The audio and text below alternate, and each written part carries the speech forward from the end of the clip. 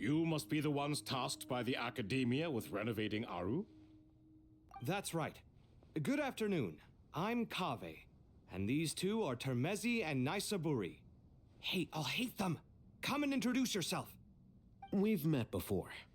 This is Thoth, the Ibis King, and everyone knows these two. Afternoon, gentlemen. I've only ever seen these two in murals! Ah, the paintings in the temple.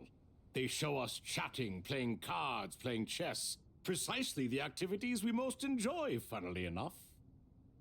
No, only you enjoy playing chess. We were just humoring you. I wouldn't go that far. Back to the matter at hand. A preliminary assessment by the Academia indicates that this project requires expertise in various disciplines, including the deciphering of ancient texts, mechanical engineering, the restoration of ancient ruins, and elemental theory. The most capable minds in their respective fields are here before you.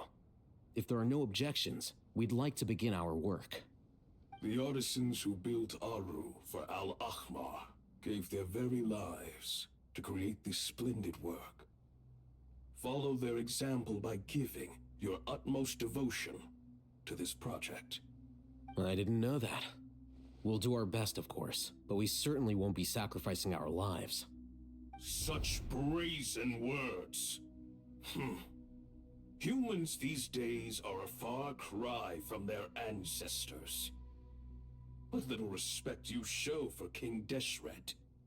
No, that's not what he meant. Please don't mind him. He shares your sentiments, just not your, penchant for hyperbole. Assuming that's what you were going for?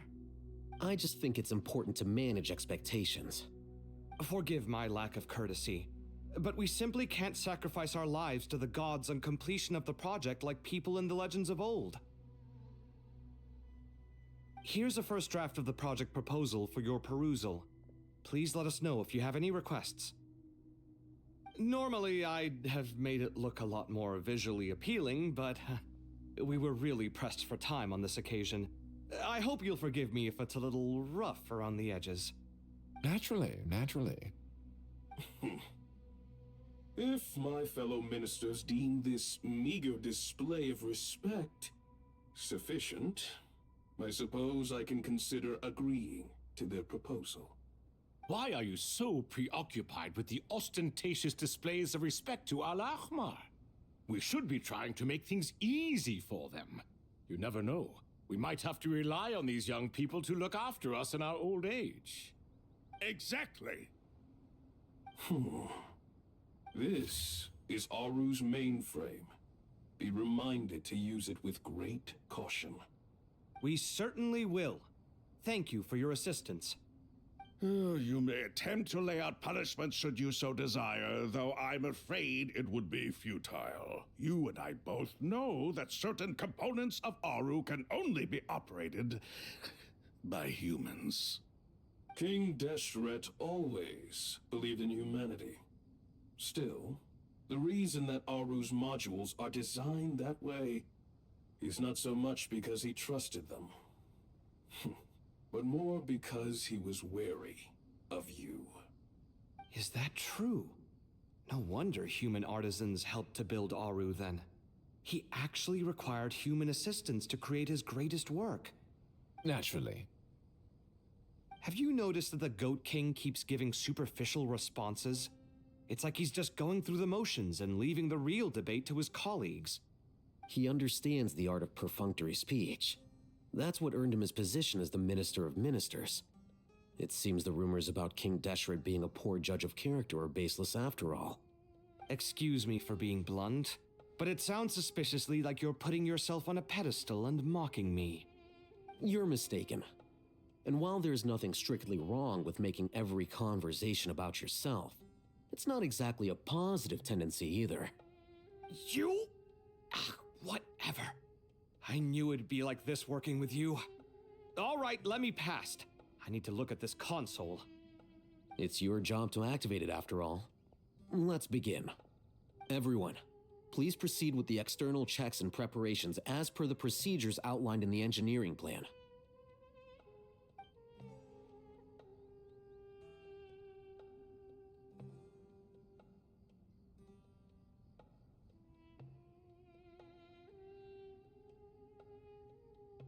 there, youngsters? Yeah. The Ibis King came to life. What do you mean, came to life? I've been alive the whole time. You did say we could start our research, right?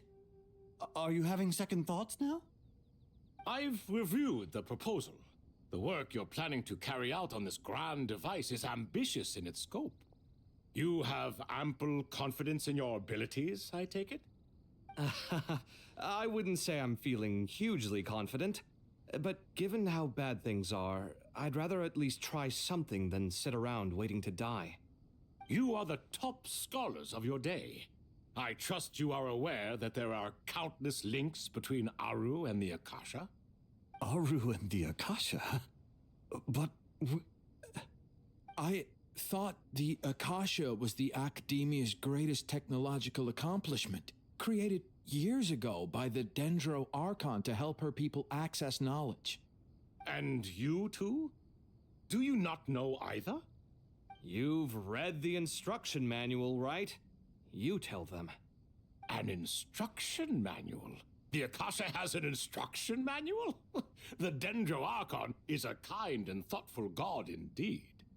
It used to sit on a shelf in the corner at the House of Dana. Not the most popular read.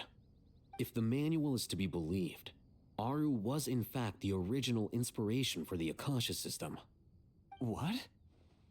But there are so few records about Aru anywhere.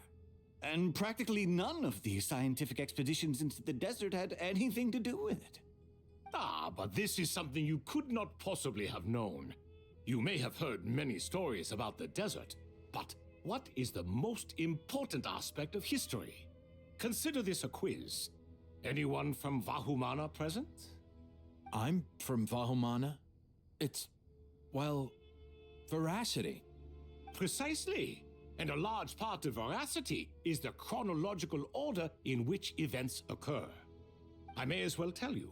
In the beginning, Nabu Malikata, the goddess of flowers, descended upon Sumeru. The glory of the heaven was within her. She brought life, oases, and knowledge to this land. Then she created the Jinn, enlightened them, and ordered them to serve her.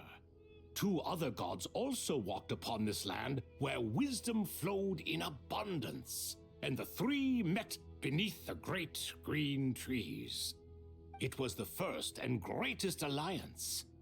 We should speak with reverence of this covenant between the three, which transcended both time and life. For they promised that in Sumeru, wisdom would be shared with all. All the great changes in Sumeru's history began with the goddess of flowers. For King Deshret's sake, she pried into the secrets of Celestia, and for this was burned to ashes by the flames of wrath. So grieved was King Deshret by her passing that he lost all interest in state affairs and devoted himself instead to the knowledge that she had brought back. It was after learning of the technology from that floating island in the sky that he first conceived of Aru. And so, the Akasha was inspired by Aru, while the basis for Aru itself came from Celestia's technology. Well, if the two share a common technological origin, then connecting one system to the other is an entirely feasible idea. Unbelievable. Have you no reverence at all for celestial technology? No, I do, but there's no time for that. The schedule is too tight. Blame it on the deadline. Perhaps you could try coming up with our cutoff dates. You know what it's like having to turn around 5 different drafts in one day? I wouldn't wish it on my worst enemy. Yeah, also, Sir Ibis King, you don't plan on getting directly involved at all, do you? Yes, well, you strike us more as having come to give a popular science lecture. Or, wait, does this count as more of a first-hand witness statement? Neither. Anyway, this sounds like far too much work for me. Still, if Aru is so powerful, why didn't King Deshret use it for more ambitious ends? Because it was never fully completed. King Deshret had grand plans, but he perished before they could come to fruition. In the beginning, his wish was to create something that could rival the very world itself. The Lord of Flowers sacrificed everything for that ambition. What he desired, she bestowed, and thus was knowledge brought into the world. Her courage and sacrifice had to be honored with the most splendid of monuments, or King Deshret would surely have deemed it a grave injustice. And that monument, built from knowledge and technology, etched with a sacrificial and courageous love, even in its unfinished form, it deserves to be treasured. At that time, King Deshret said the following to the Lord of Dendro. Since we share an eternal covenant, I shall never be your enemy. Hence, the fruit of wisdom from the heavens is not to be devoured. Remember, it is not that I lack the power to become the enemy of wisdom. Yet you and she have taught me much and shown me kindness. For this, I cherish you both. In the end, Aru was only used to store a portion of the souls. It was but a primitive form of the masterwork the king had envisaged.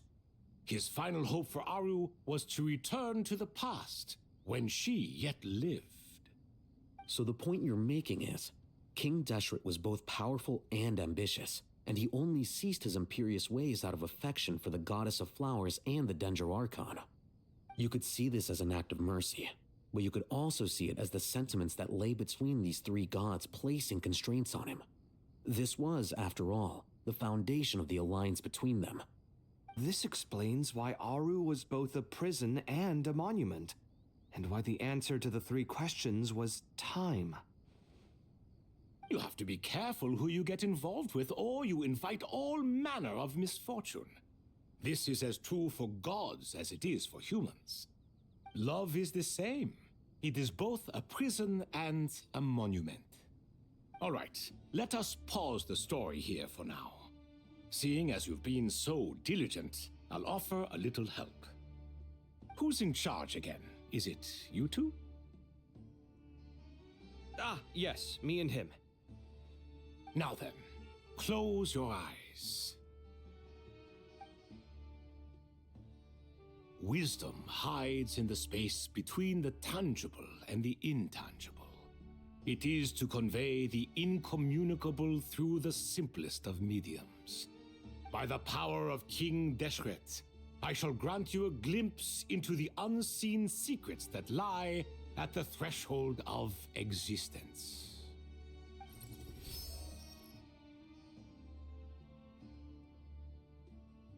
Where did this come from? Is it a new mechanism? It looks more like some form of externalized information. You've rendered it visible? Just as the Akasha allows you to access a greater range of knowledge, the power of our king permits one to perceive ingenuities that do not belong to this world. This is no ordinary mechanism. It reflects the internal structure of Aru. Whether you choose to increase or decrease, keep or discard. Come, use these to achieve the outcome you desire. Looks mechanical to me. Better let me handle it, just in case. But wait, how do I get up there? Turn around. So that's where the elevator is.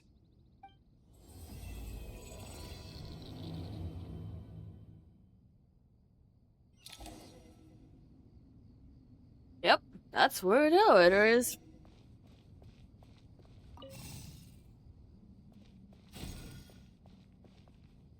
Da-da.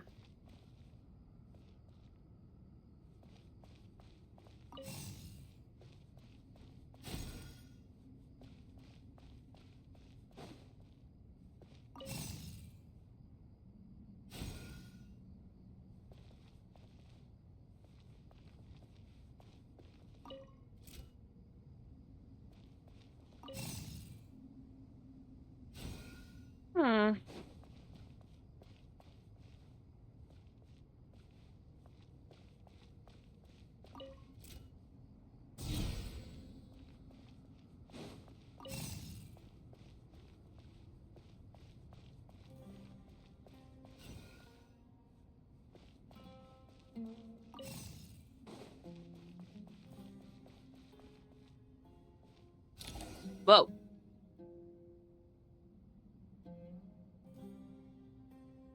Obelisks were used to record important information in the ancient desert civilization. Hey, Alhaitham, there's some writing here I'll need you to decipher. I've sent it to your screen. Do you see it? Got it. It's a little blurry, but I should manage. Take a look and tell me what it says. Oh, and I'll send any other similar text directly to you from now on. Let's start with this one. It's a variant of an older script. Herein lie verses written for the Yellow Sands. Looks like cultural information from the age of King Deshret. If so, I suggest you delete it.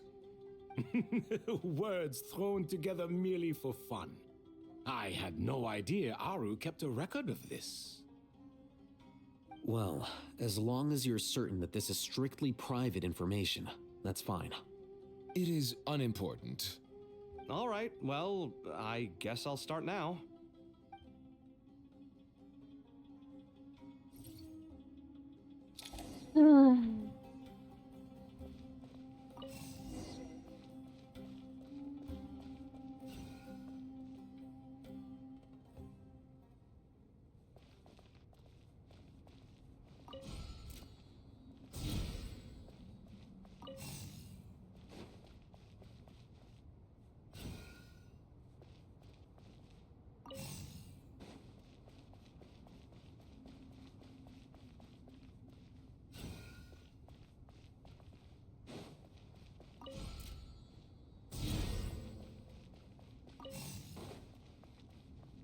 That should be it? Found some more. Sending them over to you now. These are all reports about the Gurubad conflict. Can we delete them? I'd say so. Most of this information has already been archived anyway. What if there are details in there that Vahumana missed? What are we supposed to do if they come after us in the future? They'll just have to live with it. If we don't resolve these issues now, there won't even be an academia in the future, let alone a Vahumana Darshan. Yeah, you're right. Okay, done. There's some other similar monuments nearby. I'll check them out.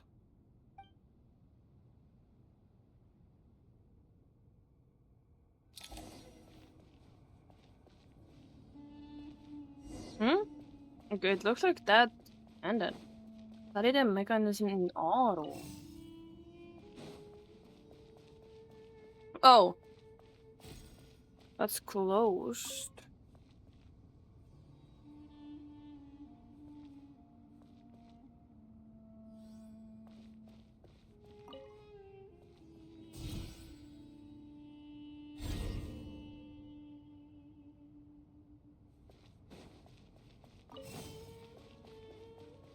Come at me!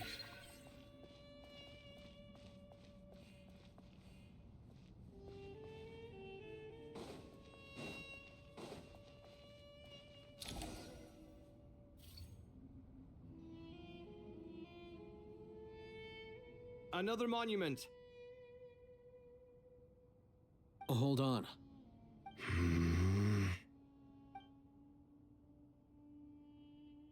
You're still reading it? How long is it? It records the development and governance of the Oasis civilization. Most of it concerns the Jinn, but it also contains records left by the artisans who built Aru. Is it important? Some of it. There was no way for me to read the whole thing in its entirety, so I had to rely on my intuition to pick the parts worth keeping. What about the artisans' records? What do they mention? They're speculations, mostly. For instance, they were wondering how to protect themselves if King Deshret decided to silence them after the construction of Aru was complete. Sounds like pure mythology to me. Surely that kind of thing didn't really happen. The records do emphasize that this was merely their conjecture based on various myths. Still, the artisans did leave details of their plans to survive, including blueprints for their escape route. Even that got recorded? Okay, well, I'll make a copy of this first before I delete it. Is that truly necessary? You won't be needing those. No, the blueprints are important. I want to keep them as a memento.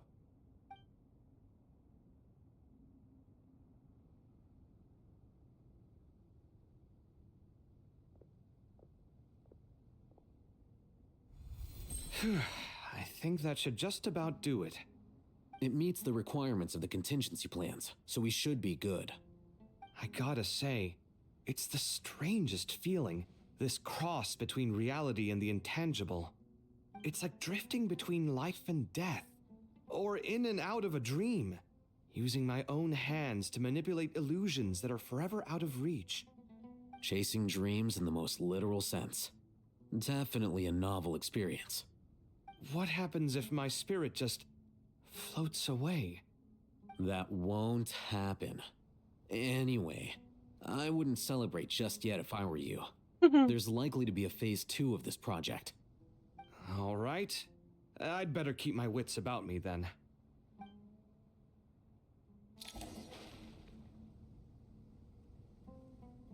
Yep.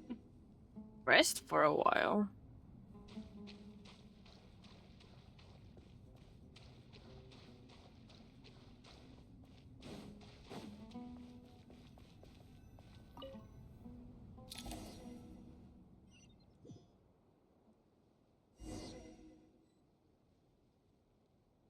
Head to the entrance to King Teshret Mausoleum.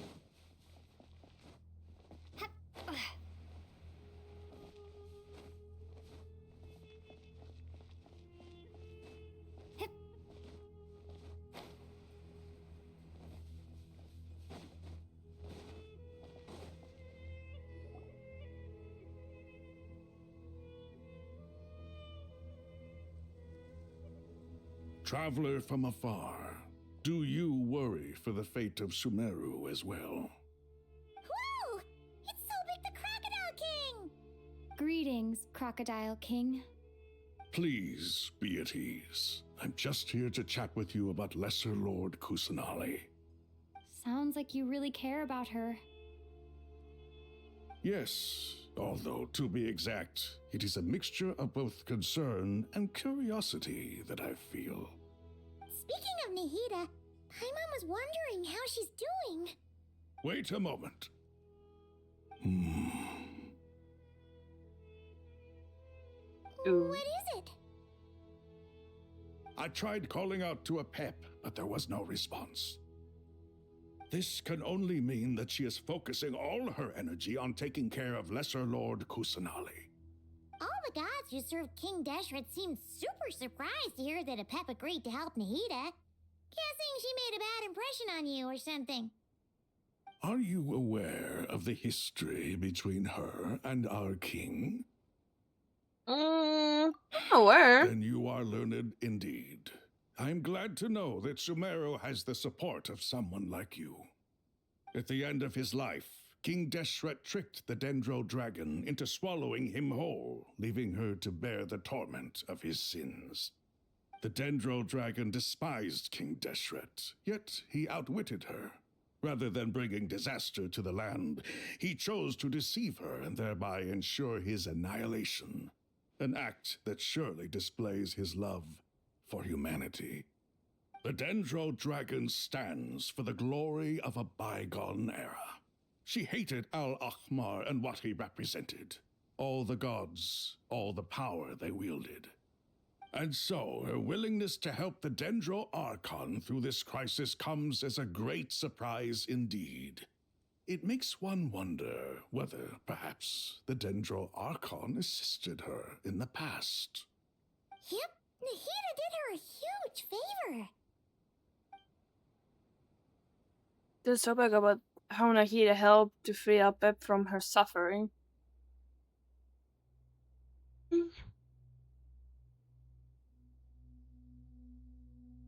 So Lesser Lord Kusanali put an end to the Dendro Dragon's many long years of torment.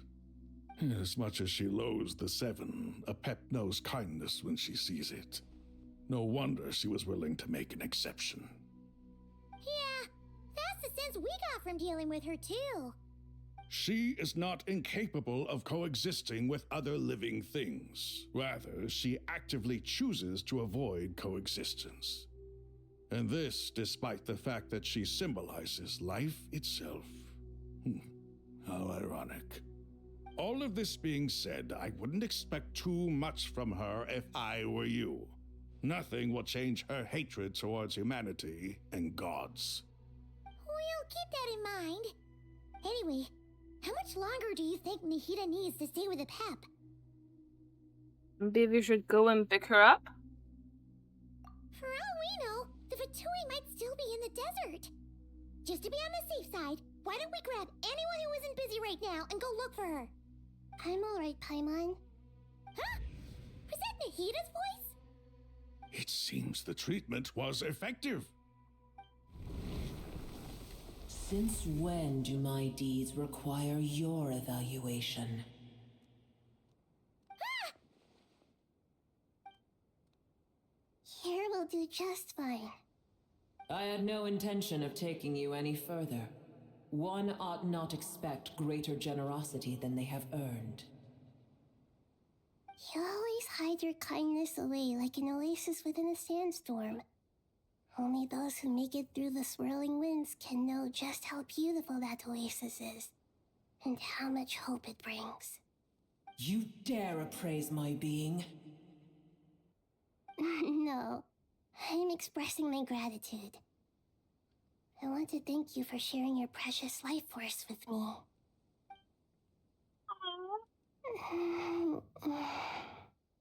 Awake already? You are more resilient than I thought. Pep. I feel much better. Thank you. Gods and their gratitude mean little to me. I would rather you give me your assurance that the situation with Irminsul and Sumeru's ley lines will be competently managed. If I suffer any ill effects from the ley lines, you, as the god of this land, will be held responsible. And you would not enjoy being held to account by me. I understand what you require, but I would assume this task even if you did not demand it. Sumeru is my responsibility. I must resume my duties as soon as possible. A farcical notion. God of Sumeru, I hope you realize how unextraordinary your strength is. And yet, maybe it is precisely what defines me. A god of wisdom is not meant to rule by force. Then hold steady. We go forth.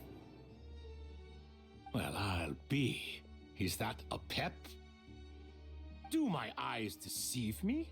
Of all places, the Dendro Dragon has decided to visit the mausoleum of King Deshret?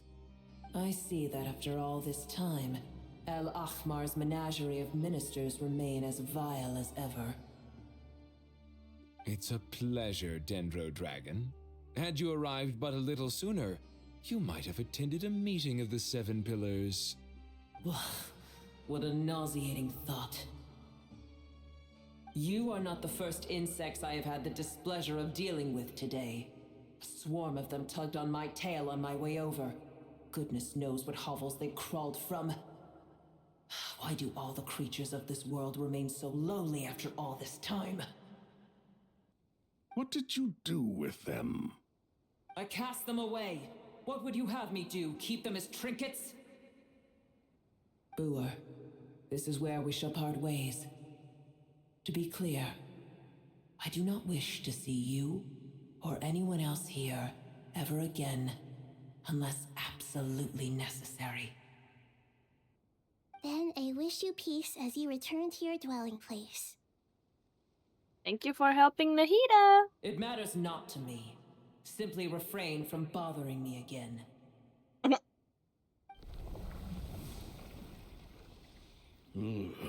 A force to be reckoned with. At times like this, I feel glad that she has no interest in any of this. Hold on, just hold on, okay? We're almost there. We made it. Huh? Wait, that voice. It's... Uh-oh, I'm gonna fall.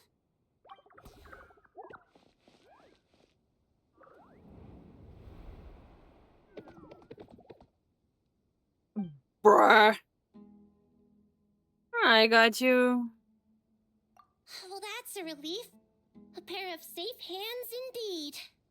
The Dendro Archon's familiars. They are the last thing I expected to see here. Huh? Wait, what are the Aranara doing here? Don't you guys hate the desert? Obviously, I was worried about the Dendro Archon. I've been supporting them with my Pari powers the whole way here. Oh, they seem pretty nervous. Is it because there are too many people around? Not just people. It's all these non-human beings, too. It's hard on them. I can't believe you made such a long and dangerous journey just for my sake. I appreciate your support so much. Thank you all. I'll have to ask everyone to wait while I help our new arrival settle in. Once I'm done, I'll gather everyone to discuss our next steps. Traveler, Paimon, shall we find a place for our friends to stay? Sure. Awesome! Let's go! Well, first I have some questions. You answer Nahida's questions, bringing her up to speed on everything that has happened.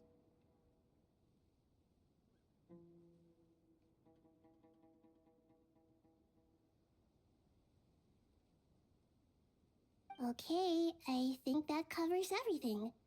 Thank you. We can get going now.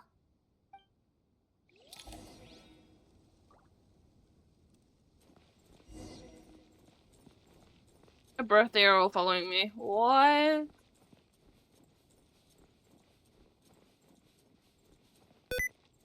Oh wait. I got the sticky keys.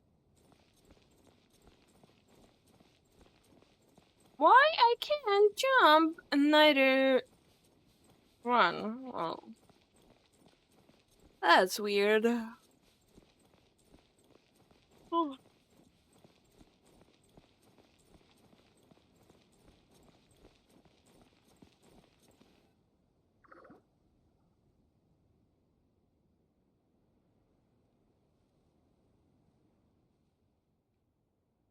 And the dragon drew us across the sky. So scary and so many Nara here. Oh my god.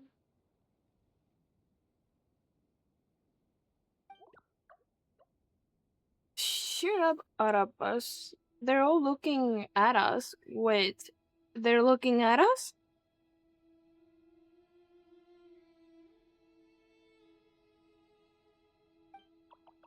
Surely all those Nara can't see us. Nara are always so busy walking here and there. Hide, hide, don't let the Nara catch us. They can have the pot. But wait, no, the Nara can't take the pot. My sister said I have to look after it. Oh, for fuck's sake. The Nara are coming. Hello, everyone. It's only us. Oh, Lord of Dendro, Nara Unibots, and a white floaty. Lord of Dendro, Nara Unibots, Paimon, it's been a long time. It must be very tough for you coming all the way out here, especially since you don't like the Veluca. Is everyone back in Vanarana doing well? Araya is a Vasara tree. A Vasara tree protects Vanarana, so that means Araya is protecting Vanarana. Don't worry, everyone who stayed behind will do their best to protect their home, and we'll all do our part too. Oof. Everyone's here. Good. Are you okay? You look like you were about to pass out back there. Then you're forgetting who I am. Don't underestimate me. There's the mighty red floaty. Oh, excuse me! Are you comparing me to Paimon? Well, Arare-kan thinks it suits you. Oof. I suppose everyone is gathered here because of me. As we can see, the situation is critical, and everyone is very busy with their various tasks, so... Need help? Arapas can help.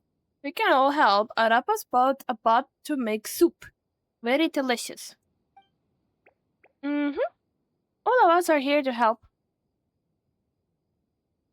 Damn. Arapalika, Ararikan, Arapas, Aradashan, Arayuta, Arasata, and Arasaha will all help. Yikes. I can't thank you enough. Right now, we're focused on restructuring Aru, processing excess information, and helping restore everyone's confidence. I'm sure you'll find it all very straightforward. I can help too! Just let me know where I'm needed. Together. Lord of Dendro, Arapalika has something important to tell you. On our way out of Banarana, we saw some Nara talking in secret. Male Nara, up to no good. Up to no good? Yes, two Nara sneaking around at Caravan Ribat. That definitely sounds suspicious. Traveler, Paimon, I have other work to attend to here that needs to take priority. Could I trouble you to investigate the situation Arabalika spoke of? No problem. Leave it to us. Thank you. I'm counting on you.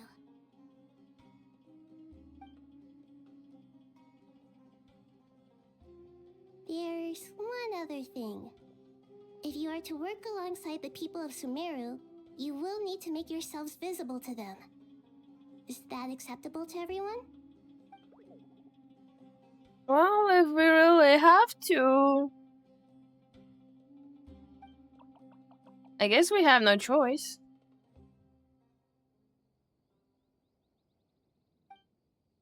Don't be afraid, Arapas. You make the most delicious soup. Everyone will like you.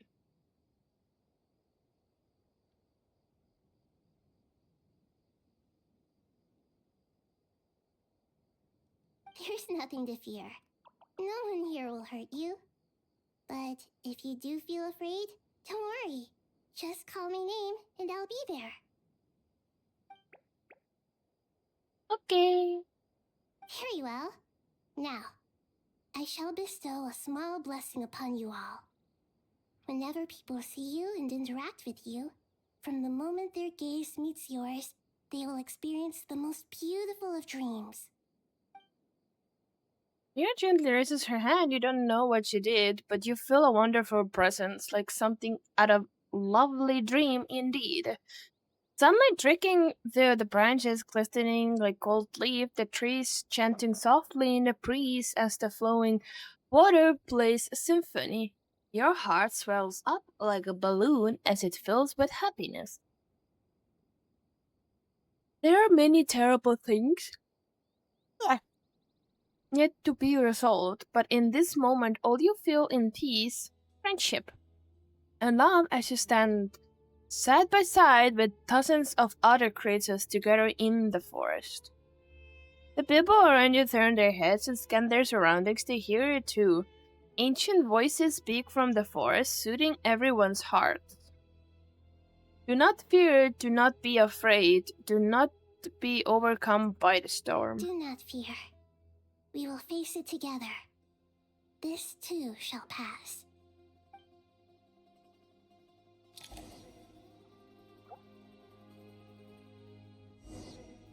Head to Arshad.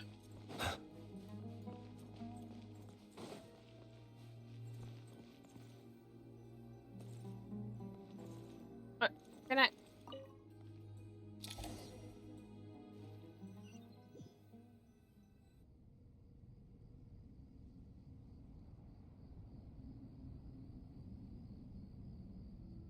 Ah, everyone's here. Wonderful. Dendro Archon, you're back. Are you recovering all right? You mustn't push yourself too hard. I'm doing very well. Thank you for your concern.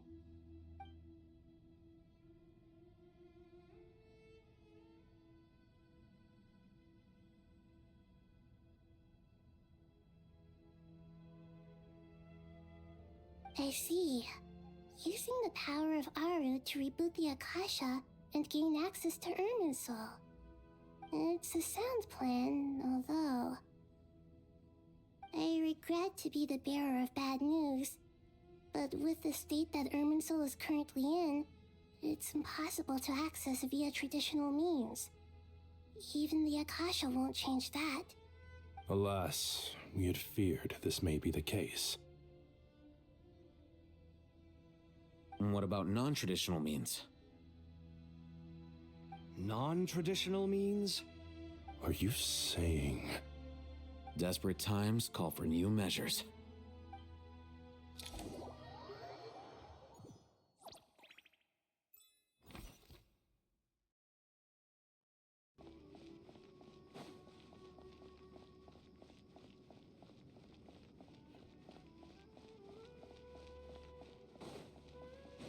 Let's see those two imbeciles. Naramen. Hey,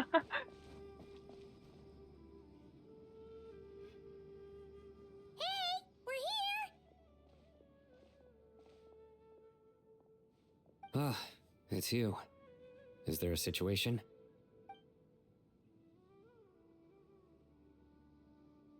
The Aranara have good intuition when it comes to people.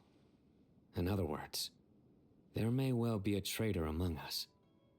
Given everything that's going on, I'd be more surprised if there wasn't. Miss Nefer, as a professional intelligence broker, I trust you have a solution? Not one that I'm willing to volunteer. What's in it for me? Let's say I'll treat this as a pilot project aimed at expanding your intelligence operations. Whatever business you're in, an avenue to demonstrate your abilities could never hurt. I like the sound of that. Glad we're on the same page. Given that you rarely set foot in Sumeru, practically no one at Caravan Rebot knows who you are.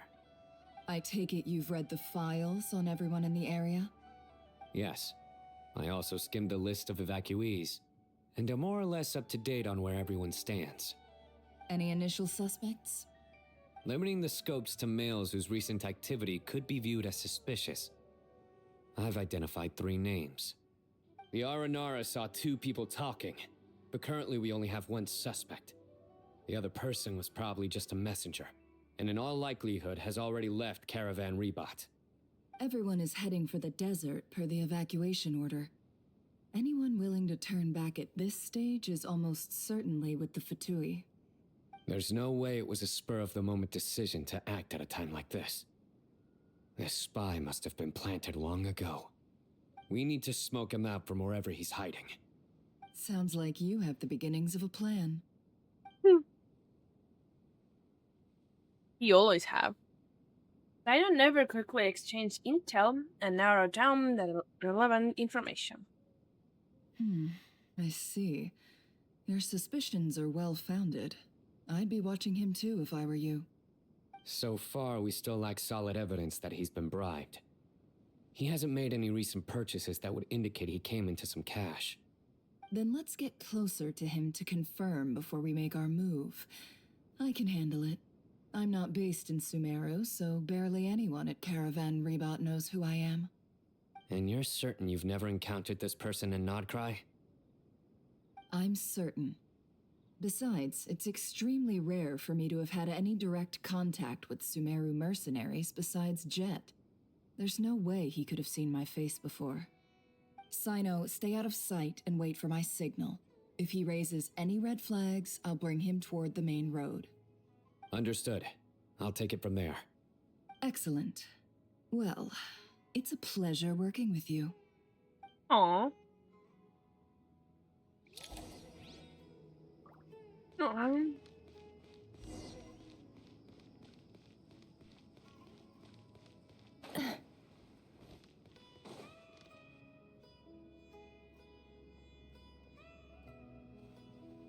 Darker skin, scars, frequents the desert and has ample combat experience. Nothing unusual about how he dresses or acts. What's that he's looking at? A coin. Interesting. Could that be how his contact paid him? Conveniently discreet for someone trying to hide any unexplained income. And yet it could be highly valuable. Sorry to bother you. Has everyone here already left? I don't suppose you happen to see a lady wearing a hat? Ma'am, what are you doing in Caravan Rebat all by yourself? The main group evacuated some time ago. Didn't you pass them on the road? My friend and I lost some of our cargo along the way. I didn't want to miss out on potential business, so I told her to go on ahead and meet the client while I retraced our steps. I didn't think it would be so late by the time I found it. And then there was a terrible sandstorm. I guess I must have taken a wrong turn, because I didn't see any large groups on my way here. Forgive me for asking, but just to be on the safe side, could you describe this friend of yours? Sure. She has blonde hair, and she was wearing a hat and a white dress. You'd definitely know if you'd seen her. Yes, I think that does ring a bell. Ah, my apologies. During this exceptional time, the Corps of 30 are under orders to be extra cautious when dealing with unknown people, whoever they might be. I understand. Well, sir, is there anything else you need to know? If not, I'd better try and catch up with them. Hey, wait! They left a good while ago now. You'll never catch up with them on your own. Why don't I give you a ride? I'm here to collect the last few people anyway.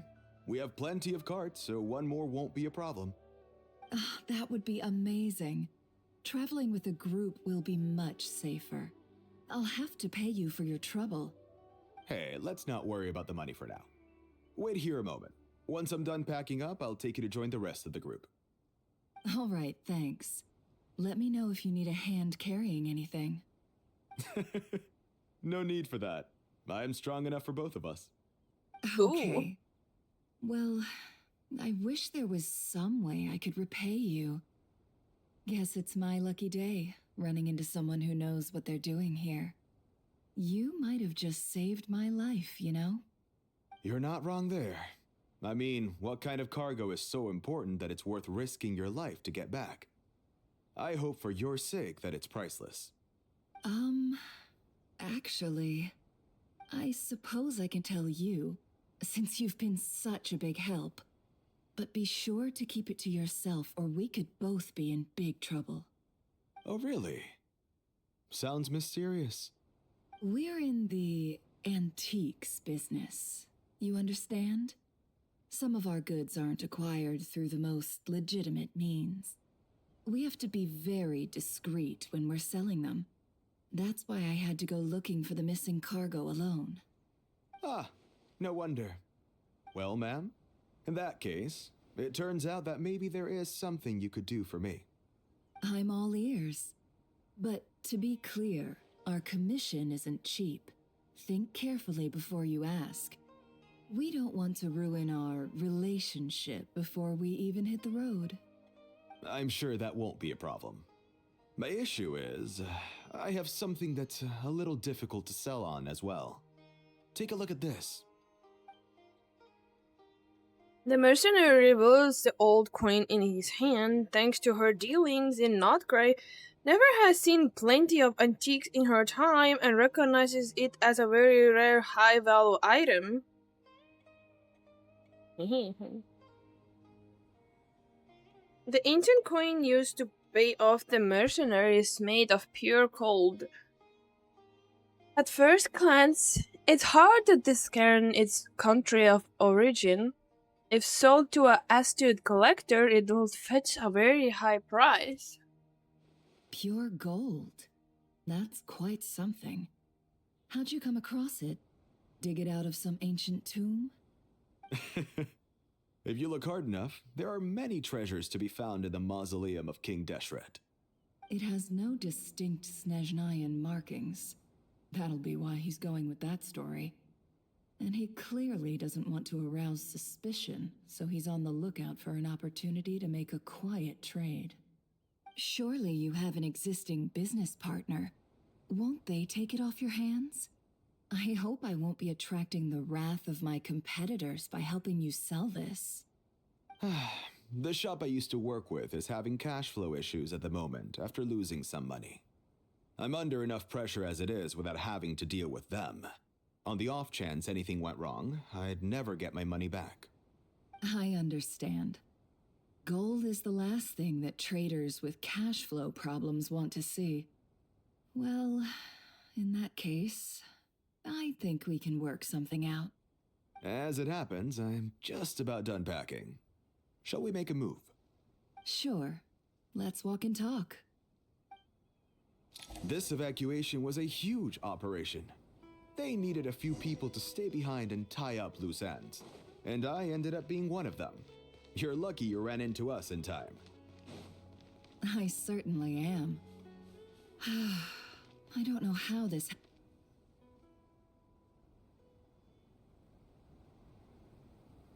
Huh?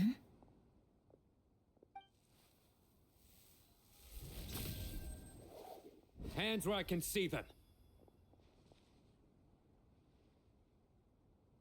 General Mahamatra! No, wait! What are you doing?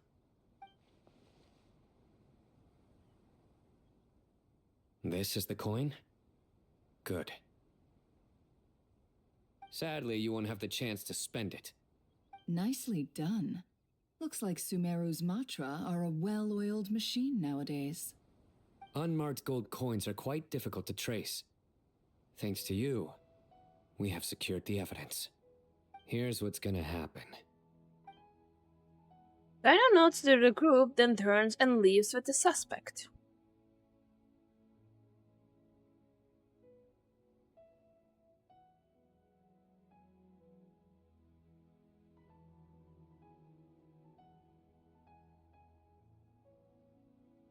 Before long, he returns with the intel he got out of the suspect. Southeast from here, leeward side of the hill. That's where he's meeting his contact. Great work. Candace tells me your interrogation skills are highly effective. Hers are quickly catching up. She's improved a lot in recent years. Looks like it's over to you for the next step. Because I'm quickest on my feet? Because you know how to trail a target. Plus, it'll be easier to monitor their activity from the air. Fine. I'll be quick. One more thing. The Traveler just brought a message from the Dendro Archon. Once you're done with this, we're to meet up at the mausoleum of King Deshret. Got it. Will do. Are you sure you'll be okay on your own? Gee, I don't know. Maybe you should come with me. Okay. Then Paimon's coming with you. Really? You do know this is a stealth operation, right? Meaning, you have to be quiet? Paimon?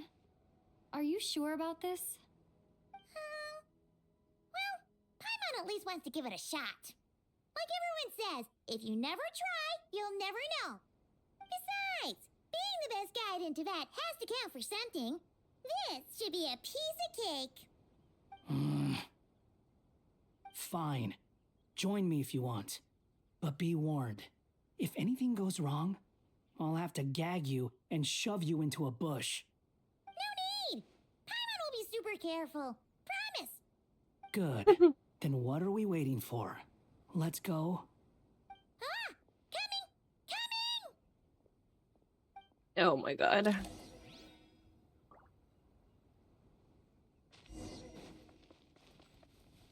Squall Fury.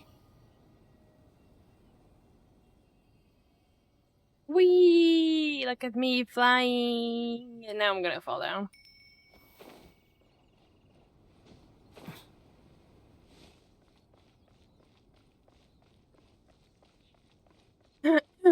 Also,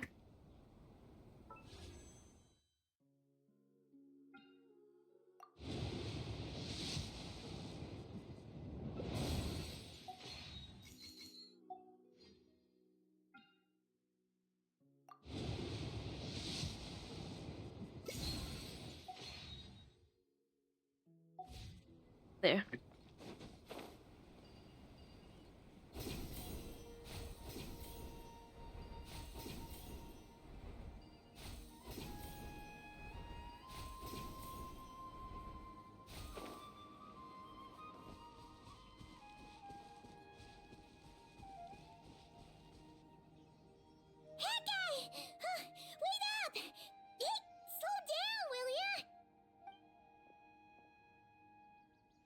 We're here. Now we wait. Okay, yeah, cool. Cool. What's on your mind, Paimon? Huh?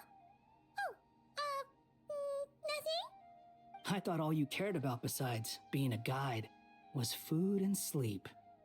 Why the sudden urge to go on a dangerous mission? What's that supposed to mean? Paimon's been on plenty of dangerous missions before. But never on your own. You hardly ever leave the traveler's side. That's true. Just saying, I'm kind of at loose ends right now. So if you did want to share, I suppose I'd have to listen. If not, suit yourself. Makes no difference to me. Hat guy? Do you think Paimon is useless? What? Where's that coming from? When we were in Nod-Krai, Paimon suddenly realized something. Even though Paimon's with a traveler every single day, whenever we face real danger, she can't do anything to help. Paimon doesn't get like this very often. She just got really scared when the traveler got kidnapped that time. What if she never came back? What would Paimon do then? And the more Paimon thought about it, the more useless she felt. But Paimon doesn't want to be a burden. Paimon wants to be a friend who's actually useful. Does that make any sense? You know, that feeling of just being completely useless and... Oh. Paimon probably sounds so ridiculous right now. You asked the right person. Boy, do I know that feeling. Oh, hat guy. I'm not gonna try and encourage you. What I will say is this. When you start doubting yourself, you have two choices. Give up or change. You have to make the decision to move forward. Otherwise, no amount of consultation from other people is gonna help you. So ask yourself, what do you want? To get stronger? To learn more? Whatever it is, go do it. You won't have any regrets if you can at least say that you tried. All right. Something's not right. Shouldn't they be here by now? Paimon, is it just me? Or is it a little too quiet around here? Should Paimon take a look? We'll give it another hour. If nothing happens, we head back. Okay. Time ticks by, but still nothing happens. How strange. We've been here for ages. Where the heck are they? Have we been stood up? What is it? Did you think of something? Something feels off about this whole situation, but I can't quite explain why. We know for sure that the guy Sinocot had something set up, yet somehow his contact is a no-show. So, either the handler got caught, or, more likely, they decided to cut our guy loose. But how would they know to do that? Wouldn't they at least send someone here to check things out? That's the problem. They couldn't possibly know what's happening here. Unless... This feels all too familiar.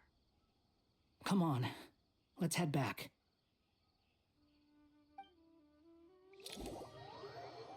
Okay.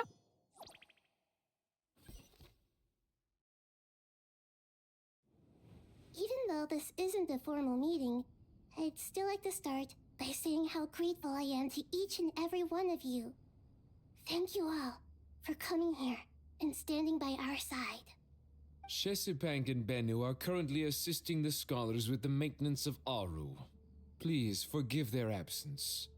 As for Hermanubis, may he rest in peace. We remember him with great fondness. There have been times when I imagined what it might be like to meet you all. Now that it's really happening, I feel quite emotional. Time has taken many things away, but that which remains is all the more resilient. I must say, there is one thing that rather surprises me. You appear to be in good spirits, Lesser Lord Kusanali. But even so, I can sense that the life force given to you by the Dendral Dragon has far from fully resolved the problem of your vitality. Oh no! So even a Pep's power didn't work? Don't worry, Paimon. It worked very well indeed. The issue is how closely I am tied to Irminsul. Until the problem with it is resolved, there is no way I can fully recover. Sumeru has undergone tremendous changes during your absence. When gods pass away, inevitably, people's faith in them grows weaker. You must have sensed it already.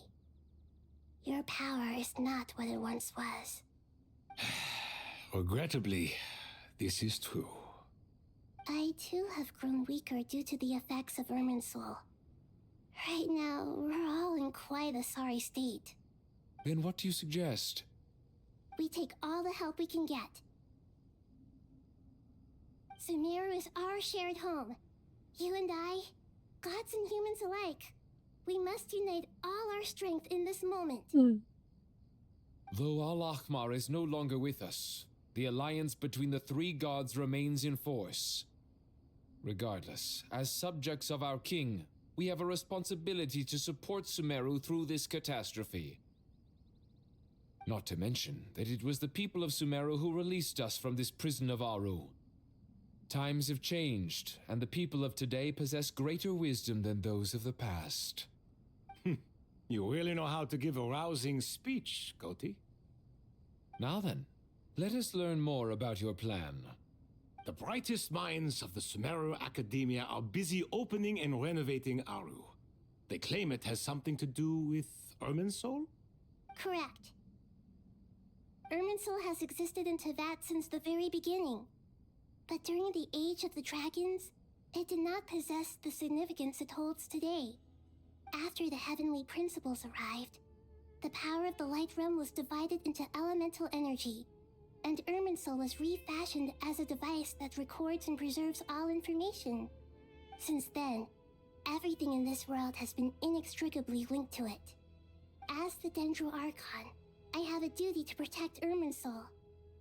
To Sumeru, it is both a national treasure and undeniably a major threat. Teyvat has seen many upheavals in the last few years. The most recent of these was a major crisis in Nod-Krai, which forced Sumeru to be even more vigilant than usual.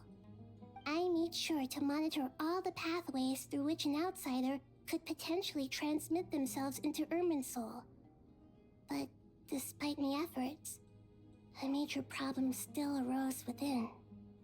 I still believe that someone has actively invaded Irminsul.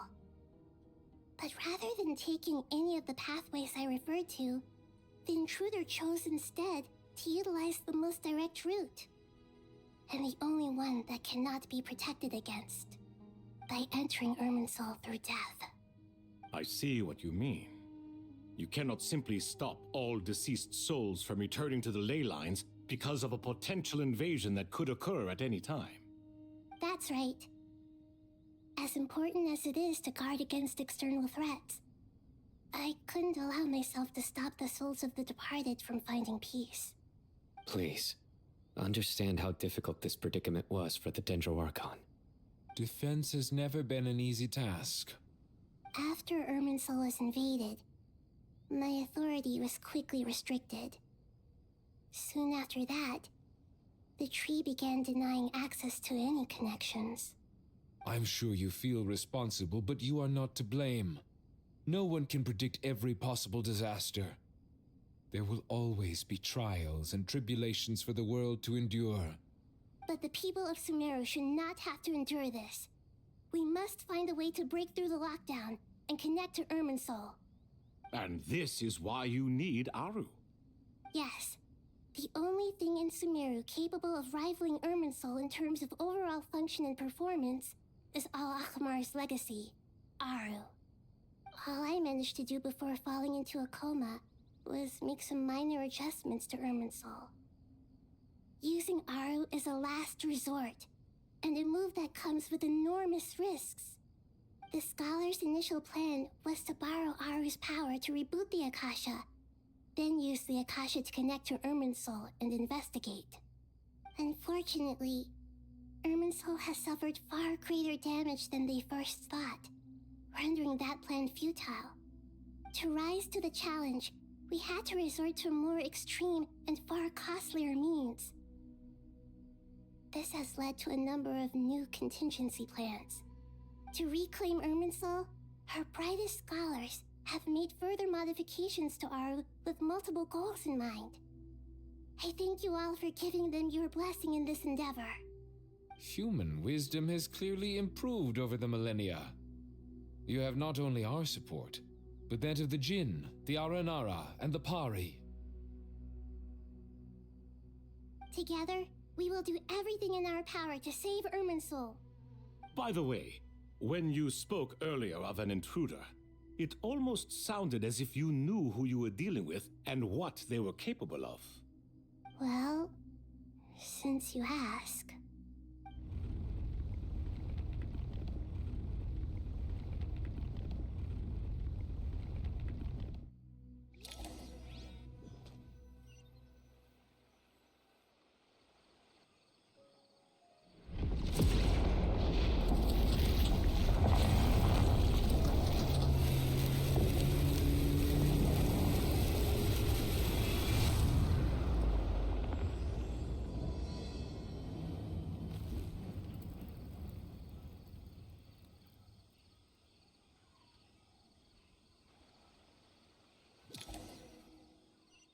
Whoa, what the fuck was that? Master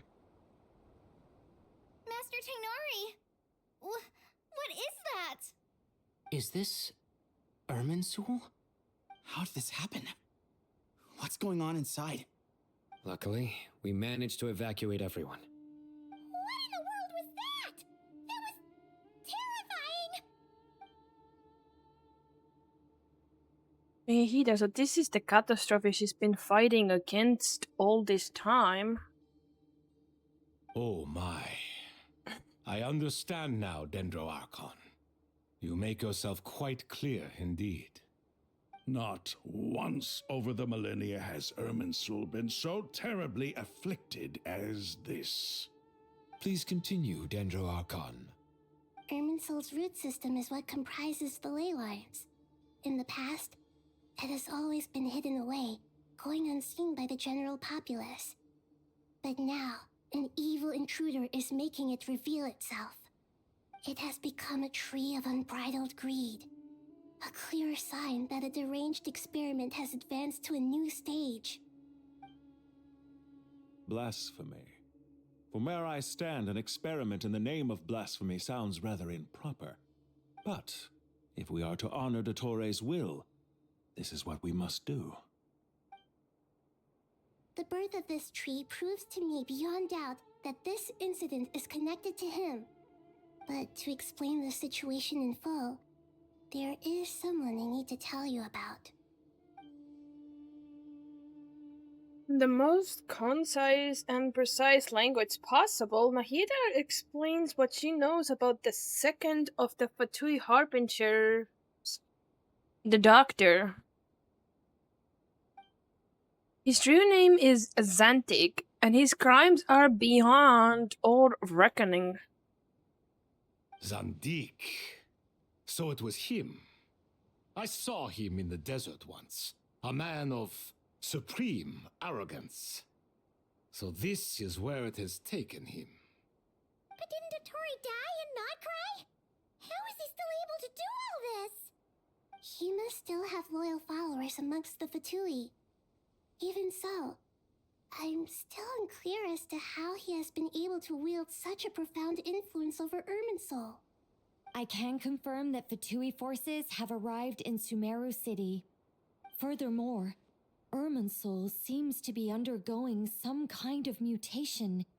Evil branches are beginning to grow. things that do not belong to this world are slowly but surely materializing. Sorry, I couldn't think of any other word to describe it. They don't seem to be fully formed physical entities yet, after all, but they are gradually becoming real. A baleful tree climbing up into the heavens. Speaking of Dottore, I have some information on that front as well. Wanderer recounts how he and Paimon went to the meeting spot only to find no one waiting for them. I didn't think it was wise to state this out in the open. But my theory is, the mole wasn't cut off after he was caught. They wrote him off from the beginning. You mean the Fatui never intended to follow through with him? Then why plant a mole at all? It's hardly a conventional strategy, and the rationale behind it is pretty twisted. But as it happens, I know someone who works exactly this way. And when it comes down to it, his goals are very simple. He just wants to confuse people, so they can't figure out what he's up to. He's been a collaborator of Dottore's from the outset. That fact alone confirms that Dottore is involved with this somehow. Some people gasp upon hearing his name, while others fall silent. Clearly, there is more going on here than anyone realized. Nahida proceeds to summon all relevant parties for a lengthy and in-depth meeting. Nahida gives a detailed explanation of the enemy and the potential scale of the crisis. After further intel provided by Nicole and Nefer, a plan is formulated and everyone prepares to get to work.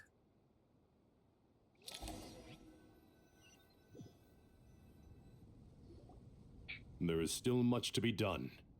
Everyone, please remember our core strategy. As per the discussions, the following groups must act immediately. Mr. Alhaitham and Mr. Kave, the next phase of the Aru renovation project must begin right away. Godspeed to you both. We'll give it everything we've got. The plan looks feasible, but the implementation will require certain resources. General Mahamatra Sino and his team will help to procure the materials required for modifying the terminal. No problem. I've already spoken with Sethos and Hat Guy, and they've agreed to assist me. This kind of thing is best left to the fleet-footed, right? Hat Guy? If it's efficiency you're after, we're the right people for the job. Following up on the elemental energy amplifier we discussed, Ms. Dory, I assume you're the one most familiar with the status of this project. Aside from the Dendro Archon, of course. Yep, that's right. Leave it to Lord Sangamabe. Got it. Well, I'd like Madame Farazan, Kale, and Nicole to support Dory on the technical side. You can count on us. Will do. Rest assured, I'll take good care of Kale. Dia, Candace, and Nefer, you'll be in charge of negotiating between the various parties. I trust you remember our goal. You bet. We can handle it. Good. I believe that covers everything. Tainari will provide ad hoc support as needed, if that's okay. Ad hoc support? What is that? Tainari. Must be tough being Nephis' student. Getting bossed around all day, every day. Hey, don't try and drive a wedge between us, you old rascal. All it says to me is that Master Nephis has faith in everyone's abilities. While I'm nominally here as backup, I doubt there will be many situations where my help is needed. Exactly. Finally, Traveler, you and I will head to the border between Sumeru and Natlan. Once that task is complete, I'll be asking some of you to accompany me to the Eternal Oasis. The Eternal Oasis? I thought that was just a legend. So it does exist after all. Regarding your trip to Natlan, under normal circumstances, a meeting between our two nations would be a far more formal affair. Unfortunately, Sumeru is all but completely cut off from the outside world at present. So regretfully, we won't be able to give the Pyro Archon Mawika the grand reception that she deserves. My apologies for the inconvenience. Not a problem. We'll do our utmost. No point putting too much pressure on yourselves. That goes for everyone. Right. Especially you, Dendro Archon. I'm sure you're still feeling quite weak. Don't worry about me. The Dendro Dragon's life force will sustain me. Plus, we'll be there every step of the way. Nahida will be just fine. Yes, I believe in myself. And I believe in every one of you. Well, time to get going. Oh? Yeah. A tower unto wisdom and folly. Look at me, Chumpy! To what extent we can implement the final plan depends on how successfully the Akasha can be modified and configured. And to make sure the configuration works, Aru will also need some further optimization. Yeah, no surprises there. Once we roll this out, any Sumeru citizens who already have Akasha terminals can simply continue to use their existing devices. This still leaves us with a significant equipment shortage, though. Many groups of people were never issued Akasha terminals, including mercenaries, the desert folk, and many others. We'll need a supply of rare materials for the renovation of Aru and the production of new terminals. Right now, the best place to source these locally is from the primal constructs within King Deshret's mausoleum. Time is not on our side here. It's gonna be a race against the clock. The Aru merge and renovation project will have to be carried out by you two. Everything's riding on this, so failure is not an option. Best of luck to you both. As discussed, General Mahamatra Sino and Mr. Hatguy will source the required materials. Mr. Sethos is quite familiar with the layout of King Deshret's mausoleum. With him accompanying them, things should go quite smoothly. I have every confidence. In the meantime, we may as well take a breather. Makes sense. There's not much we can do until the materials arrive. Get information and stay close. What is this, boot camp? Knock it off. It's just Sino being Sino. You know what he's like. Everyone clear on our mission objective. Look at the excess primal constructs, dismantle them, and extract the required materials. And King Deshret's 7 pillars agreed to this? If they're just sitting there doing nothing, we might as well put them to use. Thoth's words, not mine.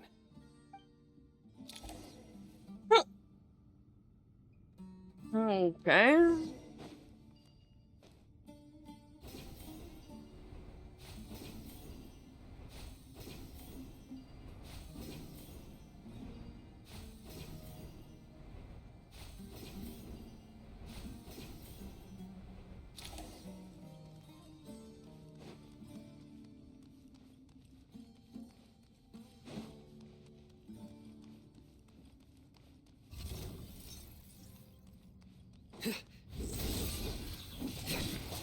Through me, justice is served. Move or be moved. Behold, you dare to gaze upon me? How amusing.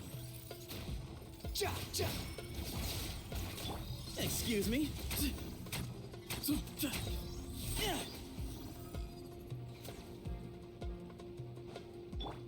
Nowhere to run!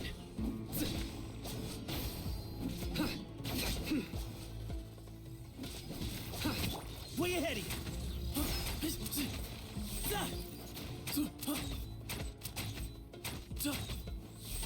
The wind rises.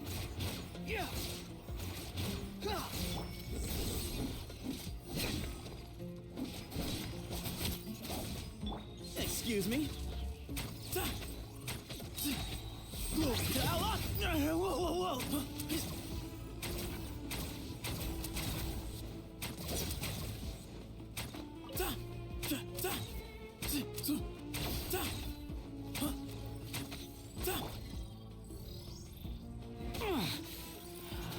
Squall and fury. Surge forth.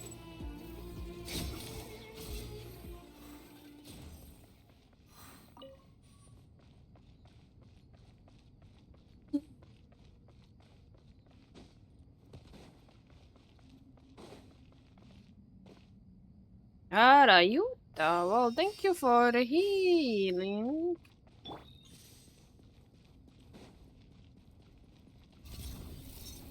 Give me some space.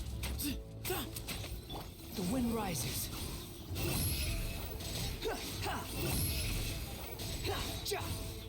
Know your place.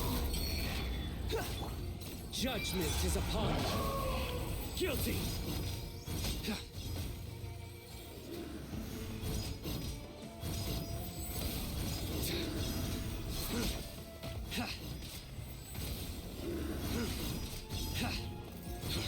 Their penance is due. Behold. Search for it.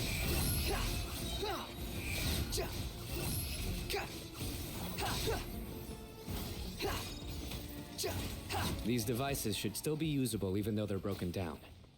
Let's take them back for the others to review.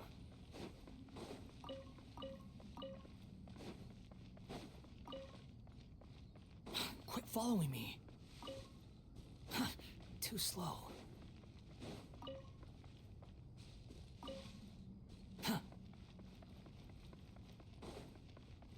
Quit following me.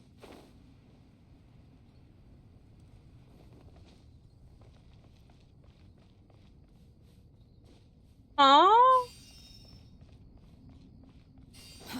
Too.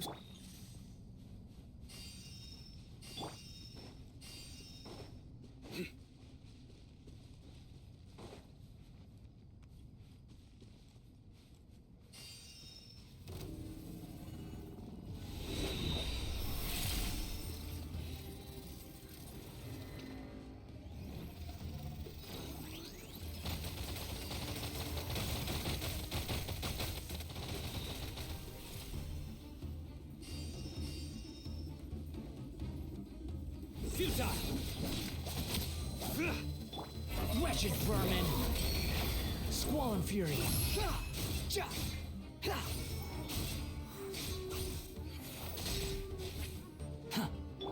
Move or be moved! Way ahead of you!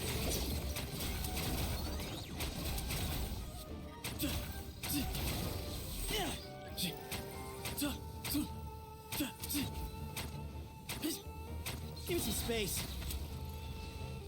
Sage's wisdom! Your sins weigh upon your soul! You stand condemned!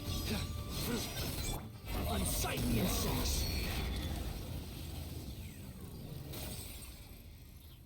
How many do we need again? Enough to make an Akasha terminal for everyone who doesn't own one. I remember you telling me how revolutionary these Akasha terminals were. You've used one before, right? The Academia declared the Akasha to be the most powerful and comprehensive wisdom dissemination system in history. That should give you an idea of how powerful it is. Certainly sounds impressive. Neither Hat Guy nor I have ever had an Akasha terminal. Well, if it all goes to plan, that's about to change.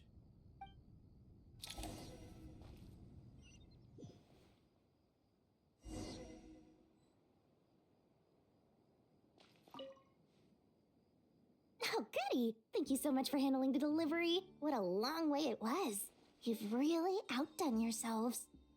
I'm well aware what a bumpy, dangerous journey it must have been. Now, I would have loved to oversee the process myself, but of course, those of us who know the plan can't leave the mausoleum. Oh, trust me, I'm patting myself on the back for my assembly work here. Simply flawless work. But will you really be needing all of this? According to our plan, yes, this is the quantity required. I have no complaints about the quality either. Only the price. So expensive. I heard you covered a lot of the funding out of your own pocket. Oh, that's an exaggeration. The Academia provided most of the funds. I just offered a small token of my goodwill. Of course, the real tragedy is how little profit I'm making on this.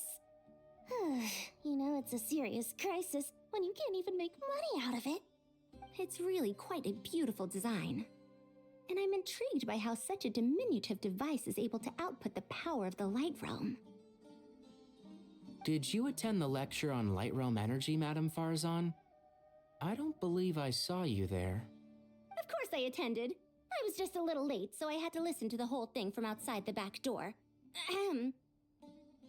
Anyway, I have a perfectly good understanding of Light Realm, Elemental, and Abyssal energy, as well as the relationship between the three. Good to know. Master told me in private that the conversion process between Light Realm energy and Elemental energy involves highly classified knowledge that shouldn't be disseminated too widely. But even so, the scholars still shared said information. Well, you can't enforce a rule that everyone breaks. Is that the idea? At first, the Dendro Archon was reluctant to explain it in great depth for safety reasons. Later, she came to terms with it and simply informed my master that we would all have to face the question of survival together. To protect someone from such dangers means keeping them in the dark, but for someone to know and embody the wisdom within, they must understand its very essence. It's an information hazard. We're exposed to danger just by knowing the facts, and just like bait, it lures us in by offering us the solution to our problems. But if you're not careful, you'll end up pursuing it down a dark path. A tricky problem. But today, this big problem has been broken down into many smaller, more trivial ones. What do you mean? I get it. For instance, you and I share secret knowledge, while she and I take on the risks of life, death, and fate. Something like that? Hey, what? That is not what I call a trivial problem. Well, as they often say in Vahumana, an event that is monumental to the individual is negligible in the grand scheme of history. Generally, the fate of the individual is an insignificant affair. Being from Amorta, where the subject of our research tends to be a lot more personal, I have to disagree. It's hard to dismiss the individual as insignificant. In other words, the big problem of survival has been broken down into many small, interconnected factors, and each one of us represents one of those factors. When the same secret is shared with a group of people, the same fate binds them together. Most people would find this unimaginable, but to us scholars, this is the path that has always beckoned to us. Sharing knowledge is a good way to fight against fate. I will always believe in that. All right, I think that's everything. Thanks a lot. But don't go anywhere just yet. I'll still be needing you to calibrate the equipment.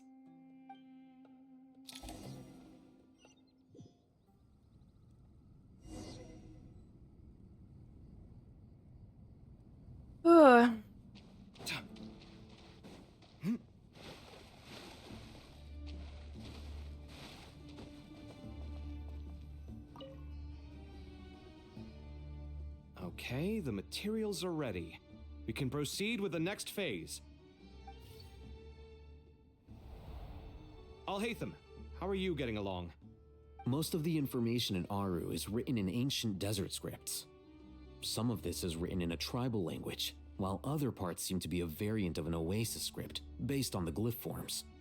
Oh, not lost to history, I hope. Some are. All we can do is infer the meaning based on the rules of related languages. Although, this section actually fills in some of the missing historical record. I'm transcribing it so we can bring it back to the academia. After Aru started up, 2 more lines of text appeared here. Can you read them? Humans may not read what is written by the gods, except by not reading. Victory should not be easy to attain, for it symbolizes divine wisdom. Knowledge must not waver, for it has external borders. Is this a clue to solving a puzzle? Or is it being symbolic? You can't read it unless you don't read it. Victory is wisdom. Knowledge is confined by borders. Wait, I think I've got it. It's a metaphor, isn't it? It's talking about... a chessboard.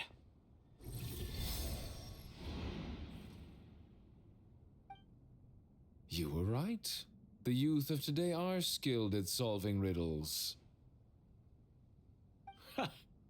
Have the secrets buried in the desert not been unearthed over the years all the same? Since Aru is a place reachable through wisdom, This day was bound to come sooner or later. Oh, I've always been against overly cryptic sentences. Don't you get tired of reading and writing all that? Ah, it's you three. Just in time. We've been delving deep into Aru, and now this board has appeared. I've heard this was how you'd while away your free hours. You must be quite the experts by now in that case. It is true. King Deshret's chess games are some of the most well-loved of all his wonderful creations. If you have ever been to Safhe Shatranj, you may well be familiar with the chess pieces you see here. Is this chessboard supposed to be another visualization of the interior of Aru, then? Naturally. Visitors, everything is ready. Only by completing the challenge on the board in accordance with the rules will you be permitted to overwrite Aru. 1 second. It's not dangerous, is it? Dangerous? Why, yes, of course. I should be the one to go, then. Wait for me here. Sounds like the self-confidence of our present company has rubbed off on you. Don't be ridiculous. I'm your upperclassman, and that means I have to look out for you. I appreciate the sentiment, but a game of chess typically requires 2 players. Besides, I'm sure they won't let things get out of hand. Keeping things relatively safe is in your best interest too, isn't it? Fair enough. I mean, you guys are controlling the difficulty, so please don't go too hard on us, all right? Ah, but Bennu said he wanted to put some respect into these whippersnappers. All right, all right. Thank you. Obviously, we'll still try to be careful. This doesn't seem like ordinary chess. Is the goal to defeat the opponent? No, you must enter the board and pass the trials we have placed there. Ready? Let's do it. Say what now? During the chess trial, Alhaidam and Gave must move separately, consuming action as they do to traverse the obstacle-strewn chessboard. The trial can only be passed once both Alhaidam and Gave reach the end.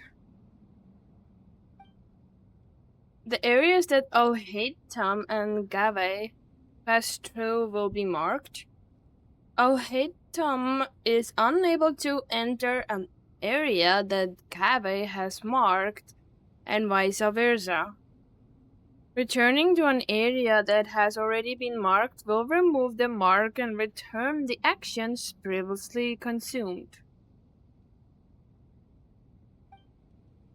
Gave can move some of the pieces on the chessboard, but he can only push them toward empty areas. Alhaidam can activate some pieces on the chessboard to unlock certain areas. These areas then become passable. The first trial is posed by me. I don't think this is gonna stop us. Ah, but the key to this game lies in working together. Otherwise, you will be deemed to have broken the rules.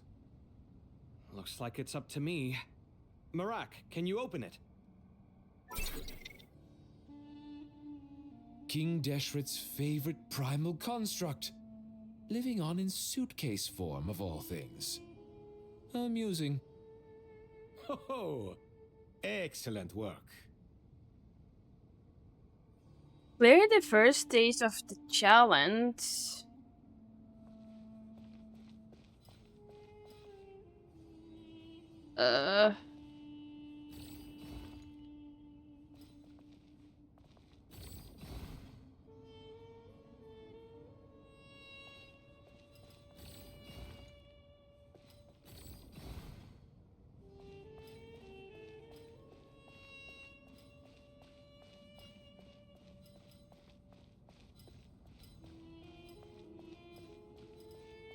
I don't get it at all. Strange time to catch up on sleep. I'm not sleeping, I'm thinking. It's not that simple, you know.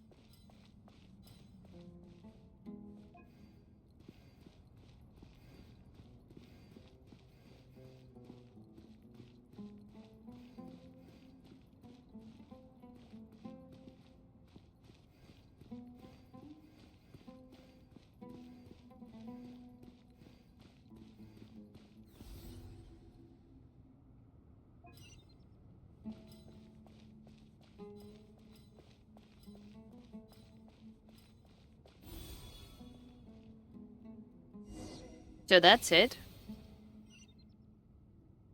Now is the time for my trial. Now, don't be nervous. I'll make it nice and easy for you. Really? Thanks in advance. We appreciate it.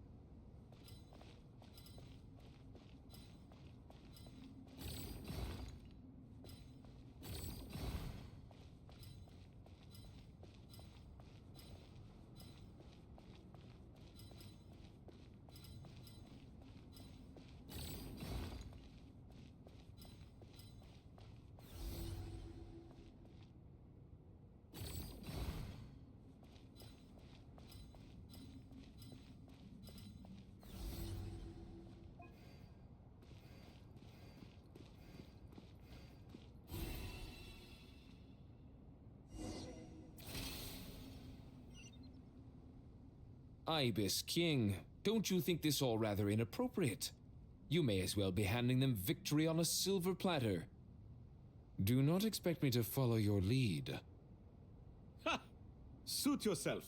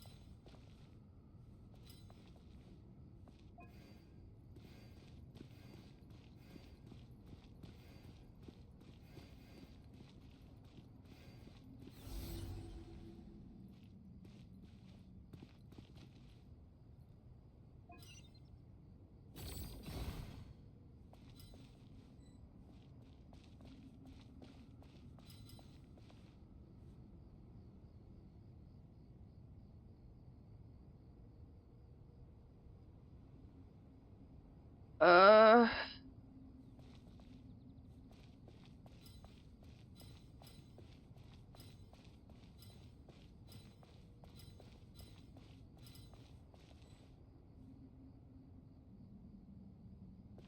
Strange time to catch up on sleep. I'm not sleeping, I'm thinking. It's not that simple, you know.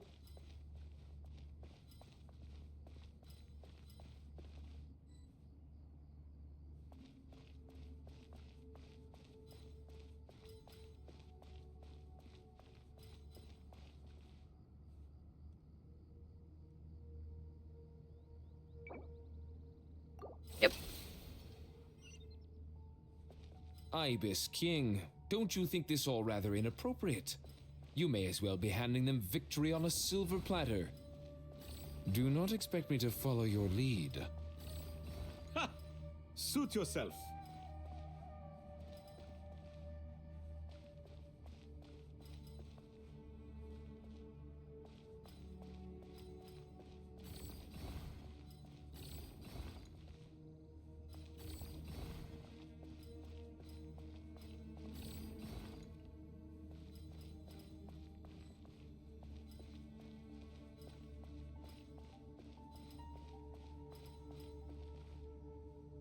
Okay.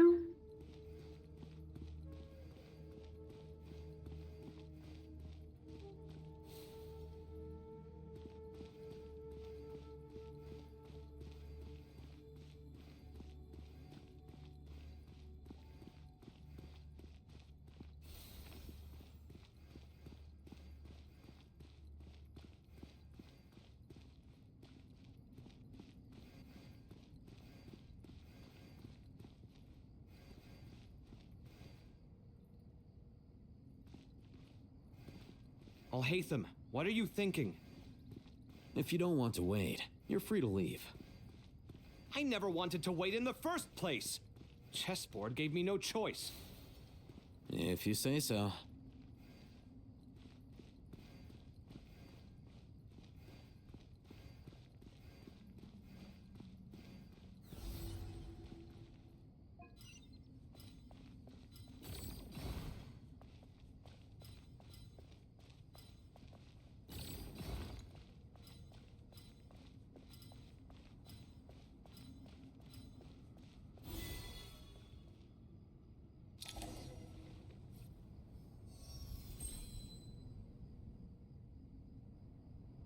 Done. Finally. It's over. But seriously, that was incredible. Standing on the chessboard felt completely different from standing on solid ground. And also... Oh, sorry. I'll save my thoughts for later. Thanks to the three of you for helping us out with this. Is it just me, or were you giving us quite a lot of guidance along the way? We made but a humble contribution. You lived up to our expectations. Bravo! Our aid was not given for naught. In addition to the existing functions, I'd like to ask you for another favor. Since Aru's interference shield can cover the entirety of the mausoleum, it should be possible to extend its range even further. Perhaps you can find a way. So, building upon the existing functions to... I'm with you! Imagine for a moment. What would the ideal outcome look like if this function were compatible with the devices? I agree. This is the best solution possible. Please, everyone, we beg you to help us. Me, oh my! Well, since you ask so very nicely, I suppose... Goti? Kroko? What do you say? Naturally.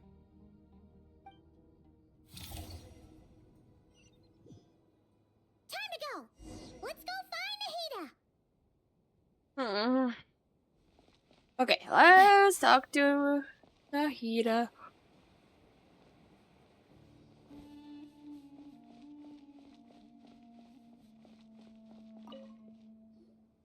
There you are. Miss Nicole truly is an angel. She shows great wisdom in guiding others, and she has already sent word to Natlan on our behalf. She said that while the other members of the Hexen Circle are busy with important work, she is quite free, and she is more than willing to accompany the people of Sumeru for the entire journey. Oh, yes, Nicole, all right. Always super patient and loves to help everyone out. She's the best. She is. So kind and enthusiastic. Well, time for us to get going. Let's head out.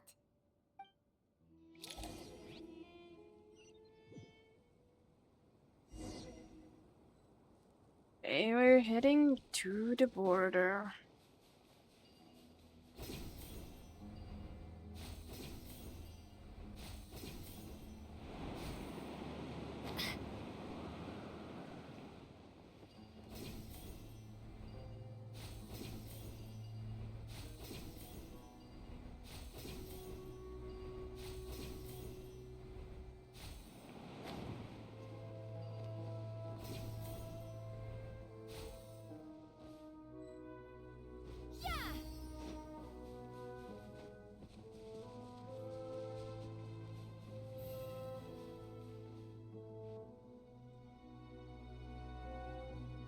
This should be one of the closest places to Natlan in all of Sumeru.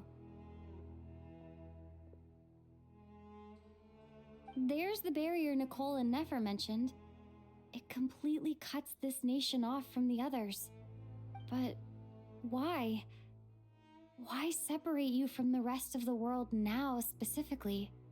And if I'm not mistaken, Irminsul was polluted once before, wasn't it? I think that's right. The forbidden knowledge was eliminated, but the fact that Irminsul was polluted should remain unchanged.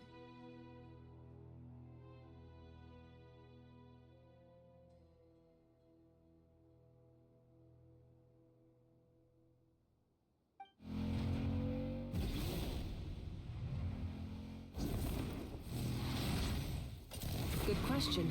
I'm wondering the same thing myself. That voice. Moika, you got here pretty quickly. Hello, traveler. It's been a while. Hello there. Hello, Dendro Archon. Aww. Monica, I apologize for asking you to meet at the border on such short notice. I also apologize for not being able to greet you in person. The form in which you see me now is one carried by the traveler. The real me is inside the mausoleum of King Deshret, and I am reaching out to you with my mind from here. Irminsul has been infiltrated by the Doctor. We must be on our guard, as he can spy on information in the world from within the tree. Fortunately, there is no record of the traveler in Irminsul, and you are still within Natlan's borders. My records will be preserved in the Night Kingdom, rather than the ley lines. As long as the Night Kingdom remains disconnected from the ley line cycle, the Doctor has no way of knowing my movements. Exactly. So by meeting each other in this way, the meeting essentially never happened. No wonder Paimon didn't come. You were concerned that her activity would be recorded by Irminsul. The Natlanese have heard about the situation in Sumeru. With the borders sealed off, merchants have been forced to stop their shipments. It's pretty serious, and you're the ones bearing the brunt of it. I'd like to address the question you raised at the beginning. I can offer a brief explanation, although it will sound rather cruel. I don't reach this conclusion gladly, but Irminsul predates the Heavenly Principles. It existed long ago, when the dragons of Natlan were at the height of their power. So even when the people of Sumeru became ill because of pollution, it was not a critical issue from the perspective of Irminsul itself. As long as it continues to function normally, the barrier will not be activated. But this time, the Doctor's invasion has directly affected the tree. That is what caused the barrier to deploy. The Heavenly Principles established a rule that when Irminsul is plunged into grave danger, a portion of power will be reserved to isolate Sumeru. That way, even if Sumeru is destroyed, the outside world at least has some time to catch its breath. We'd certainly need it. The Heavenly Principles created almost everything that exists in Teyvat today. To them, preserving the existence of the world and its inhabitants takes priority over protecting Sumeru. Meaning, protecting Sumeru now falls to you. Yes. My own power may be limited, especially compared to yours. But that doesn't mean that we're just gonna sit around and wait for the end. If necessary, I will utilize any and every means at my disposal. Nicole of the Hexen Circle didn't say exactly what this meeting was about, but after hearing everything you've said so far, I think I can guess where this is going. That's right. Nahida and I discussed it at length. We both know how presumptuous this is, but... You need the Pyronosis, don't you? Yes, you guessed correctly. Originally, I only intended to borrow it, but the situation is far graver than I foresaw. So instead, what I ask of you is to please give the Pyronosis to Sumeru. Why do you sound so nervous? There's no need to be shy. Aww. Surely a gnosis is pretty important to a god. I guess, but it's not as if losing it would suddenly render us powerless. But I'm sure you don't need me to tell you that. With all the nations you've traveled to, and all the gods you've met, you must have realized that by now. As far as I'm concerned, a gnosis is basically an elemental energy enhancer. But I don't usually use it. You know me. I like to think I'm pretty strong without it. Yeah. Not about to dispute that. So you see, you don't need to sweat it. Here, take the Pyronosis. Just like that? Uh-huh, just like that. To tell the truth, I've always toyed with the idea of giving it to someone who needs it more than I do. I know you accompanied Nahida here to try and increase the chance of success. It's a good thing you did, because your involvement is one of the main reasons you've managed to persuade me. Are you sure about this? Handing over your gnosis just because of me? I won't try to quantify it, but trust me. Handing over the gnosis to Tumaini is far from the craziest idea I could think of. Besides, even if you hadn't come here personally, I think I still would have agreed to Nahida's request. Irminsul doesn't just affect Sumeru. It impacts all of Teyvat. I know all too well how difficult it can be to protect the things you care about. So logically, morally, or however you want to cut it, helping you is the right thing to do. You don't need to tell me the specifics of your plan. Where the gnosis is involved, the tighter the secrecy, the higher your chances of success. Malika, my heartfelt thanks go to you and the people of Natlan. Aww. Don't mention it. But now for the hard part. How do I actually give it to you? The Irminsul barrier is right in the way. I have an idea.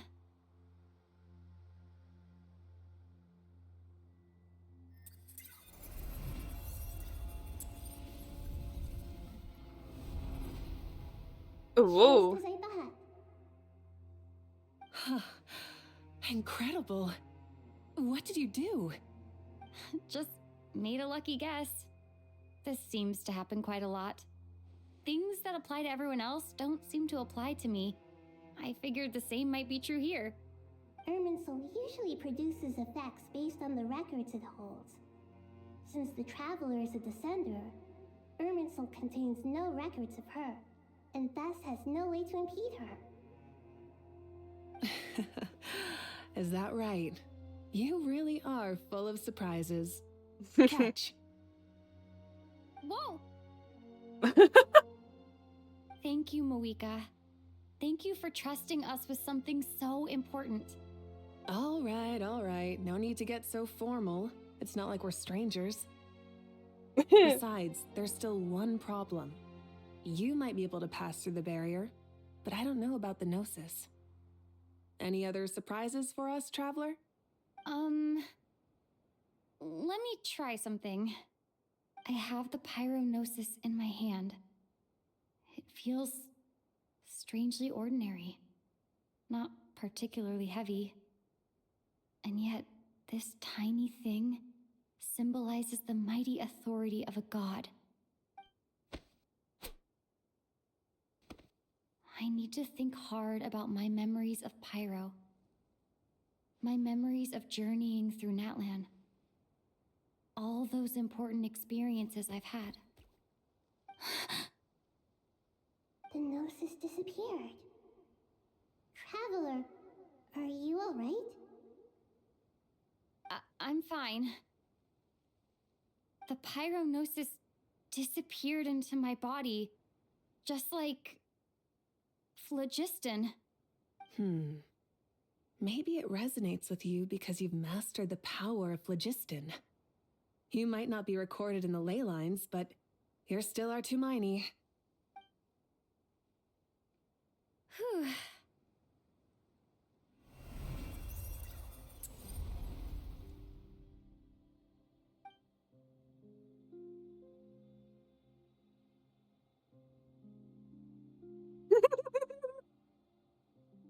Seeing I made it back Please through allow with the me to gnosis. express my gratitude once again, Malika. Pleasure. Well, I've given you all the help I can. The rest is up to you. Good luck. We won't let you down.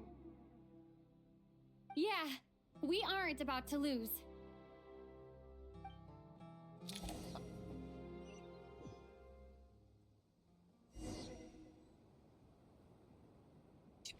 Ida. Okay. Traveler, Paimon, how are you feeling? Paimon's a teensy bit nervous, but only a teeny tiny bit. Seems like she's gotten way braver over the last few years, huh? Of course. After all the adventures you've had with the Traveler, I'm sure you've gained a lot of experience and grown as a person. I'm doing all right. What about you, Nahida? How are you holding up? With the negative effects of Irminsul, I'm a bit like a piece of fruit that's been burrowed into by hungry insects and left to rot. I'd be lying if I said it was nothing. But please don't worry. We all know what we're getting into, and we've prepared as well as we can. I believe in everyone. I believe in you. And I believe in myself. Stoking the fire inside oneself is certainly one way to live, but knowing when to rely on one's companions is also a form of great wisdom. I've been quietly learning little things from everyone, like plucking tufts of fur from a sumpter beast. Me too. With the constant traveling, I'm always learning and growing. That's the journey of life. I think there's someone else here who would share that sentiment. Don't worry about what I think. I was just passing by and happened to overhear your conversation. What are you talking about, Hat Guy? This is the top floor. No one passes by the top floor. Says who? You can fly just like I can. I would have thought it makes sense to you of all people. I don't know why, but I feel a little more relaxed now. It shows that you feel comfortable laying down your burdens in our presence. It means that Sumeru is a place you can trust, where you know we have your back. And we feel exactly the same way around you. That's what it means to be friends. Aww.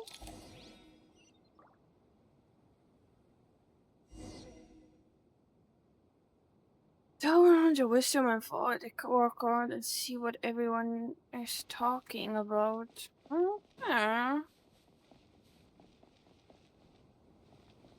Go elsewhere.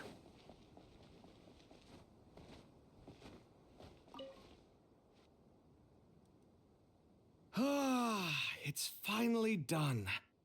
Ugh, but I have a nagging feeling that there's something I've forgotten.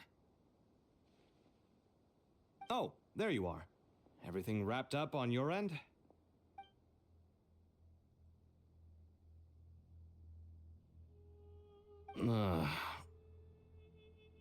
Okay, fair enough. That was a pointless question. We were working in tandem, after all. You must really be exhausted.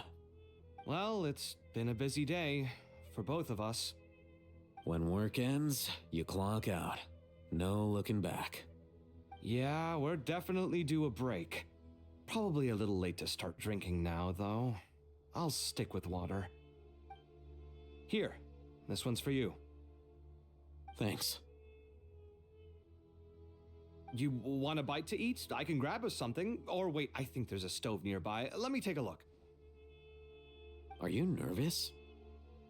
A little, yeah.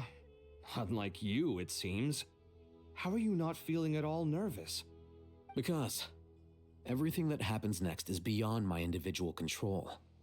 I don't worry about things I cannot influence. What do you mean, cannot influence? You're the one who came up with half of the strategies we ended up using. There's only so much I can do. I was only doing my duty. Was it like this last time, too? You mean with Azar and his accomplices? Yes and no. The situation back then was easier to control, but we weren't as prepared as we are this time. So the enemy is stronger, but so are we. I still vividly remember the way you interrogated me in the library after the fact. Where were you when Sumeru needed you most? If your memory is so vivid, you might also recall that it was you who came looking for an argument. You're often the one who initiates these things, you know. I came for a conversation. I didn't know it was going to turn into an argument. Anyway, at least I showed up this time. So, what do you think? What do I think? I think we're certainly better off for it. It's good having me around to help out, huh? Absolutely. As a citizen of Sumeru, you displayed a remarkable sense of responsibility in the face of disaster. Certainly feels that way. I just shudder to think how the world would have ended up if we hadn't gotten control of the situation. So, do you think this is what impending disaster looks like? The sky is so clear, and there isn't a whiff of decay or destruction in the air. It's hard to imagine that the fall of humanity could happen on an ordinary day like this. Awful things happen all the time. Sometimes people can stop them, and sometimes they can't. What you and I have done is increase our chances of stopping this one. Lofty ideals may provide no defense at all against nihilism, but perhaps little decisions can. Oh, nothing. It's nothing. I hope everything works out tomorrow. It will. As long as we stick to the plan, our chances of success are good. It's really strange. You're my junior, yet you always seem to act more like an upperclassman than I do. I think it's mostly a matter of temperament. Ugh. Walked right into that one, didn't I?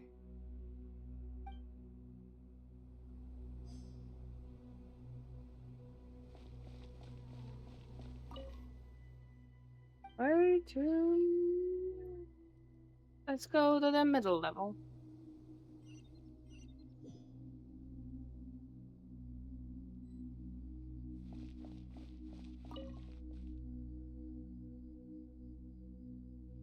We'll make our move after sunrise tomorrow. Good. Is everything ready? As much as possible. That'll be enough. Don't let the pressure get to you. We'll take things one step at a time. That's how we've always done it. Master Tainari! Mr. Sino! So this is where you were. I brought some juice and some water. Would you like some? I know how easily you get dehydrated in the desert, so you should definitely have some water. In which case, I'll have the juice. I gotta ask, though. Who's on juice-making duty at a time like this? Madame Farazan said she was feeling a little nervous, so I told her about the automatic juicer my friend invented. She took it right off me and started making carton after carton of juice. A juicer? Did Sucrose send that to you? Yeah, I hadn't had the chance to try it out before this incident occurred, but I couldn't bear to leave it behind in Gandharvaville. The juice is very sweet. I think so too. Kale, How are you feeling? Physically, I'm okay. But it just still feels strange to me. Why would a great power like this come to someone like me? I know the feeling well.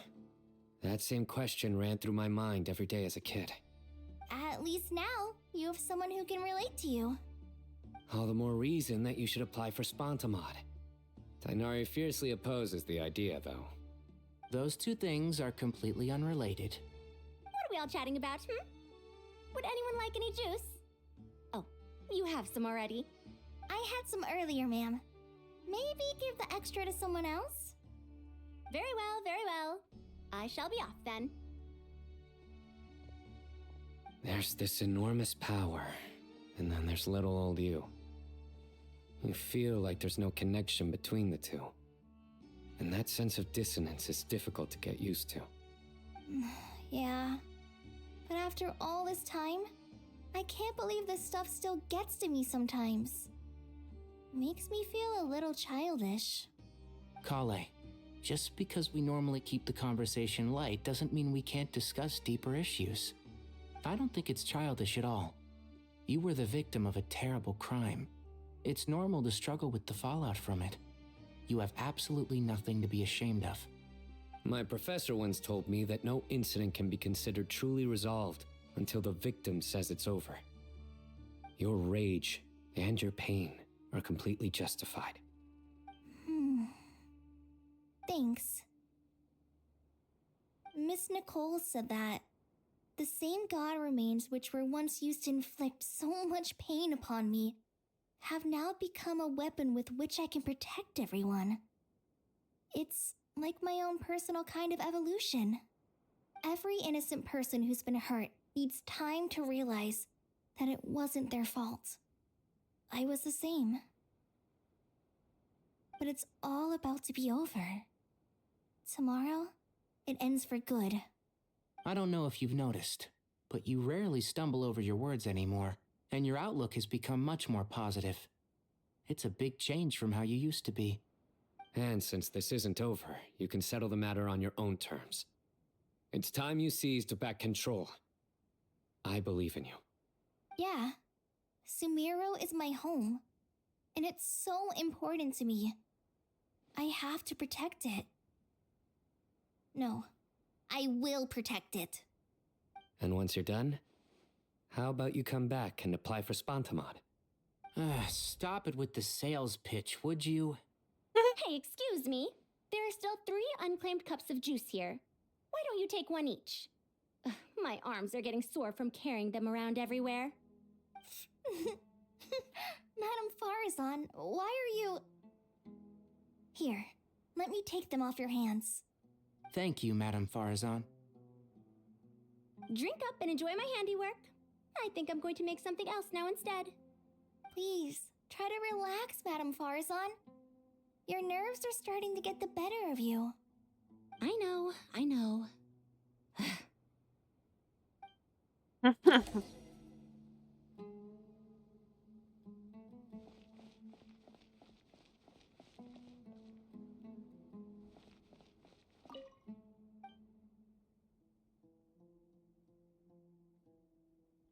Okay, let's go to the lower level.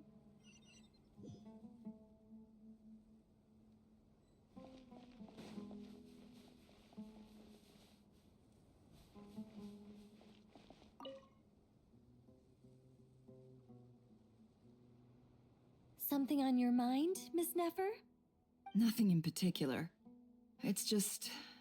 right now, the future feels strange and unfamiliar. But the future has not yet arrived. How can you say how it feels? Some people know that there's an impending disaster. Others remain blissfully unaware. Each group is imagining an entirely different future while walking towards the same one. But when they get there, they'll still find they feel differently about it. People are shaped by their circumstances. Different circumstances create people with different perspectives. I've always found the perspective of the Vahumana Darshan to be a particularly incisive one. Even at the height of the crisis in Nod-Krai, people held diverging opinions. But things are different this time. Indeed. Regardless of faith, gender, wealth, skin color, or eye color, everyone in Sumeru knows what will happen tomorrow. The world has never been an especially fair place. Yet now, against all odds, a moment of unprecedented unity and equality is about to take place. It's fascinating. If only my father could have lived to see this era. Era. To me, that term represents a much greater span of time. It can be an unsettling word. I would even say I'm afraid of it. Do angels even feel fear? Yes, at least I do. I fear the gap that grows wider with each passing day and the never-ending flow of time. Time renders all memories insignificant and reduces all splendor to nothing. But those memories are the one thing I do not want to lose. You're very human in that regard. If angels draw too close to humanity, our wings burn away in the bright flame of awareness, and we fall to the earth. After spending so long among humans, I have lost much of my former glory. Maybe that's a good thing. You're more human than some humans are. I've been talking to Kale a lot in recent days. We seem to be in completely opposite situations. I suppose that makes us good case studies for comparison. Case studies for who? Myself, I suppose. After comparing the two of us, I suddenly discovered that I desired more than before. It was a gentle, pleasant sensation. Just as most people pursue glory and miracles, I too am pursuing miracles of my own. Guiding humans to make the miracles in their hearts a reality. That is my miracle. It doesn't sound so bad, does it?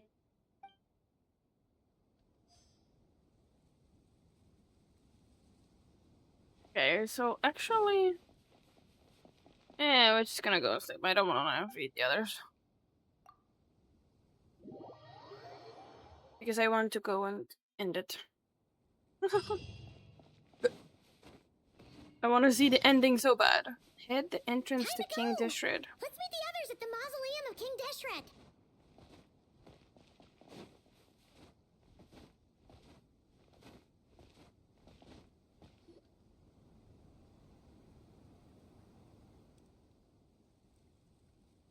I have not felt this way in a long time. Standing up high, gazing out at the rolling dunes. One cannot know what freedom truly means without first losing it. The golden slumber truly lives up to its name as a dreamland. Though desert sands exist there too, no mirage, no matter how glorious, can compare to true beauty. Dendro Archon, what is on your mind? I was wondering whose counsel I should seek on the questions in my heart. What kind of questions? So many. More than can be put into words. As I once said to a friend, we look, we see, and we comprehend. But the question still troubles us. What are the many disasters that this world faces, but the sum of all irresolvable questions? The biggest question you should be asking is how to seize victory. Yes. Although, I would express it differently. I must not fail. And so the question I am most curious about now is whether the path to victory will be an arduous one. What we declare to be a young sapling, we may, in fact, find to be a towering tree, if we would only cast aside our ignorance and look beyond the veil of time to see her true form. Nahida! We're here! just in time. The preparations are almost complete. Ready when you are. We're here too. Miss Nicole! Miss Nicole! You run so fast! I thought I'd get a lot of exercise as a forest ranger, but I can barely keep up with you. Sorry, I got a little carried away. Lesser Lord Kusanali, the equipment is ready, and the modifications to Aru are all complete. As discussed during our meeting, Accessing Irminsul via the Akasha is no longer feasible at this stage. There are other options, it's just they're a little more extreme and more technologically demanding to implement. Maybe you should take it from here. The architecture and functionality of the Akasha terminals overlap considerably with Aru. There is reasonable evidence to suggest that one was developed based on the other, or that they both utilize technology of the same origin. As long as the transplant and merge operation succeeds, Aru should theoretically work on a scale greater than the Akasha and approximately equal to Irminsul. It will become the largest active computing device in all of Teyvat. A system this powerful is capable of a lot of different things.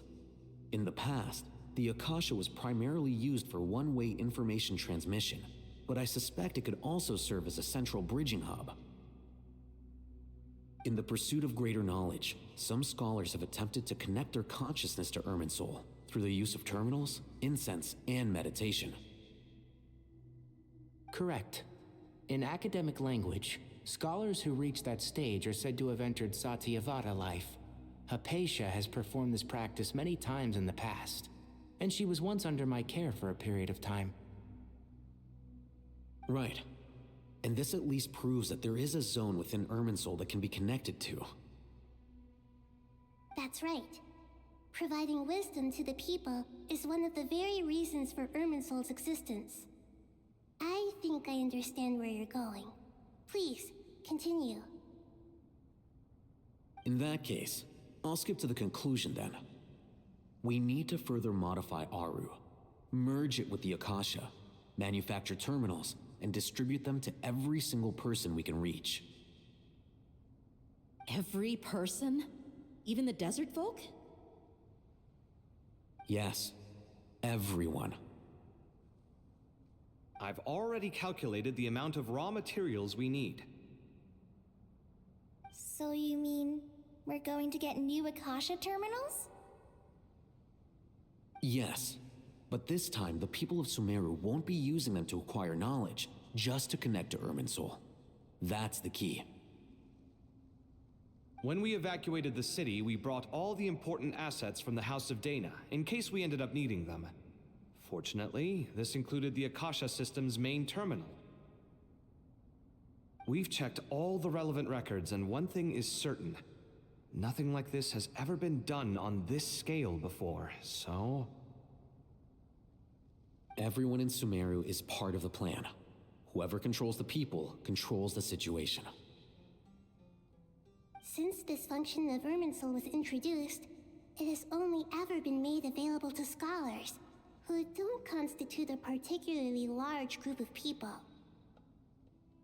But by expanding the scale to include all the people of Sumeru, all the individual connections will stack up to create a significant load on the system. Under normal circumstances, Irminsul would be able to cope with the additional load. But with it already being under strain from other activities, its remaining capacity is limited.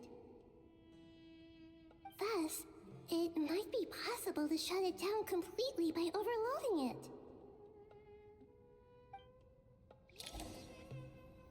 Damn.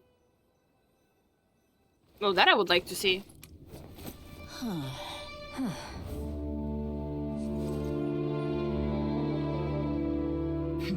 Counting down. 3, 2, 1. Are you ready? Ready!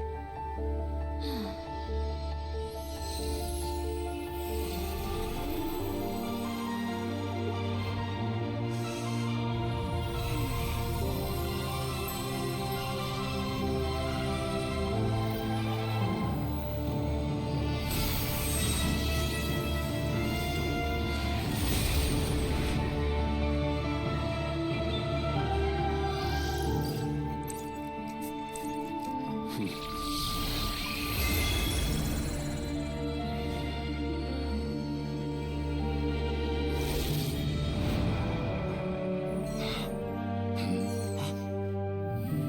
the past, when people sought knowledge, they turned to the Tree of Wisdom.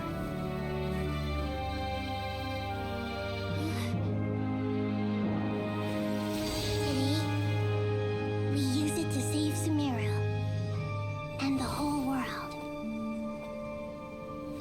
These boughs that nurtured learning must not become tools for destroying the world.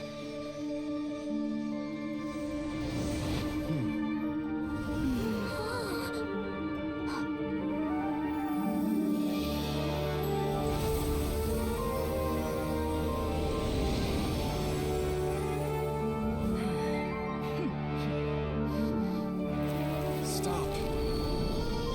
Please stop. End this transformation.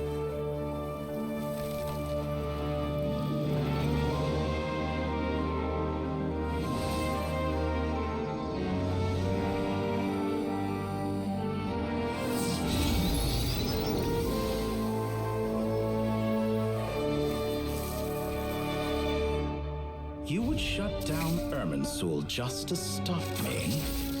You fools. I have all the time in the world.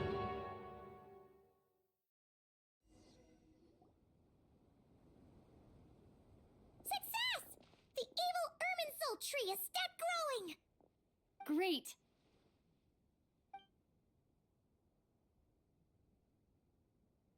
What a display of true courage! The courage to think and the courage to act! I never thought I would witness the shutdown of Irminsul with my own eyes. Perhaps this is human wisdom in action? Indeed, only humans could do such a thing. Gods are few and far between. What was once created for spreading knowledge is now used for another purpose. A rather ingenious plan. I am grateful to you three for your help. Only thanks to you were we able to extend Aru's interference capabilities to cover all terminals. Now, nobody who wears a terminal will have their activity accurately tracked by Irminsul. No matter how many eyes Dottore possesses, he will not be able to see us clearly. Now for the next step. I will need the help of your supreme powers once again. How might we be of service, Lord of Dendro? I need to reach the Eternal Oasis immediately. Right now?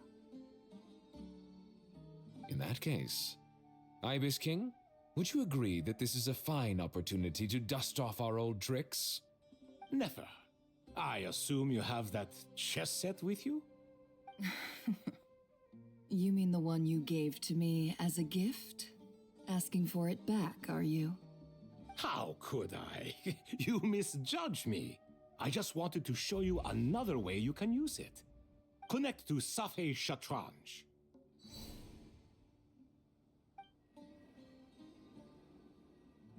Safei Shatranj?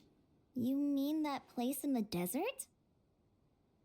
Thoth's chess set gains its power from the chessboard laid out in the desert by King Deshret and ourselves. All ceremonies conducted using the chess set must be activated via Safei Shatranj. In other words, the chess set is an extension of the chessboard. In the past, moving a chess piece was a sacred and momentous act. Transfer initiated. Entering live combat mode.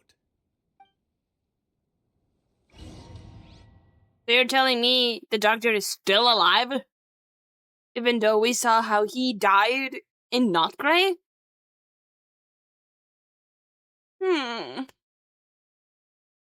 Oh, ain't that just... Could he?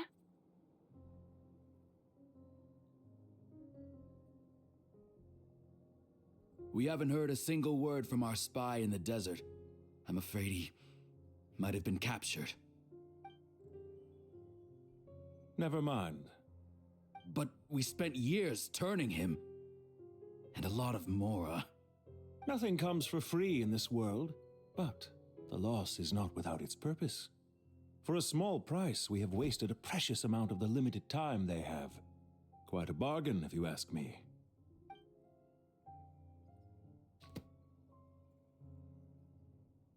Understood. Weighing profit against loss is a necessary part of life. But to tell the truth, I have been operating at a loss since this all began. Since many centuries ago, in fact. For instance, why would a banker act as the executor of a will? If you hadn't deposited your personal belongings at Northland Bank, I would have no reason to be here right now. The 9th of the 11... Dottore, I've placed your final data backup into the ley lines as per our contract. I trust we are now square for the safe deposit fees you paid. Is it not a little petty to split hairs like this, given our amicable relationship? I consider sound bookkeeping a matter of principle. Do not forget that you only live to see this day thanks to me. In fact, every day of your life since you met me, you've been living on borrowed time. Why, that's hardly a fair assessment. I will concede that my survival was perhaps at your whim, but I became a harbinger on my own merits. Managing money is not like other professions. Mine is not a role I could have acquired based on your recommendation alone, and certainly not one I could have lasted so long in without genuine ability. The information stored in the ley lines is quite comprehensive. Rest assured, I have not forgotten how strong your pride is. Well, I presume you have no sense of fragmentation while talking with me. How could anything possibly go wrong with such strict measures in place? The remainder of your soul was split in two, with one half sent to Nod-Krai and the other stored in the most secure vault of the Northland Bank. Though I must say, your disdain for the other segments is quite amusing. Zandik is you, and you are Zandik. Zandik created the segments, yet you, a segment yourself, reject him.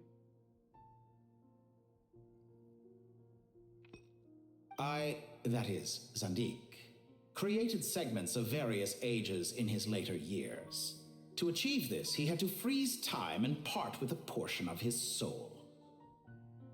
But as constructive as it sounds, it erases my uniqueness. If each segment is equally me, then by the same token, none of them are truly me. A soul living forever in the past inevitably holds different views than he did in his later years. The same thing that completes me also restricts me. You too might ask yourself which stage of your life you want to be preserved at. The day your business failed? Or the day you were framed by a gang and sold off to a medical lab as a test subject? We needn't dredge up the past. This undesirable plan was eventually scrapped. Lesser Lord Kusanali was quite right. I needed an opportunity to eliminate myself. And after that, I concluded that there was no more effective plan than directly splitting the soul. Once the soul is transferred out, you will find that creating a physical body is far simpler than creating a puppet. The other half of your soul suffered a crushing defeat in Nod-Krai, you know. And yet in the process, I obtained the information I always wanted, did I not? Because now we finally know where the best testing ground truly lies. I once thought your ultimate goal was to ascend to godhood. But as it turns out, that was merely one of your experiments. Experiments take many forms. Most people are too eager for success, too fixated on the end goal. They forget that the experimental process itself is just as important. A suspiciously vacant seat, a new face. I trust you can put two and two together. The reason it doesn't exist is because someone tampered with the record. What can I say? After all your efforts, you really did uncover the world's secrets. So, is the new world you promised a lie? No, it never was. I am glad to be able to control Irmin's soul from within. Now I shall attempt to create a new world inside the existing one. Almost everyone faces the prospect of death, but not a single person has ever been able to experiment unrestrained in the afterlife through sheer force of will. I am the only one to have overcome this enormous challenge. Would I not be letting the world down if I didn't make the most of the opportunity to experiment? Clearly, the dividing of your soul did not affect the magnitude of your ego. Out of all the versions of you that have ever existed, this you is the most insane and the most radical. Is that why you chose to work with me? Which was it then? My insanity? Or my radicalism? Could I call myself a venture capitalist without a suitably ambitious plan to invest in? Yours happened to fit the bill quite perfectly. Well then, I must say, while I am surprised enough that you showed up at all, what surprises me more is that you chose to present yourself as my former subordinate, and not as the banker Pantalone. Why make things harder than they need to be? Exposing my true identity in a situation like this would only serve to destroy diplomatic relations between Snezhnaya and Sumeru. I daren't imagine the consequences. Showing up in the name of the original antagonist gives you the recognition you rightly deserve, while also being sensitive to Snezhnaya's predicament. It was an easy win. As for why I'm here, if you're suggesting that your credit is in the negative, I won't argue with that. Many people say that about you. I'd argue that a significant factor in your willingness to cooperate is the fact that you have but a few years of life left after my death. Living and dying together has a way of binding two parties together rather closely. Is it not true that a relationship should be judged by both the positive and negative returns it yields? So some of what I said actually made it into your head after all. It's true that I hope you don't die too soon, but don't you find that a strange thing for me to say? After all, you've already had quite a long life, especially for a human being. Let's not pretend that you're any more innocent than I am. Are we not the same in this regard? We both despise the existing laws of this world, and neither of us enjoy being under anyone else's control.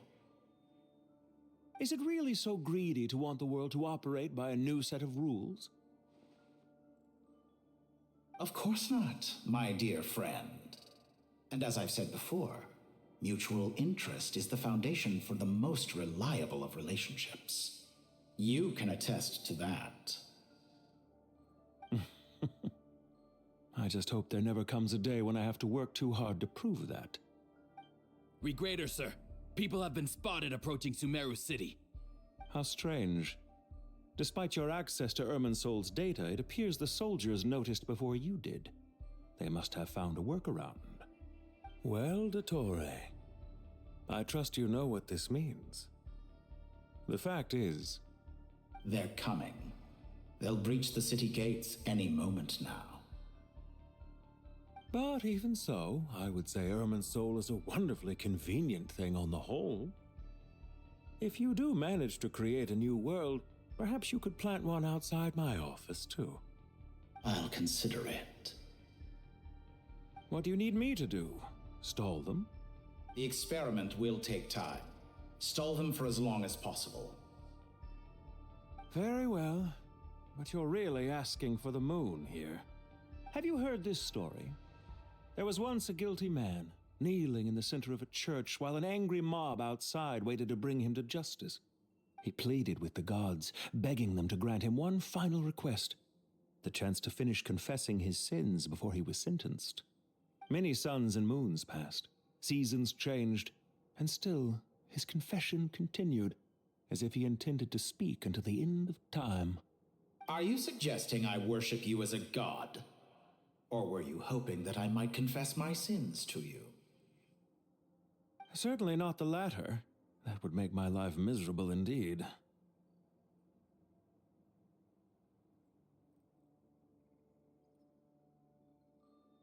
And speaking of For someone gods, who despises them so, you never seem to have any objections to me creating or becoming one. At first, I thought you'd be furious.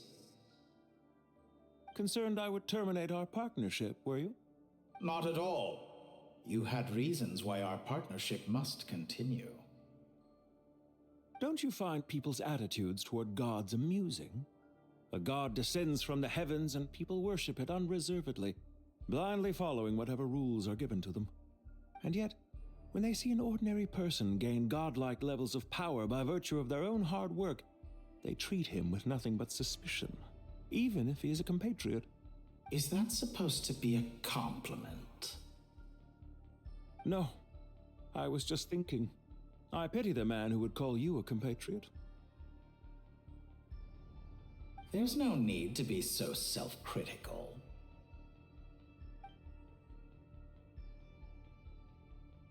so about your recent situation. I know it's a little late in the day to be asking this, but how have you been keeping?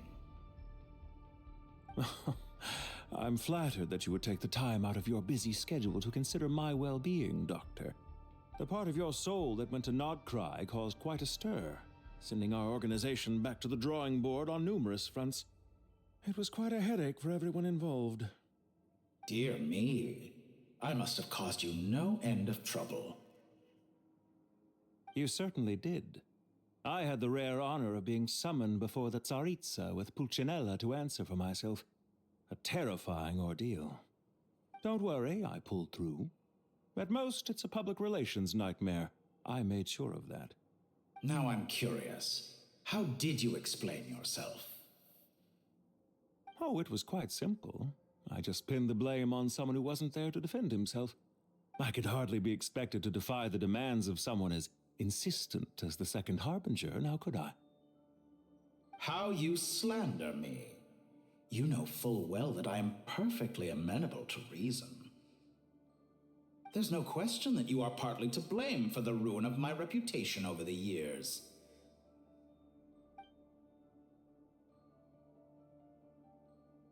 Now then, about your plans for the Do you have future. anything lined up for when this is all over? Hard to say. Field work always takes quite a toll on me, as you know.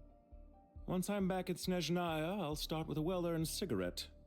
Why are you so eager to ruin your lungs after I went to the trouble of replacing them for you? If you have an issue with it, feel free to try to stop me.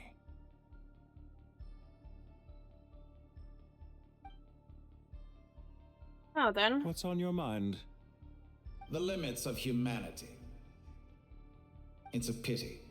Despite running countless calculations, I find there is simply no way to reduce any further the amount of one's soul required to sustain an individual. It's rare to hear you admit to being unable to achieve something. I beg to differ. For instance, as I've told you before, the original me was prone to motion sickness and couldn't make long train rides. Ah, yes, of course. One of the reasons you often sent yourself out on errands. What are you thinking about now? A new experiment. In the event that my soul was depleted, say we extracted my data from someone else's memories, yours for instance, and then combined it with your intact soul as the base material, what would we create? Such a scenario would be impossible. Oh? As long as your current soul survives, there will be no need to create a new individual. Don't forget, you were the one who approved of the present situation wherein only one Dottore remains. And if you ceased to exist, who would be capable of performing this experiment?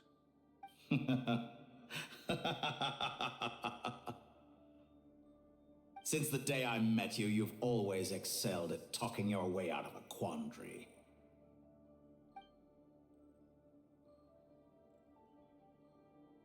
You. Isn't it a little too early to be saying goodbye? Not that I wish to keep you from your business, of course. Very well. Let's leave the conversation there for now.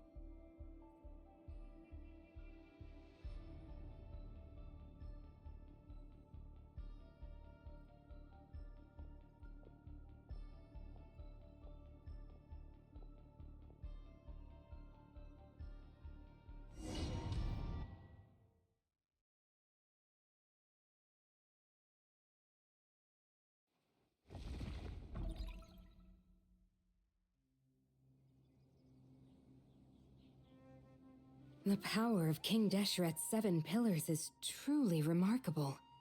With just a chessboard, you can move an entire unit across the material plane. Yeah, sets us up for a much easier fight. Really makes my day. The last time we stormed the city, it involved a lot more running around. I wonder how many people can say they stormed a city twice in their lifetime. I was just thinking that. I've definitely had more than my fair share of unusual experiences in my life. This is my first time here, actually. We never usually leave Gandharvaville. I hope this will be my last time. Does everyone have to chime in? Can't we just fight? What an amusing comment, my dear lady. Yet humans often alleviate tension via small talk, do they not? Whoa! Why is Candace's shield talking? Because the image on her shield is one of me. And I, of course, can appear wherever I wish to. Huh. Well, la-dee-da. Isn't that fancy? Could I get in on this? You wish for your gauntlet to speak? Why, certainly. Ahem. I think you'll find that it is I whose image is carved hereupon. Thanks. Definitely feel stronger now. You're welcome, my lady. I am glad to lend you my power. Sino, what's the situation? There are troops stationed at every entrance. As we expected. A frontal assault will suffice. Everyone, stick to the plan. We'll take the main entrance. You head for the House of Dana's side door. Move out.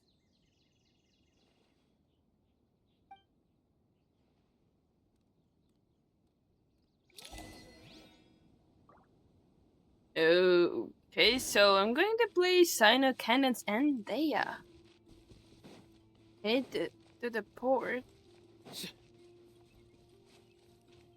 Out of my way! Take this! Watch out! Get lost! Whew. Thank you, Jet. You gotta be more careful. If you're not ready to put your life on the line, you can't be certain of defeating your opponent. Whoa. She's right. Keep your wits about you, Rana. Yeah! Through me, justice is served. Guilty. No escape.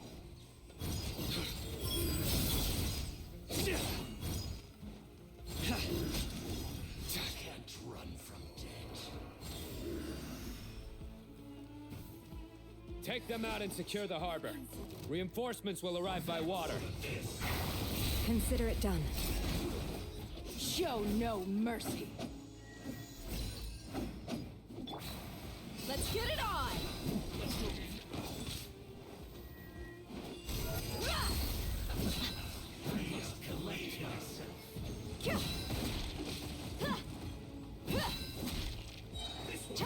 Gloves off!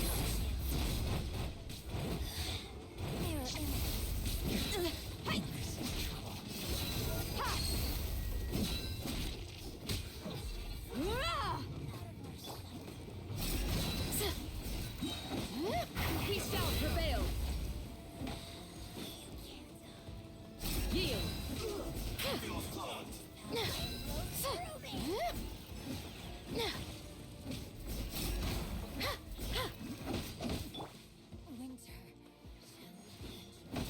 Surrender!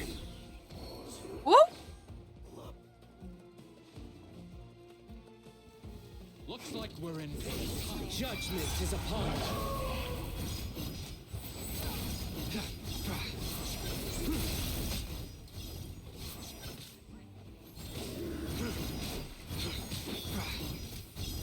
Their penance is due!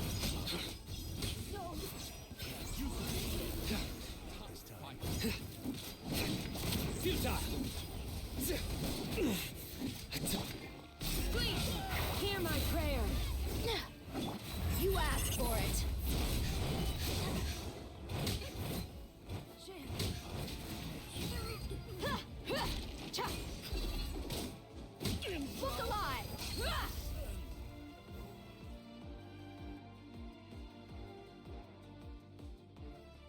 Waterway secured. Brothers! Sisters! Perfect. Just in time. Welcome. Once we've linked up, we'll continue the advance. The team has arrived at the north entrance, as planned. Good. Press on.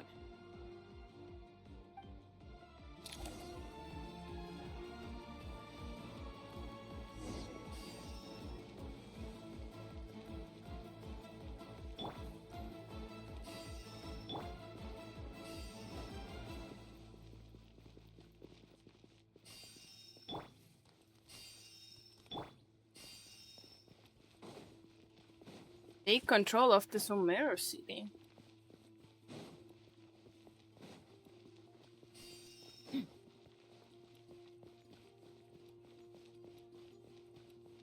Are you here to play with me? Do your worst! Let me amuse myself.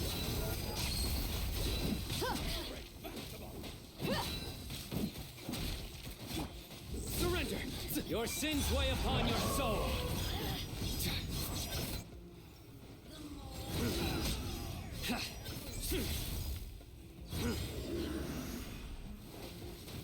Futile!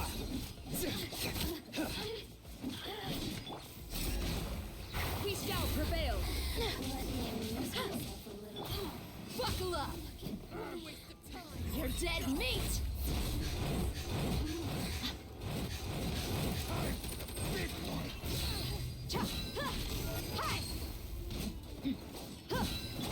Nowhere to run! Through me, justice is served!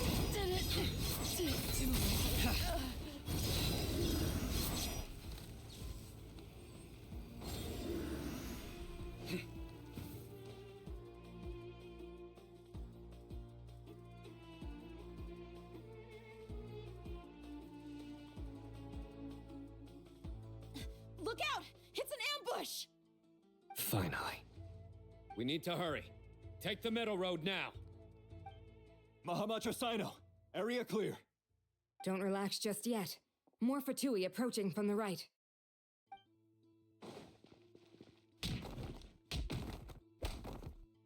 Irminsul cannot track our movements. If necessary, we could split up. Don't worry.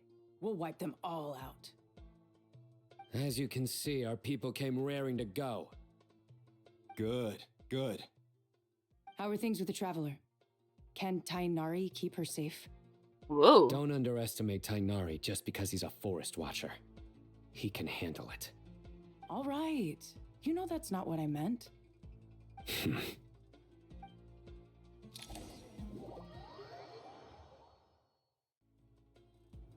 Sino and the reinforcements have drawn the Fatui's fire away. It's our turn. By using a cluster leaf of cultivation, we can pass through certain terrain silently. Good luck with that. We'll just fly up there. Huh? Oh, yeah. Paimon forgot she could fly. Whoa, Paimon. Ready? Ready.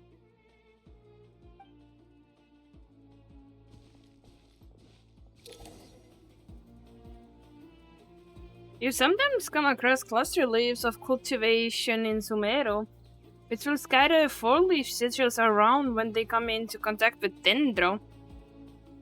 Use these objects to make your adventure in Sumeru easier.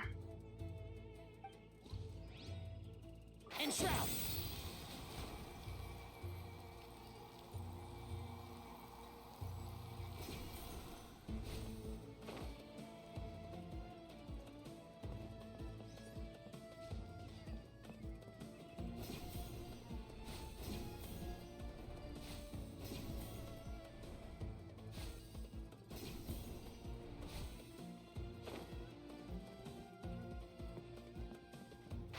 Can't see?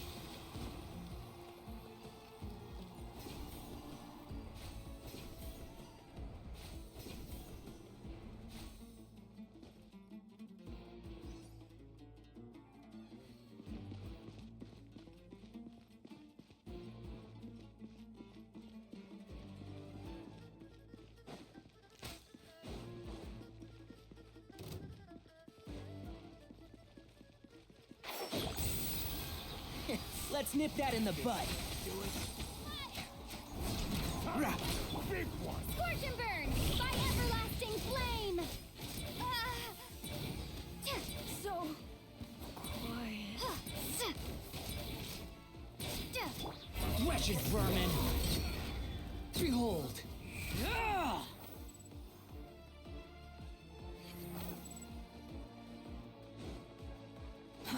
Too slow.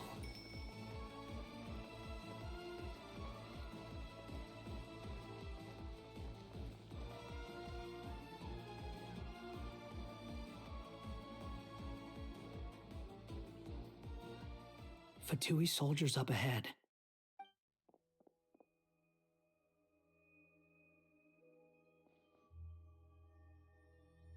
Careful. Prepare for battle. Hey, there's people over there. You have some nerve showing your faces here in the center of Sumeru City.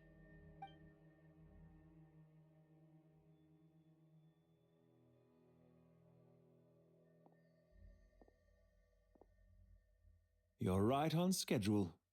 Well, this guy sure as heck isn't your average Fatui sergeant. They've stationed quite a few people nearby. It definitely looks like they were waiting for us. But something feels off.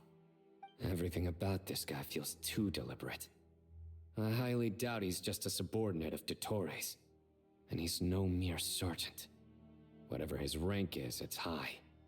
Much higher than we thought. So you've been waiting for us. But it looks like you're geared up for a conversation, rather than a battle. Very clever, General Mahamatra Sino. I know you're the one in charge of this siege, and I look forward to making a deal with you.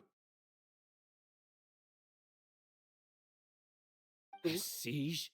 Sumeru City belongs to us! Historically, yes. But things can always change. We have quite a sizable force with us, you know. For instance... There's a Fatui ambush at the north gate. Can you handle him? We can for now. Yes, I'm quite sure both sides can hold their ground for the time being. The battle has not yet reached its climax. But what happens next? Do you enjoy watching bloodshed? Surely some of those here are people you count as friends. Once a war begins, some people must die. I doubt you wish that fate upon anyone you know. Wait a second. It's a trick. He's not even there.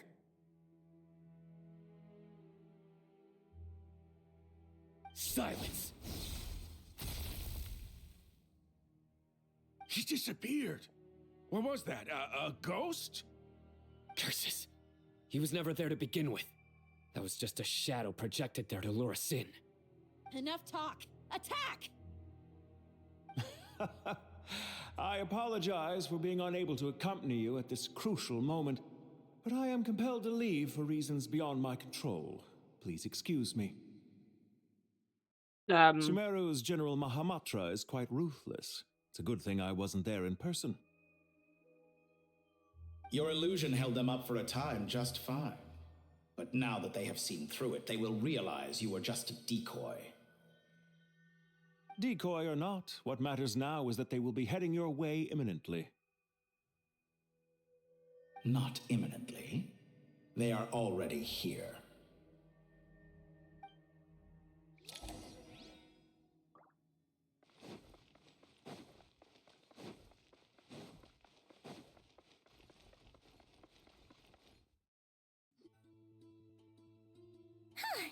We made it! This is far enough. Tainari, you go help Sino. Don't worry about us. We'll manage from here. Are you sure you don't need me to stand guard? No need. Once the connection is established, we'll disappear from the sanctuary of Surasthana. Go help the others. All right. Goodbye for now, then. Please tread carefully.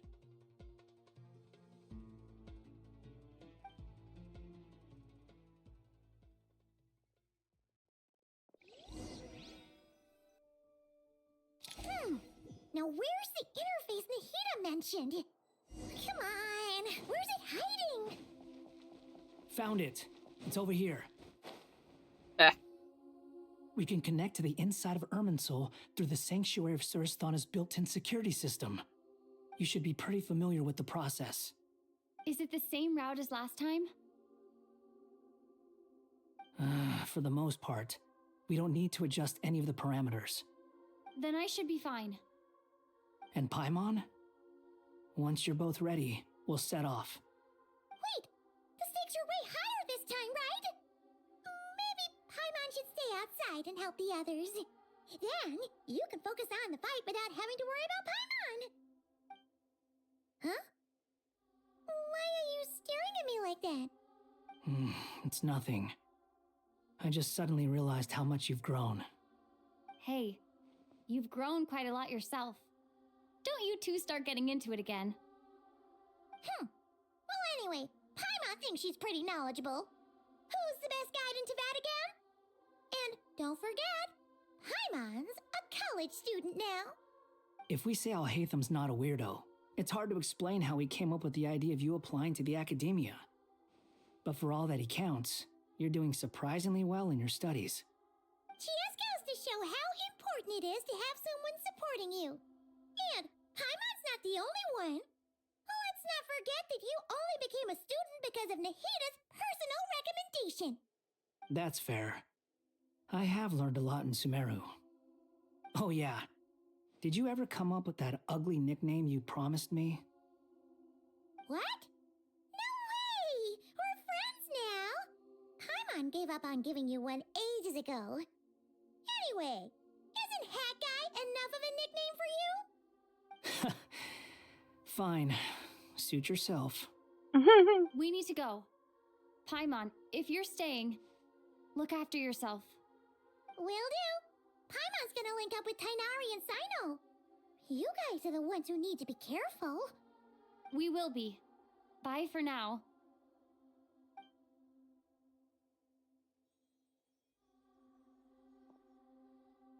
Initiating connection.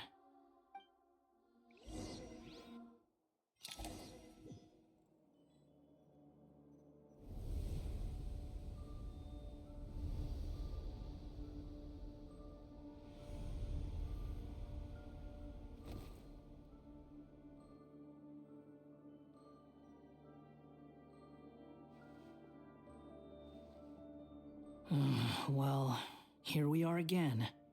Come to think of it, I still don't even know where we're going. Thanks to our terminals, it should be impossible for Irminsul to read. I can... Don't tell me. Only you need to know. That way, whatever happens to me next, it won't affect your progress. Listen to me. Your safety is just as important as mine. Don't even think about sacrificing yourself for the greater good. We came here together, and we're leaving together. All right, if you insist. I won't argue with you.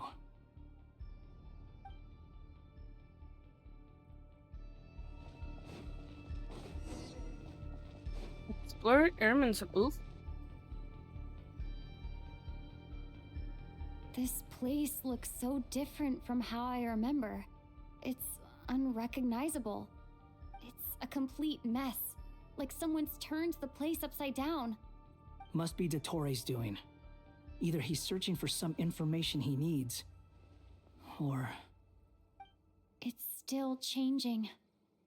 He has to know we've entered Irminsul. But luckily for us, he can't pinpoint our location. Be on your guard. Don't let him find us. The red parts have probably been corrupted by Dottore's power. Don't touch them, or you might alert him.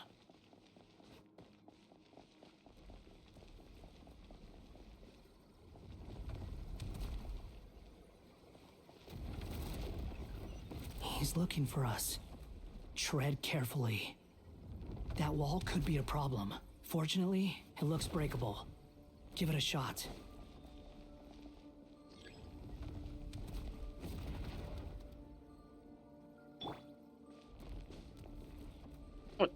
But I pressed on E.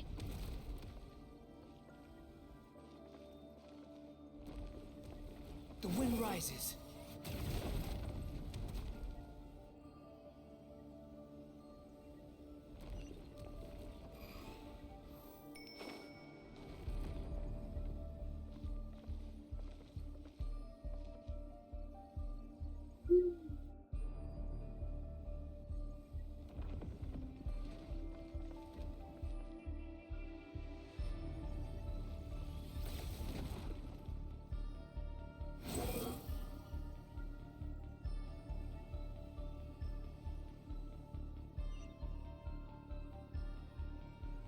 Whoa. Ugh.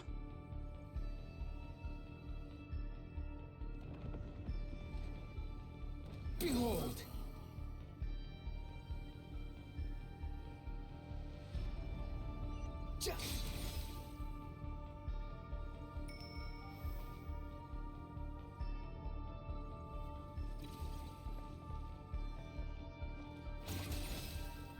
Squall Fury.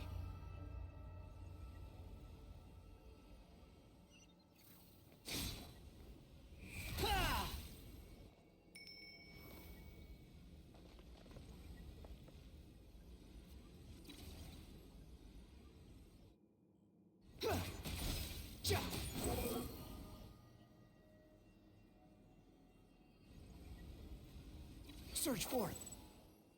The same old trick again? Are you kidding me? Let's handle it just like we did before. This cheap trick isn't gonna stop us.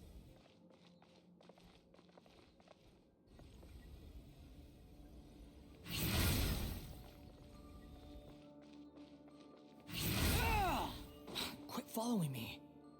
Oh no, it's... A trap. Is that why he was using the same trick over and over again? To get us to lower our guard?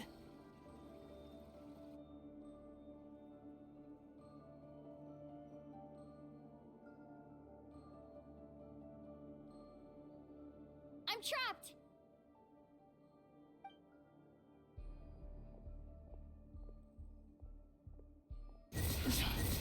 Why won't this thing budge?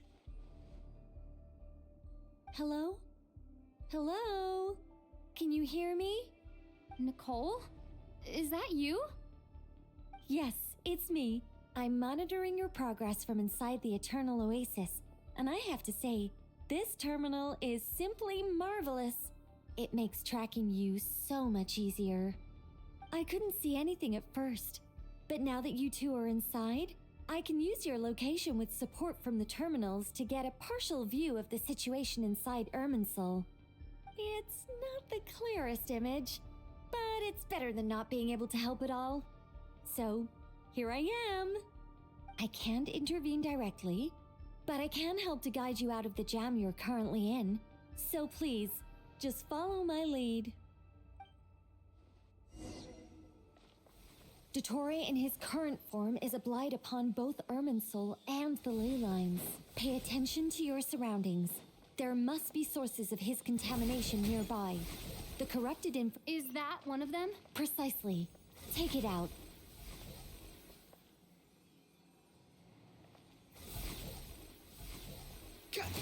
Good work. But we're not done yet. Stay close, and let's see if we can find any others like it nearby.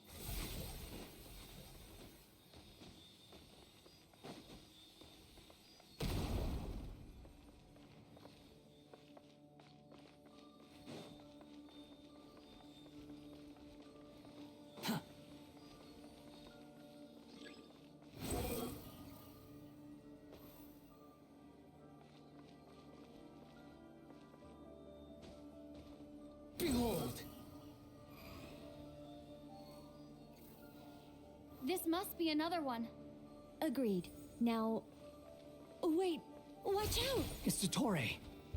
I think he's found us.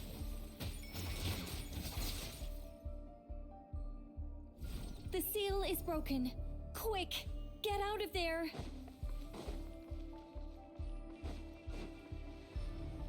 Quit following me. And where exactly do you think you can run to? Wait, what is that? Pursuers. That's gotta be it. Run! Don't let that thing touch you. Dodge that attack!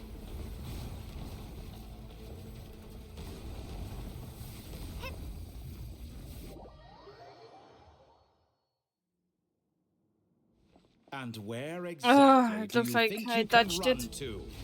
Wait, what is that? Pursuers. That's gotta be it. Run! Don't let that thing touch you. Dodge that attack.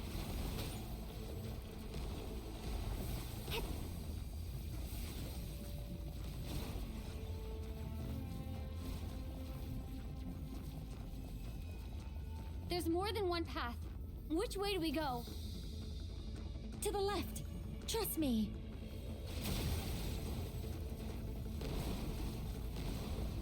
Fleeing like vermin. What a pathetic sight. Hey! Watch yourselves. Stay focused. There's a cliff ahead. Jump! More of those corruption sources. Destroy them as you did before, and open the exit as quickly as possible.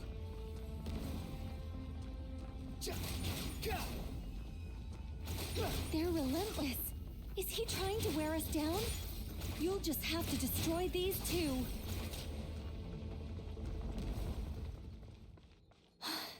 I think the pursuit is over. Hard to say.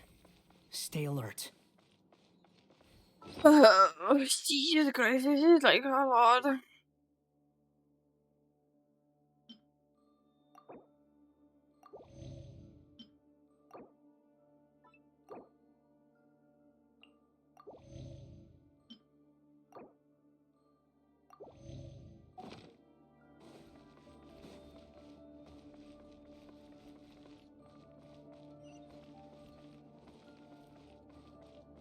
The wind rises. Upon the gale. Whew. I think we've made it to relative safety. Whew. Goodness, that was tough. You doing okay? I'll be fine, don't worry. Take a short rest, and then... Nicole? Nicole! The connection's been cut. But that means... Look at you supporting one another. How very touching.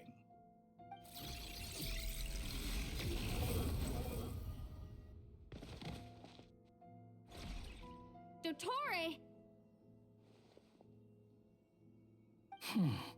Took you long enough to find us. You're more useless than I thought. Oh, really? I think I deserve a little more credit for my methods than that.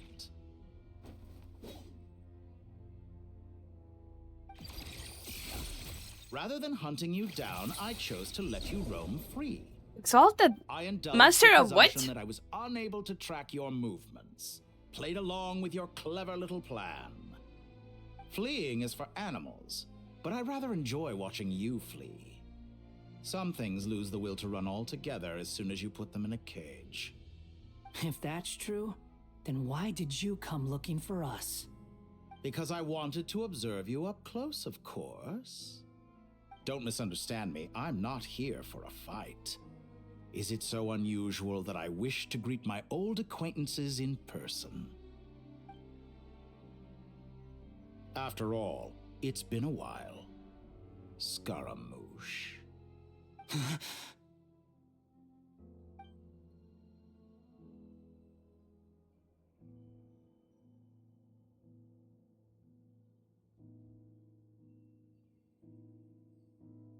Why are you so afraid? I have done nothing unprecedented in discovering the truth. Nor did I go to any great lengths to uncover your story. You made a bold series of moves in deciding to erase yourself. And with the power of this great chronicling device called Ermin's Soul, you were able to achieve something quite remarkable. Once most people form an opinion about someone, it tends to imprison their mind. Yet you managed to erase every trace of your existence. A novel take on death indeed. However, This meant that you stood out to me all the more when I saw you in Nod-Krai. I didn't even have to go looking for you. Just the sight of you was enough for me to intuit the truth. For someone in my position, connecting the dots was a trivial affair. It would have been more surprising if I hadn't managed to piece it together. You seem very pleased with yourself for figuring it out. I'm sure you'd even be more delighted to learn the full extent of your crimes. That would hardly be necessary. Besides, isn't there something that concerns you more right now? Something that fills you with dread? Let me put your mind at ease. I have no intention whatsoever of restoring any of the records you deleted. For one thing, it would be exceptionally difficult. But more to the point, I doubt that the prospect of losing your current life is all that frightening to you. Because in your case, the cruelest twist of fate is that you'll never again have the chance to make up for any of your mistakes. Isn't it? Dottore?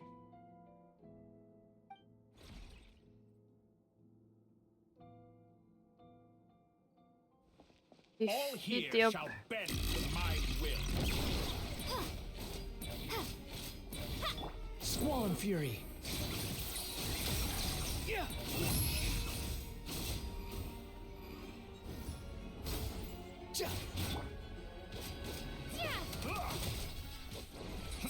You're dead. The wind rises. I'm afraid you'll need to do better than that to take me down. I expected you to have grown stronger. Ah, how foolish of me. I forgot that you lack any means to increase your power. You will pay for everything you've done. Oh, will I now? Yes, you will.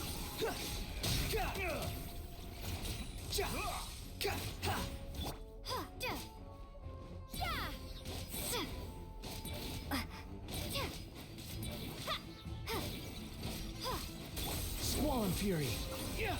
Upon the gale.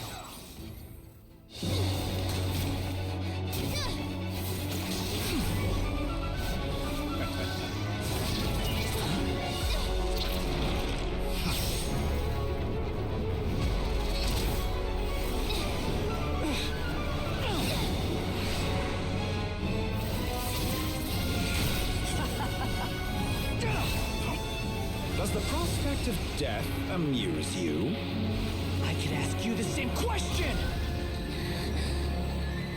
I'll distract Dottore. You focus on the mission. Got it.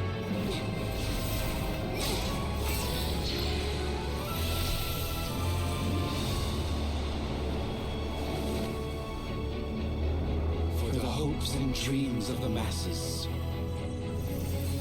Open the secret door on this enchanting night.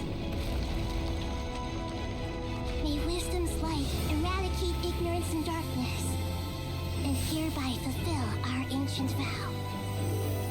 Commence data extraction.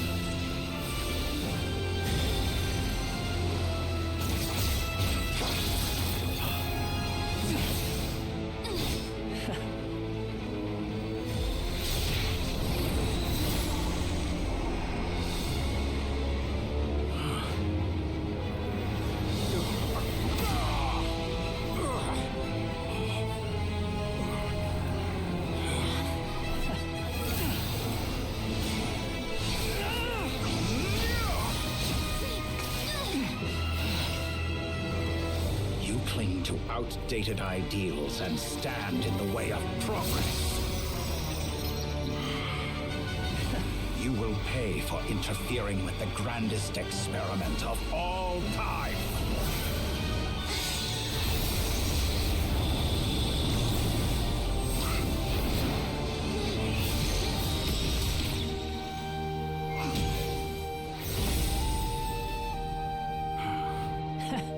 Good timing.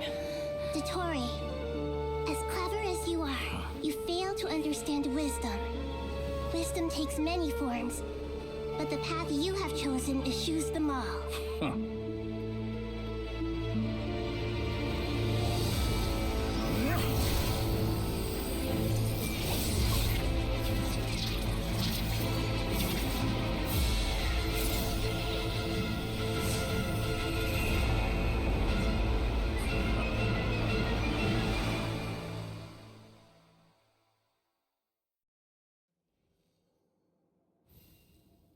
Holy Munkenimaken, exalted master of the heretical path.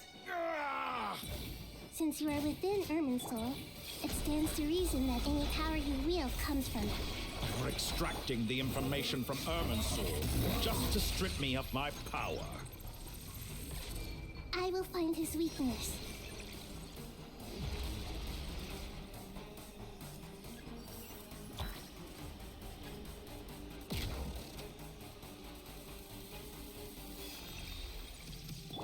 Squall and Fury. Ow! Too slow.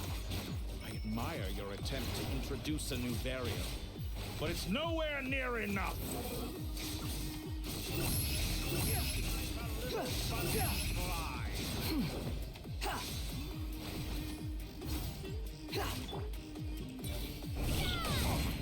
A petty trick.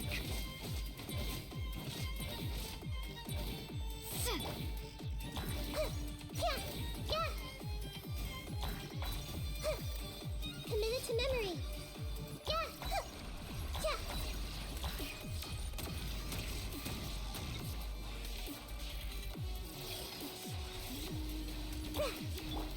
Squall and Fury. Search for it. You're dead.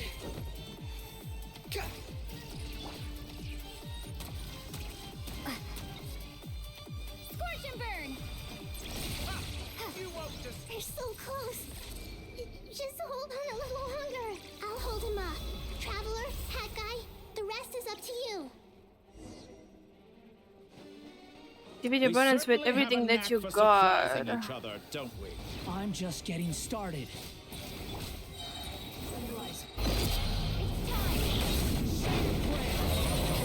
The enemy is innocent, but watch your back.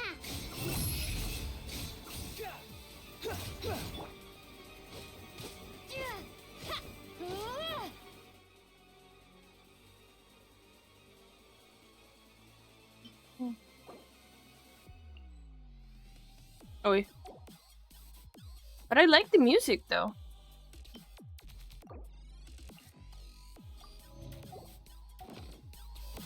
Scorch and burn. Behold.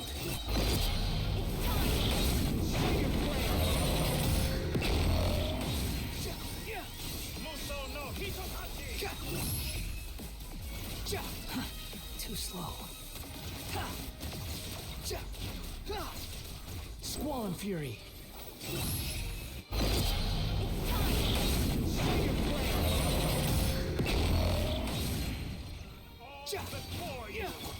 Time to attack. Behold. Search for it.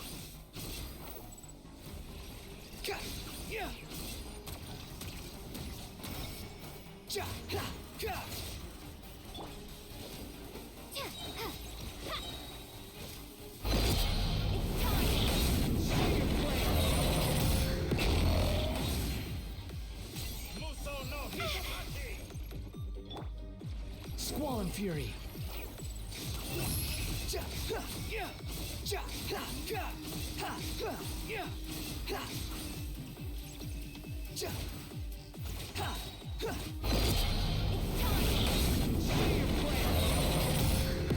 Finally, time for you to die. Excited? Time for me to die? How could I have reached this place if death were something I feared? The last gasp struggle of a dying man is a pretty pathetic sight. And I know it when I see it. We shall see about that.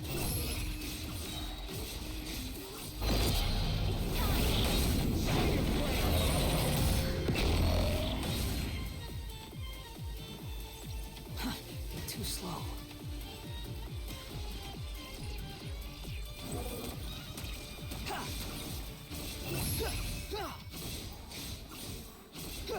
All before you.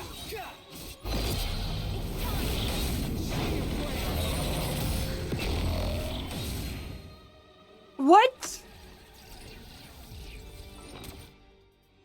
Oh my god.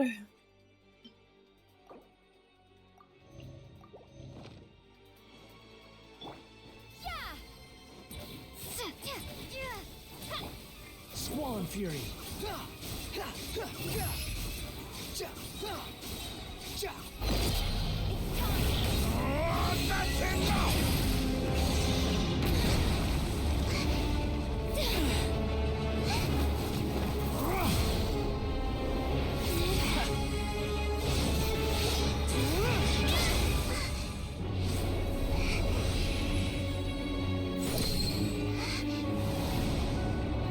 It's all yours.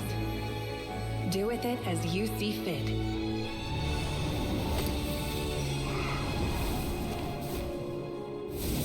Just as you say, this world is home to some archaic things. And as you suppose, you are a formidable opponent. You have long coveted the secrets of wisdom. So now, I will demonstrate true wisdom in action. I invoke my supreme authority as the keeper of Irminsul. Commend me or condemn me. But give your verdict now!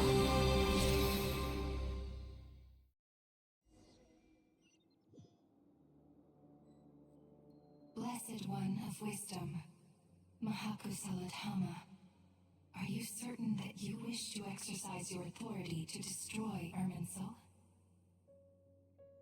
It represents both your roots and your finest accomplishments. You truly intend to abandon the very thing you have always fought for? This is my decision. Irminsul has been corrupted beyond redemption. Irminsul is the original tree of Tevat. It is the means by which the heavenly principles maintains fate itself. The 7 Archons should honor and revere it, for their authority was bestowed upon them by the heavenly principles. It is precisely because I honor and revere it that I fight for the humanity it exists to protect. Wisdom is knowing how to weigh the options and make the right decision. If you truly care about the fortunes of this world, then it is me you should seek to preserve. Planting a seed begins the chain of cause and effect. Since you have become a great tree yourself, why should the loss of another tree be anything to fear? Till we meet again, Lord of Dendro.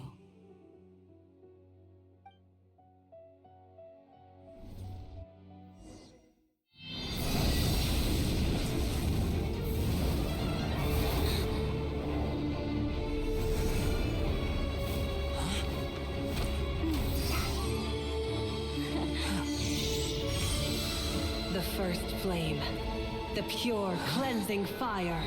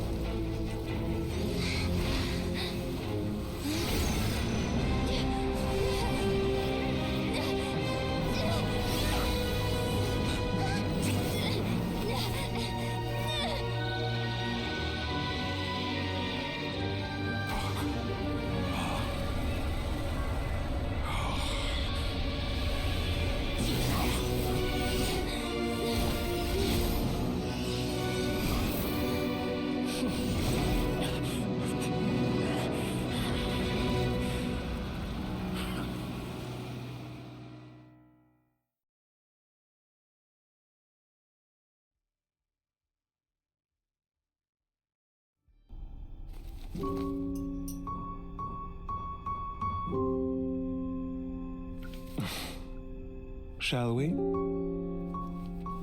Where were we? I was suggesting that you needn't perform when signing a contract. You're only sitting here because your bank demanded an evaluation of the trustee. So you told a story about a young scholar from a merchant family in Sumeru? I told a compelling tale, didn't I? The post-expulsion story is far more captivating. The human experiments or the elixir of immortality? The part where you die. Ah, yes. My favorite part. The 35-year-old segment thought of himself as Dottore, reserving the name Zandik for the original specimen. Of all the segments, he was the most selfish. After his expulsion, Dottore searched for a new direction. He joined the Fatui, studied Elazar in great depth, secured resources. He was rather fortunate in his career. Zandik turned to Conrian technology and successfully created his segments. But this was not immortality. Even with backup segments, his body would still age. Still, thanks to Snezhnaya, Zandik found the ideal base for his experiments. Then a perfect partnership materialized at a crucial moment. The year that both parties realized they needed more time. Fortunately, Zandik succeeded. In a miraculous turn of events, he gained the extra time he needed. I seem to recall it differently. All right, it's true. No matter how much elixir he took, Zandik remained human and continued to age. Then, on the morning he turned 85... Help me up! Call for help! Surely he would be rescued, Zandik thought. But to his surprise, no one helped him. Zandik was too selfish for that. Don't forget, you're one of us. Yes, and we're all waiting. Waiting for me to die. Pantalone arrived for a meeting and happened to witness what followed. He found it unsettling. I never said that. But the Zandiks were unfazed. It was a rare opportunity for self-dissection.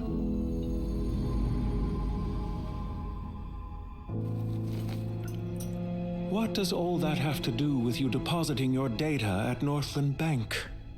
It has made me cherish my time in this world all the more. Fair enough. So you do have a sense of self-preservation.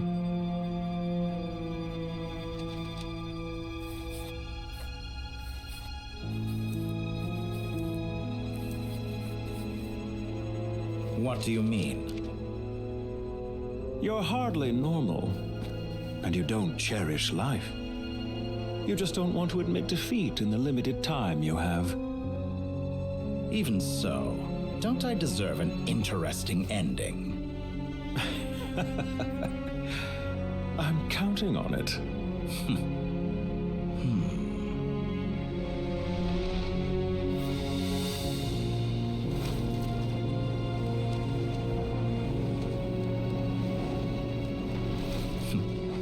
If nothing else, I expect my funeral will be a grand affair indeed.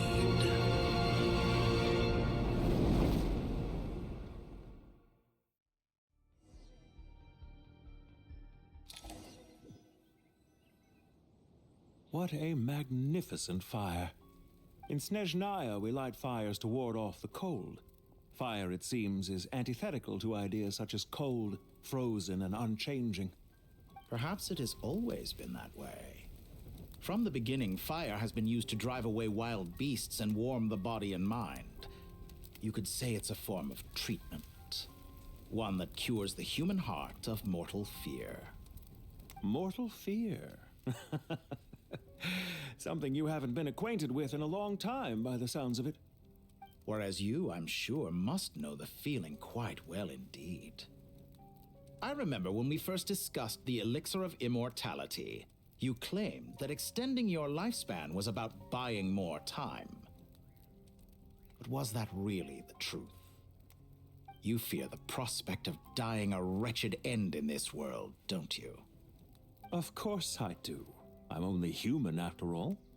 And while you may have forgotten it, you cannot deny that you too were once human, Dottore. I do not believe that there is no such fear in your heart. Perhaps you are right. But I abandoned it long ago and devoted myself to my experiments. I have felt no fear since. From the very beginning, I never thought you could win this game. But still you came. Contract in hand. to honor our agreement. Because I am a reputable partner. And as we have discussed, experiments are about more than results alone. The process is equally important. I have come here and completed my creation, and I do not regret my decision. I'm afraid your journey ends here. After I die, there will be no one to make the elixir of immortality, and your remaining stock will only last a few more years. How then will you prove that you didn't perish in this incident alongside everyone else? When I feel optimistic about market environments, I never forcibly adjust them. They have their own direction. And I myself am one such environment. I have been quite particular about many things in my life. But where the manner of my death is concerned, I choose not to be.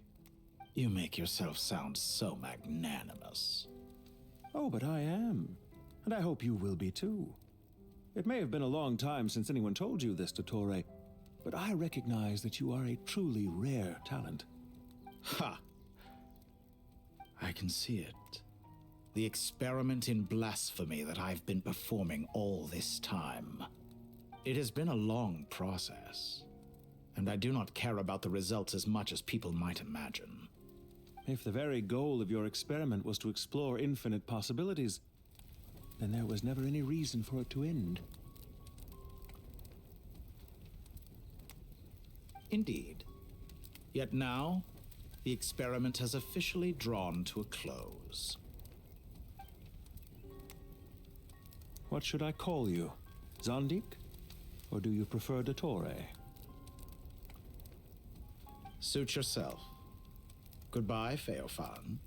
This time, that's what it truly is. And don't I know it? Goodbye, Zandik.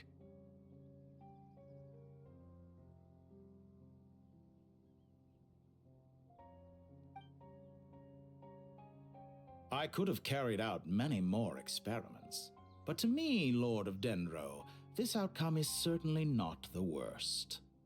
I believe you. But unfortunately, this is where it all ends for you. This experiment does not belong to you, nor do any of the results. Experiment? It sounds like you're trying to outdo me in my own field. Wisdom is conveying information in terms that people can clearly understand. You know exactly what I mean. Indeed. I can see no further outcomes. Ha. You have a formidable mind, and you are braver than I thought. Setting fire to the very thing your survival depends on. Your previous threat was empty, but this time, it is real. When necessary, wisdom can be as fierce as an inferno. Some of the flames that incinerate you come from within yourself. Perhaps you are right. You see what lies at the bottom of the human heart, and that is your wisdom. Here is where your journey comes to an end. All that is yet unknown belongs to those of us who will carry on living. It seems I have unwittingly been your arch-enemy all along. But now, it's all over. I do not deny your intelligence.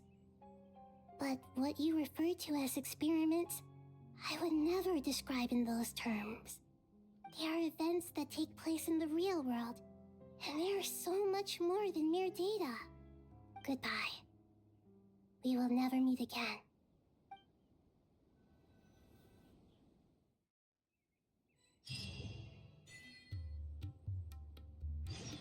Well, good riddance.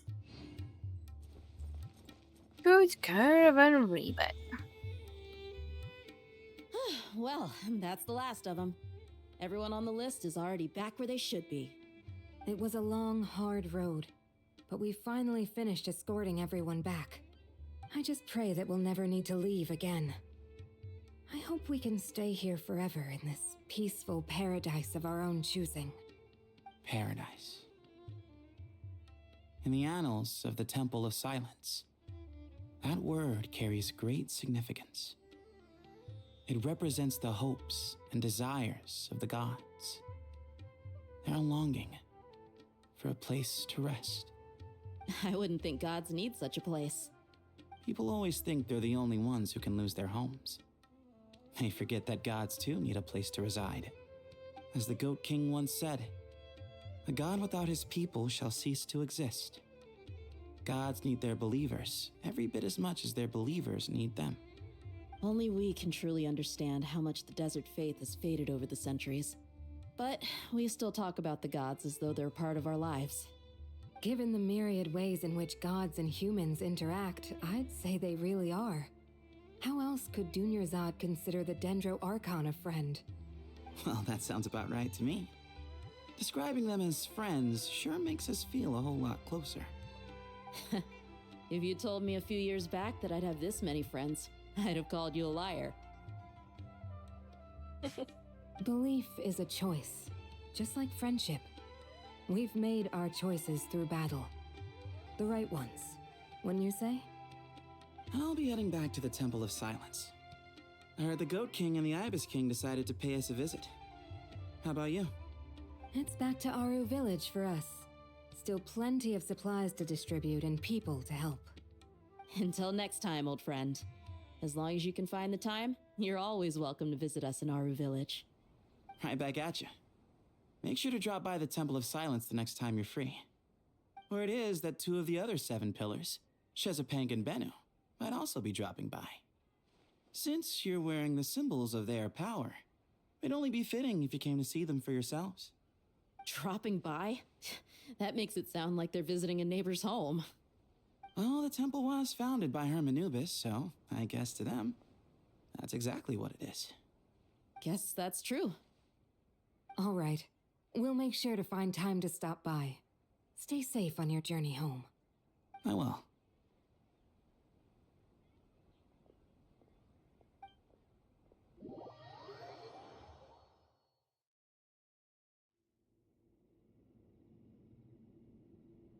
You do have a point. See? Retirement has always been a problem, especially for old-timers like us who've been locked away all these years. You finally step out into the light, and bam! You're face to face with a whole different world. Naturally. What do you think, Layla? Huh? Why would you think to ask me? How could I possibly be qualified to decide where the servants of King Deshret should live? Sorry if my question was unclear. Do you think their statues will stand out too much if we place them here? Hey, I never agreed to this. How could we possibly allow our statues to be left in Anubis' home? That would be like breaking into someone's house, then pretending it belonged to you in the first place. Different beliefs can coexist. We still need to respect one another. By which you mean, you two plan to stay at the Temple of Silence, for a while at least, but you have no intention of relocating your statues here. So, you see this as sort of a family visit? Is that correct? Family. You could say that. In a sense, Anubis would view this as his home. Just look at this place. Magnificent, is it not? The sad truth is, in the past, all 3 of us invested so much into misguided ventures. We failed to build what we should have, and wasted so much time instead. And what do you mean by that? I mean that for the most part, time spent associating with the likes of Sobek, and, let's say, Thoth, might reasonably be considered wasted. Why does that not surprise me? Go on. Anyway, given how much time we'll all be spending together, I'd say that the bonds we built will end up proving to have been a sound investment. Once Sethos, the current leader of the Temple of Silence, returns, you can discuss the matter of staying here with him. But judging by the expressions of everyone here, I imagine you'll receive a very warm welcome. This sacred ground houses untold knowledge, after all. What better place for the servants of King Deshret to appear in the mortal world? How about we share a meal together first? I imagine it's been many years since you last tasted fresh food. Oh, that sounds wonderful. After so many hundreds of years, I can only surmise that desert cuisine has become a lot more varied. Are we having a get-together? If you'd like, I can help prepare some food. After all, Lord Thoth, you helped me so much in the desert, and I still haven't properly thanked you. Oh, my, that would be wonderful.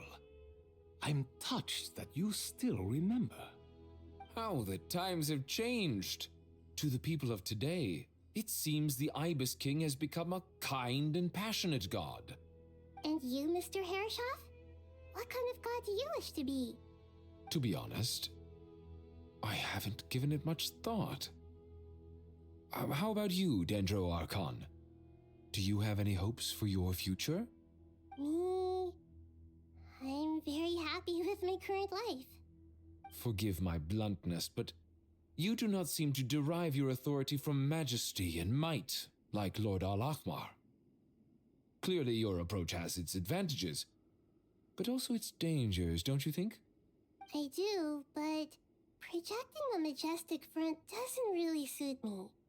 Besides, my relationship with others isn't simply one of a god and her people. Not putting on airs might earn you more adoration. Exactly. Besides, I really like parties where everyone brings their own food and we all come together to share. You should join us. I'm sure you'll find it fun. Last time when we got together for a picnic near the Avidia Forest, it was quite the occasion. Seeing as you're already here, how about we hold the next one in the desert? Can we do that? Wouldn't Tainari have to transport a ton of drinking water? Don't worry, I can help out. Layla, would you like to join us next time? Me? Sure. The more the merrier. That way we... Don't take this the wrong way. I just think you should know. When it comes to passing the time, chess is more our thing. In that case, Dendro Archon, what do you say? If I were to compete against you, I can't say with certainty I'd win, but I certainly wouldn't mind giving it a shot. Where's Sobek? I'm sure he'd be good for a few rounds. Cards, cards, cards! I'll always prefer chess. I wonder what variant of chess we're talking here. Mr. Thoth, is there some sort of astrological significance to this game? Oh, I'm glad you brought that up. As long as the leader of the Temple of Silence agrees, we can search Hermanubis' place for books to teach you how to play.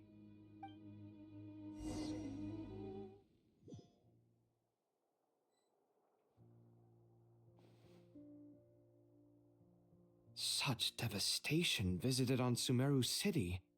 So many houses destroyed or damaged in the fighting. Who could have foreseen this? Look at all of this. It's going to take me forever to tidy up. I suppose living below the academia doesn't always work out to your advantage.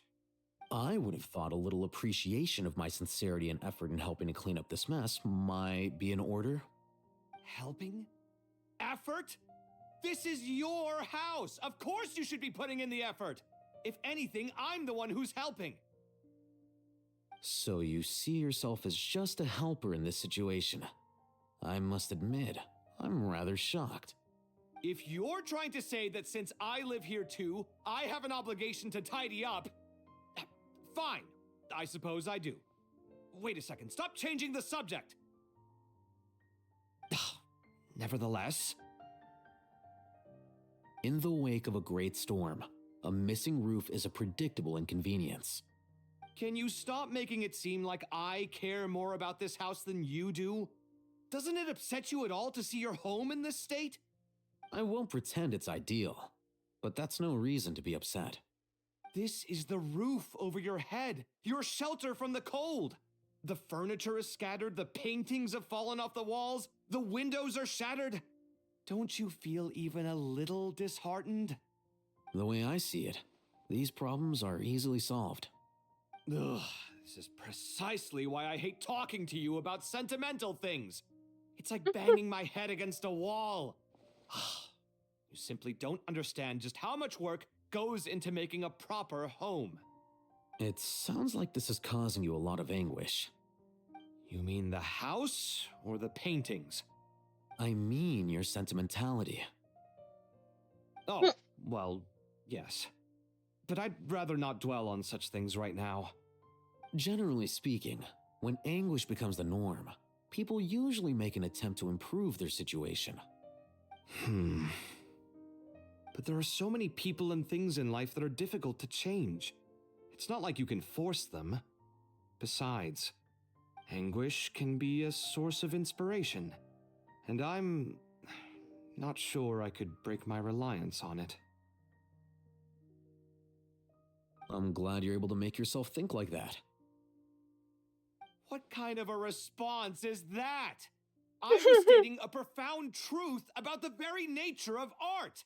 Suffering is the cradle of all creation. Even you can't deny that. And I wasn't trying to. I'm just happy for you. Pure and simple. Can't you tell? Happy about what? Happy that you can always find an answer that backs up your views. You...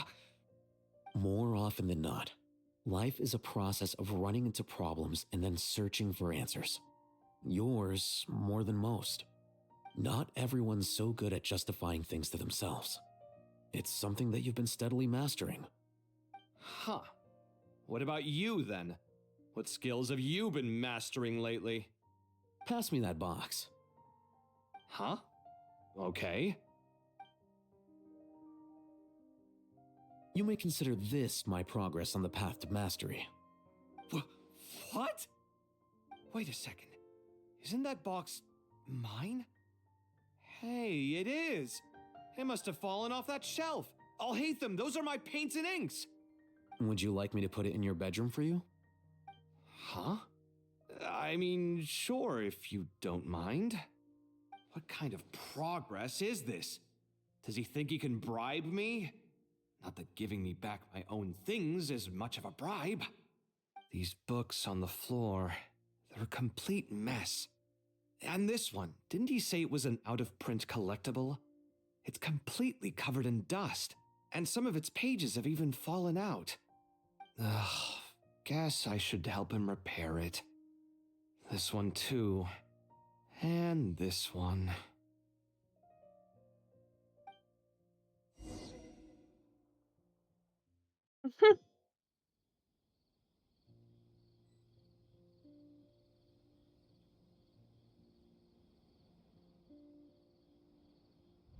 Damn.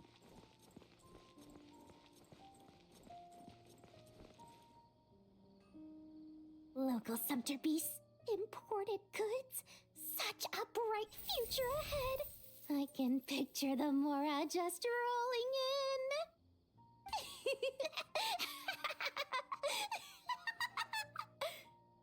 You do realize you sound like a choking cow? It's called being imposing. Can't you feel it? Are you not intimidated? Oh, I'm positively shaking in my sandals. What commands do you have for me, oh mighty Lord Sangamabe? You've got a lot of nerve, Nefer. You went and told Candace and the others everything, didn't you? Seriously, do you have any idea how differently they see me now? Surely that's a good thing. I presume they're more disposed to actually like you now, maybe even view you as a friend. You traded my secret for sympathy! Thanks to you, I've lost every last shred of my mercantile majesty. How am I supposed to make anyone think I'm a big, scary investor now? The dark days of Lord Sangamabe are behind you. Why not take this chance to make a few honest friends? Speaking of friends, since when did the notorious Lady Nefer gain such an admiration for holier-than-thou types? A moon chanter here? An angel there? Who'd have thought it? A coming together of fates, nothing more. No need to throw around accusations of admiration. Forget it. You're right about one thing at least.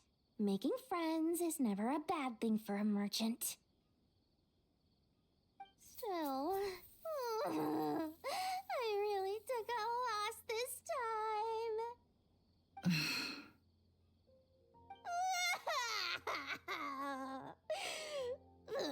What are you looking at?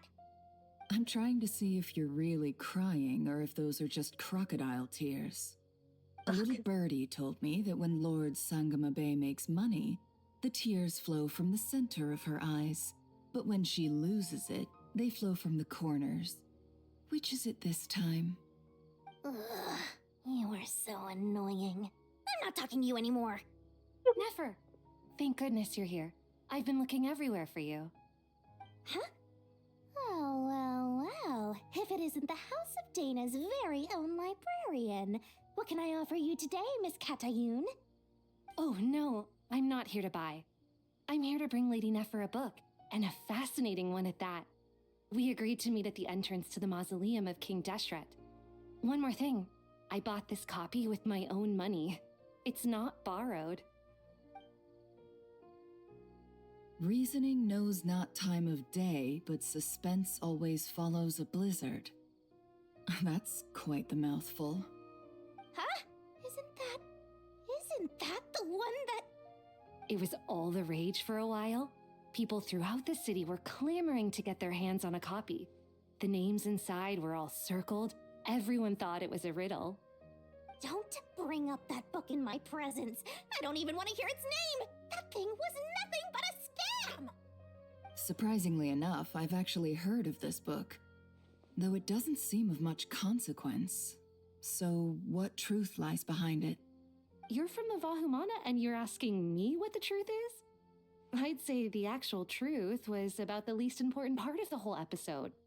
I brought you this book because it probably has the most interesting backstory of any in the House of Dana's collection, at least in recent years. As for its quality, well, you can judge that for yourself. Don't tell me it's actually any good.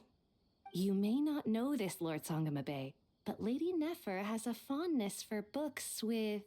How should I put this? Mixed reviews? No eye for good literature, huh? Perhaps she feels that bad books hide interesting secrets? But I shouldn't put words in her mouth. It's probably fair to say she prefers the conversations that books can spark over the substance of the books themselves. Suits my style as an intel broker, wouldn't you say? Very interesting, thank you. I'll return it to you once I'm done reading. And as it happens, I have something for you, too. Incense? I imagine you've already used up the incense I gave you last time. Here's some more. This batch is from Nod-Krai, so the scent won't be quite the same. Well, actually, I've been saving the incense you gave me. I couldn't bring myself to waste it without a special occasion. But I'll gladly accept this, too. And I promise I'll use it this time. Katayun, you haven't changed a bit.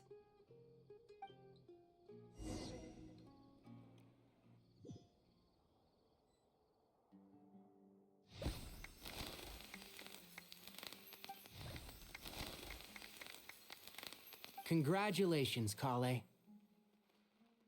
Well done, Kale. After studying for so long, you've finally become a full-fledged ranger. Sure hasn't been easy for you, huh? This really is fantastic news. All grown up. No longer a trainee, but an official forest ranger. Oh. The next step is to secure tenure in the academia. Thanks, everyone. It's true. I'm an official forest ranger now. Master Tainari, thank you for your guidance and support. I wish Mr. Sino were here so I could thank him too. Sino had a matter to attend to at the Temple of Silence. I don't imagine he'll be back for some time. But don't worry, we can celebrate together once he's finished. I'm afraid the party will have to wait. Kale still has some matters to attend to first. Kale? Is everything all right?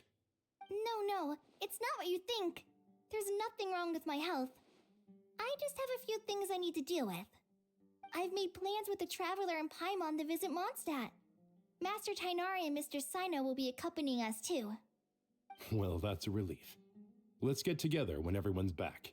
I'm sure you'll be doing even better by then. Of course. I have a feeling you're right.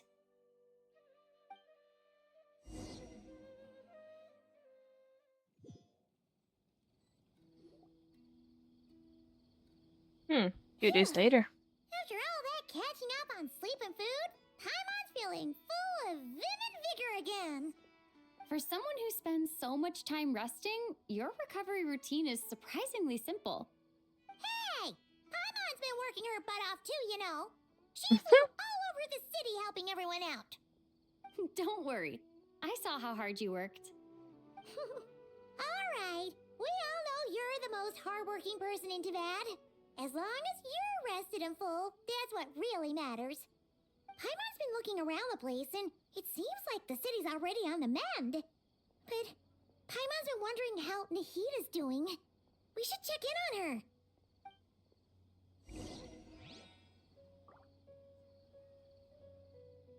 Make sure you have Surasta.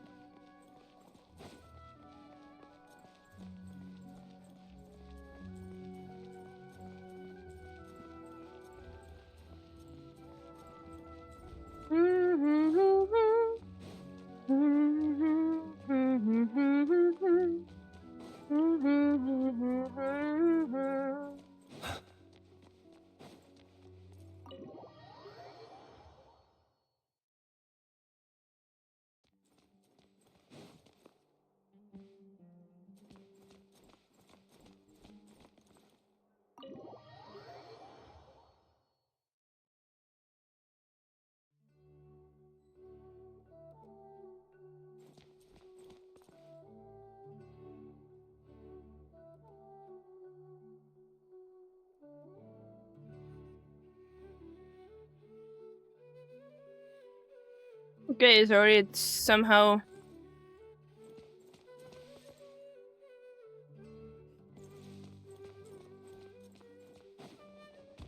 connected to my phone.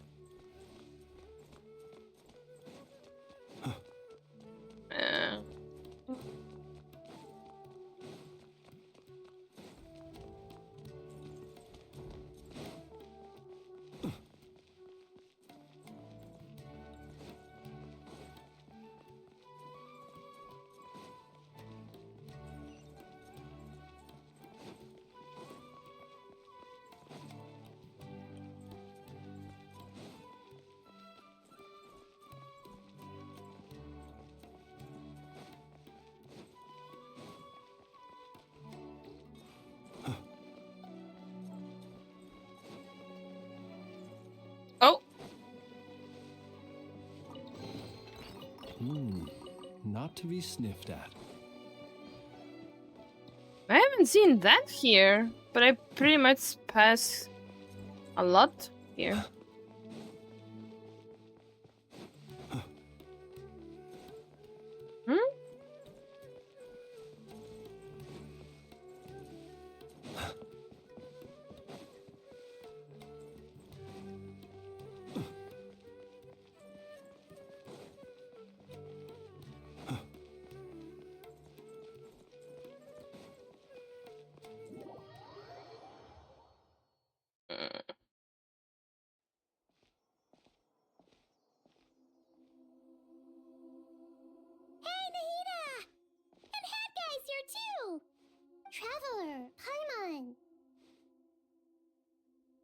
what's going on here? Nothing much. Nahida was just expressing concern for my physical and mental well-being. Oh, the Traveler told Paimon all about that. We've both been very worried about you. Are you feeling alright? You make it sound like I'm on the brink of some kind of breakdown. Truth is, I'm doing much better than you might imagine. If we can just get to the bottom of Dottore's intentions, we can minimize his negative influence.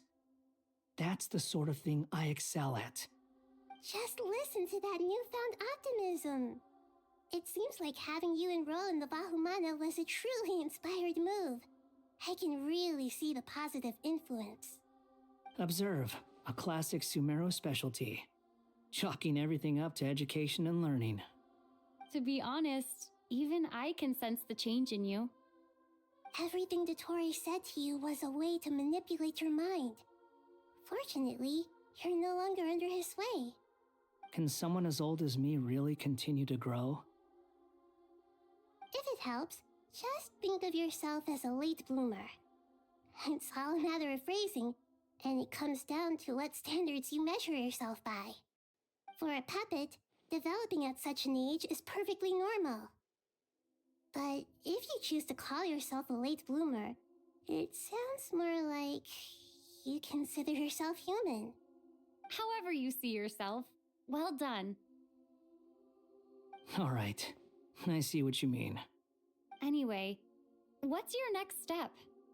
What else can I do but complete my current courses? Everything else can wait. Anyway, that's enough chit-chat. There are still things in the city I need to help out with. I'll be heading there now.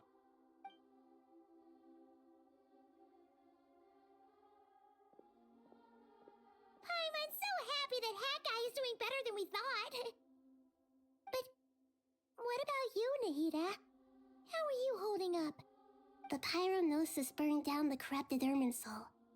The flames blazed for 7 days and 7 nights before they finally subsided.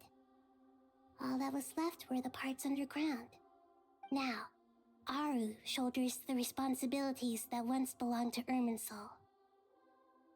The situation was contained before it got out of hand, so Tevat's most vital information has largely been preserved. Irminsul has a strong influence over you, doesn't it? How will you cope now that it's gone? There is no need to worry. Thanks to Nicole's extraordinary talents, my connection to Irminsul has been severed and transposed onto Aru. Angels can do things like that? They can. Such abilities are precisely what makes them so powerful. The goddess of flowers, Nabu Malikata, once claimed that she too could perform feats beyond the reach of mere mortals. In my eyes, much of what she went on to achieve reached such transcendent levels. Her and Nicole really are both fascinating and magnificent. So, does that mean your situation is stable now? Correct. Just imagine that Aru has become the new Irminsul, and the essence of my existence has been bound to it. The wisdom of Sumeru has ultimately converged into a single, unified entity. Should we ascribe this all to fate, or is it merely fortune? Whatever it is, the important thing is that you're okay, Nahida. Dendro Archon, Lesser Lord Kusanali. Oh, thank goodness you're here. Greetings, Traveler and Paimon. Sir Nevis, do you have something urgent to say? Yes, there's something I need to report. We've received a message from Snezhnaya. Nephis hands a letter to Nahida. The Fatui Harbinger, the rooster, sends us his sympathies, along with all the usual pleasantries. His stance is that, following the unrest in Nod-Krai, Dottore was subjected to internal censure. This madness was the act of a rogue element, one who cannot be seen to represent the Zapoliarni Palace. No less than can be expected. Snezhnaya paid a heavy price working to stop him. They even lost one of their own harbingers. The letter goes on to say that even so, Snezhnaya cannot claim to be blameless. Apparently, they will deal with Dottore's subordinates in accordance with Snezhnayan law, holding all those involved in his crimes accountable.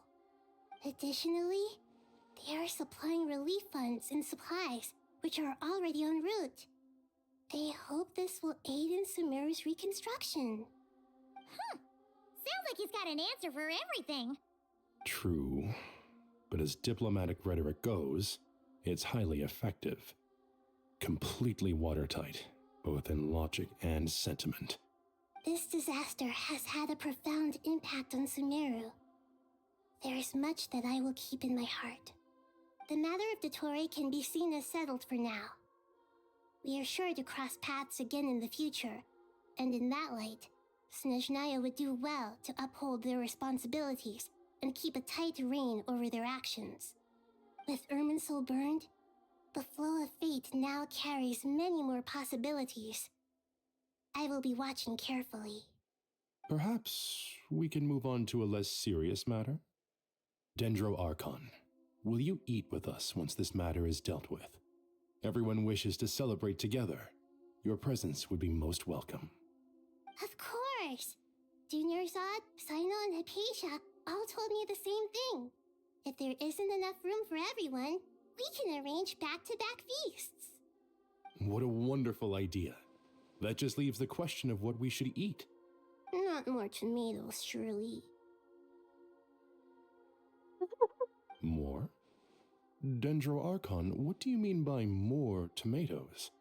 Those good friends of yours are always talking about tomatoes. Sometimes when I'm walking through the city, I can even hear them arguing in the fields. Since you see them so often, you must hear about tomatoes even more than I do. Tomatoes. Tomatoes. The word has a certain magic to it. Like the autumn fur of a sumpter beast swirling in the wind, sometimes flying up my nose. Tomatoes. What can we make with tomatoes? Wait, why tomatoes? Take your time, there's no need to rush. The Traveler, Paimon, and I still have somewhere we need to visit.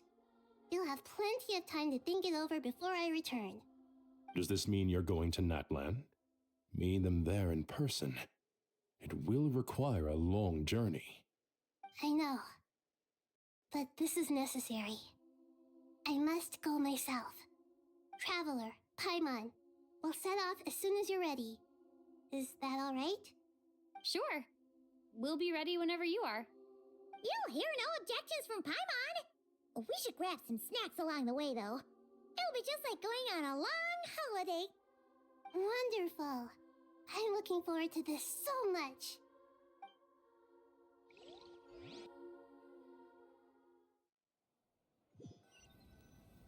So we're going to see Natlan Mawika? is such a lively place. It's super cheerful and positive, too. I can see that. There are people outside exercising at all hours. Such a healthy way of life. You came. Welcome, welcome. You must be hungry from your journey. Would you like something to eat? Oh, thanks, but no thanks. We've been eating the whole way here. We had a mushroom platter, Sab's meat stew, butter braised chicken, hot sour pudding. Paimon's positively stuffed. All right, all right. No need for all that detail. I'm starting to get hungry myself. Maybe later then. We can wait till everyone's got an appetite. Then I'll head out for a meal together. Sounds like a plan. Let's find somewhere to sit down. Maybe let's go to your place. Something. I should tell you, I already have some sense of why you've come. Why's that, Malika? To say thank you. Your senses are spot on. But on top of that, we also feel guilty. Because the pyronosis has vanished? I sensed its loss. Despite scouring through the remnants of Irminsul, we couldn't find any sign of the pyronosis. Not even any trace of it burning to ash. That's certainly unusual. Still, the potential fallout from Irminsul's loss is significant, to say the least. Perhaps the pyronosis's disappearance is simply a knock-on effect of the impact it's had on a certain strand of fate. There's no need to feel guilty. We were clear that this time, there was to be no returning, only giving. Pure and simple. Thank you really is a fascinating phrase. We use it to express gratitude for the smallest of things. Yet, when faced with a kindness too immense to describe, we use exactly the same words. It's not that we lack other means of expression. It's that when we truly need to express our feelings, the simplest and purest words are always the most powerful. You're right. In Natlan, we prefer simple expressions too. Companionship, friendship, support. They might not sound fancy, but the sentiment behind them is sincere. That's wonderful to hear. Sincere feelings are often a vehicle for the deepest wisdom of all. Irminsul's destruction doesn't seem to have done you much harm. I'm glad to see you're doing well. There's still a lot of work to do, but before we begin, we felt it was important to come here and speak with you. Partly to express our gratitude, but also because we felt that seeing you, in a sense, is like basking in warm sunlight. That's a nice way of putting it. I like that. To tell you the truth, though, I'm not a fan of somber meetings. So, since there's nothing more to say, why don't we go bask in some actual sunlight? The weather's beautiful today. What a great idea! Paimon's gonna lie back and soak up some rays.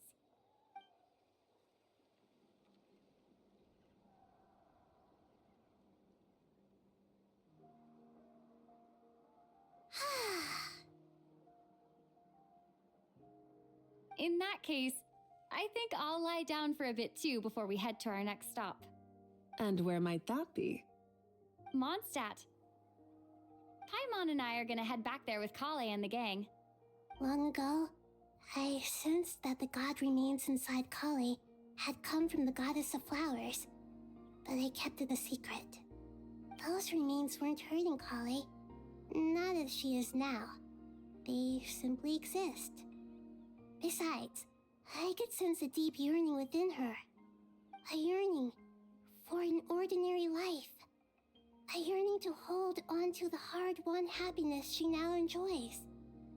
With someone like her, I have a responsibility to keep her secret. She should be ready to face the truth by now. Whenever people meet, there is always the potential to create warmth and kindness. Every child grows up, but even as adults, they are still children in the eyes of certain people. Oh, just like how Paimon sometimes sees Nahida as a little kid. Is that so? Well, anyone who's friends with a kid is probably a kid themselves. Of course! And there's nothing wrong with that. When we get back, we'll actually be hanging out with another of our friends who happens to be a kid. Or more like looking after, in her case. Anyway, we'll always be there to watch out for our friends. Dear Sucrose, when you receive this letter, I'll probably be as busy as always. But busy with wonderful things. That's because I'm no longer a trainee. I'm now an official forest ranger. Impressive, right? Sino said that official rangers sound much tougher than trainees. Though he did say it was already pretty tough to start out with. You probably heard that something big happened in Sumeru recently. Don't worry, it's all been taken care of. We're heading to Mondstadt soon, so if you're free, maybe we could meet up? Plus, it's not just me, a few of us are going. Hey, do you still remember that time we all got together? You know, when we all went to the Windbloom Festival? It'll be just like that.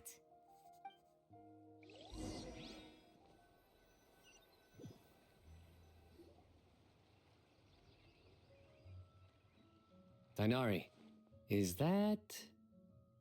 Don't you say it! Is that the great Vayuviastra. Behold, the great Vayuviastra, General Mahamatra. How times have changed. I wasn't expecting you to beat me to the punchline. You've changed. You've really upped the aggression in your battle against Sino's jokes. Kale, how did you know what I was going to say? For the love of...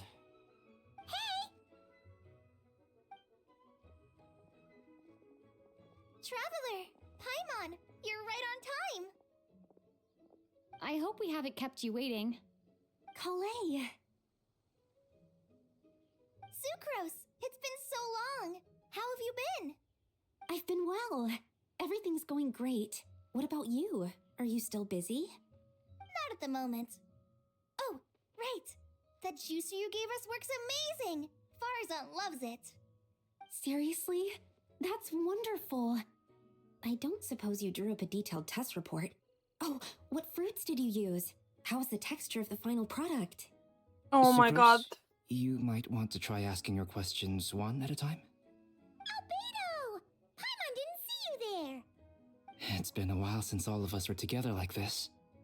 How about we follow the same plan as last time? Good idea, my friend. You never disappoint. So, what are your identities this time? Don't remind him. First things first. Allow me to introduce our very own official Forest Ranger Kale. The rest of us are simply her humble travel companions. This sounds like one of those mushy stories that gets people hooked on some corny, heartwarming premise. Oh, is our story not heartwarming? If I recall correctly, Damn. there was even a scene like this in King of Invocations. Besides being heartwarming, our story's also about tough, impressive-sounding job titles. At least that's what I think.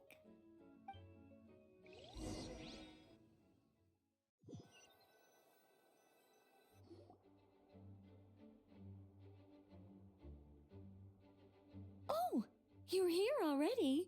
I'm still giving Dottore a little trim. I won't be a moment. A trim? Does Dottore need haircuts too? Of course. It's important to know how to take loving care of the apples of your eye. All of these trivial matters get left to me. It's because I'm an angel, and angels are, in a way, the guardians of all Teyvat. Oh, right! Well, that's definitely an impressive-sounding job title. What are you writing? I'm just brainstorming some cool-sounding lines. Oh, write them on these card backs. Of course. Clearly, my lines are pretty amazing, wouldn't you say? Miss Nicole. Kale? You seem a little nervous. I was just wondering, who was the person you mentioned who needed their wish fulfilled? Wish? What do you mean? Miss Nicole asked if we could meet up in Mondstadt once everything was over. She said a friend of hers had a wish that needed my help to come true. Well, you never mentioned that before. All we knew was that you'd arranged to meet in Mondstadt. But we thought it had something to do with the god remains. To be fair, everything I told you was true. Anyway, my friend is waiting. Come on, let's pay her a visit.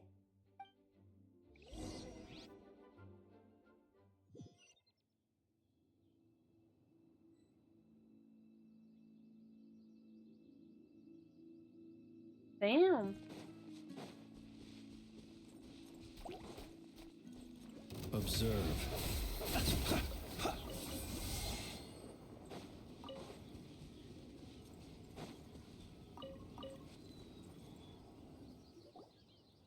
Huh?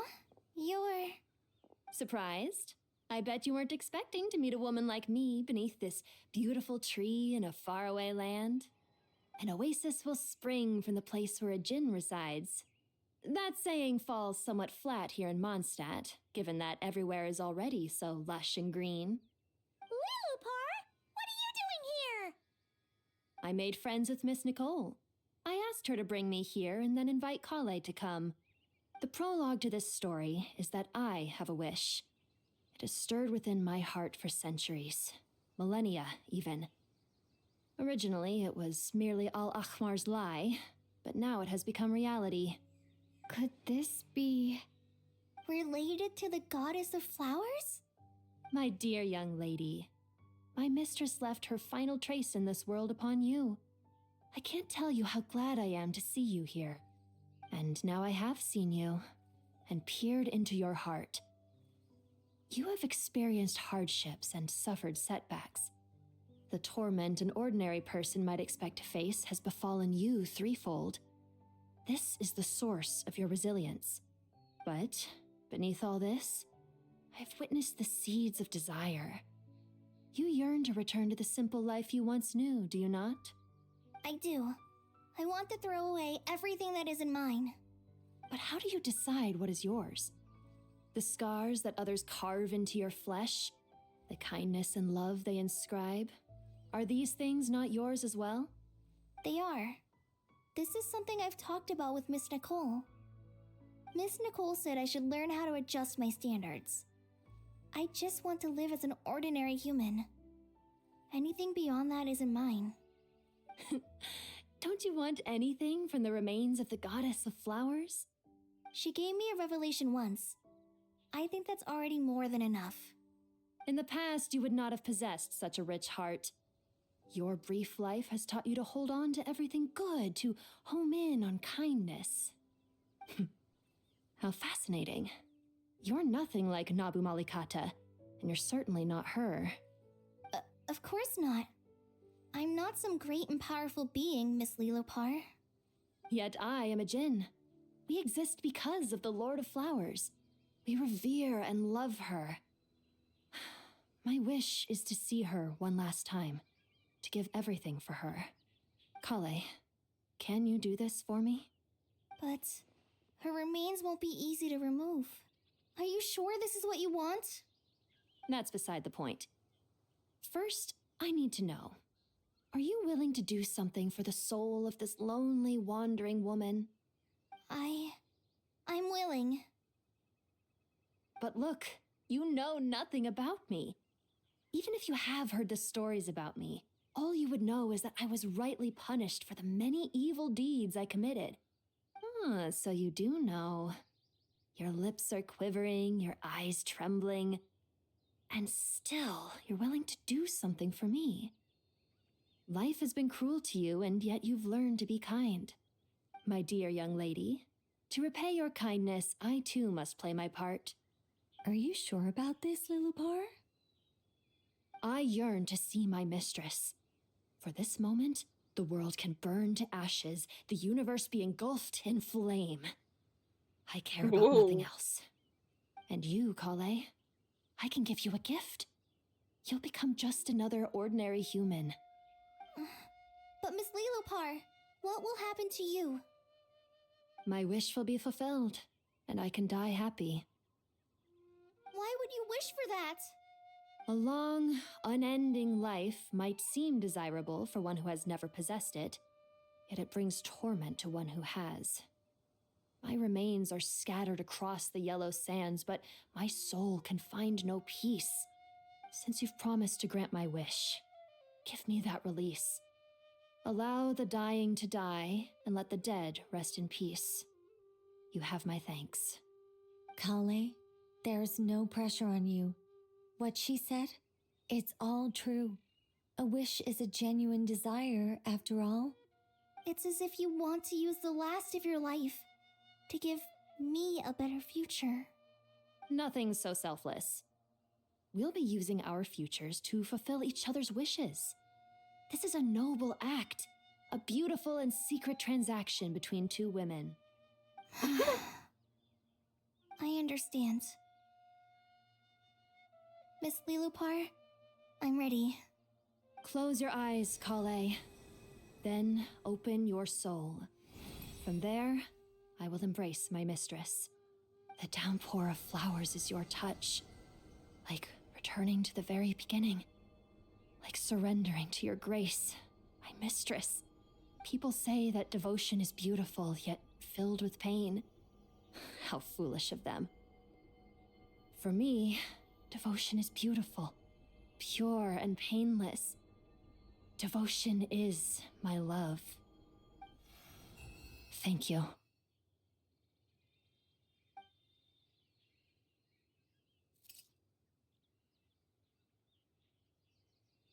Oh, he died. Lillipore!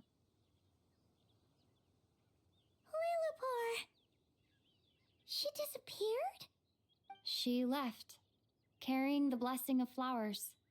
Kale, are you alright? I'm fine. Now that the remains are gone, I don't actually feel any different at all. Those remains weren't hurting Kale.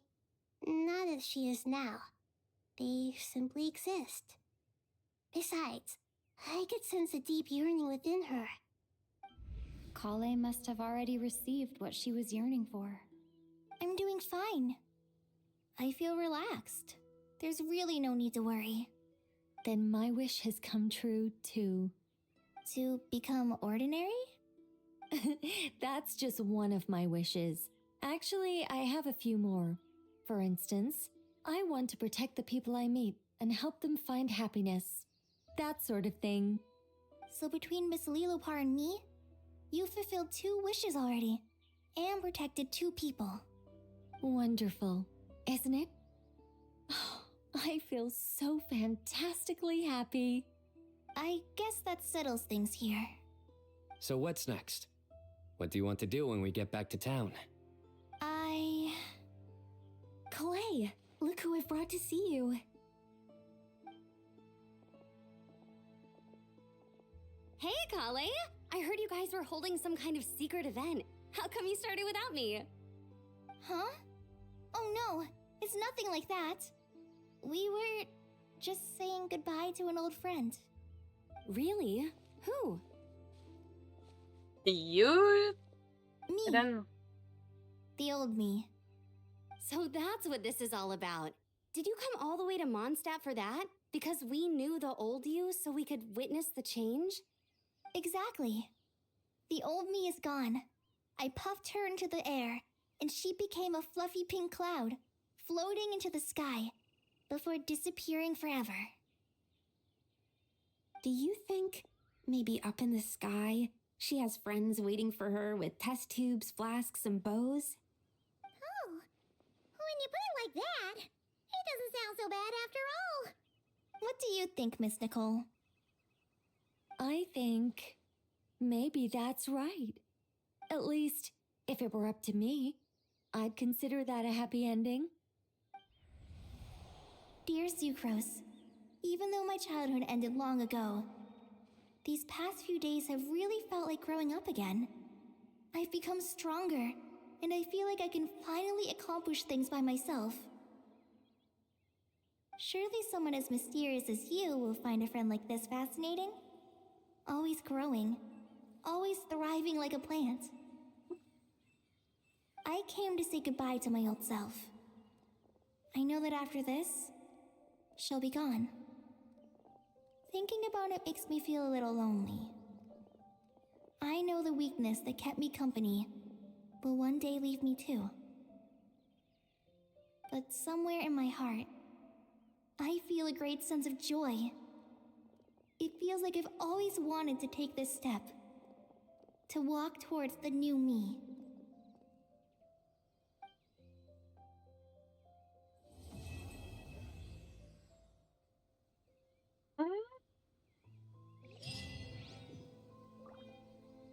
That was so...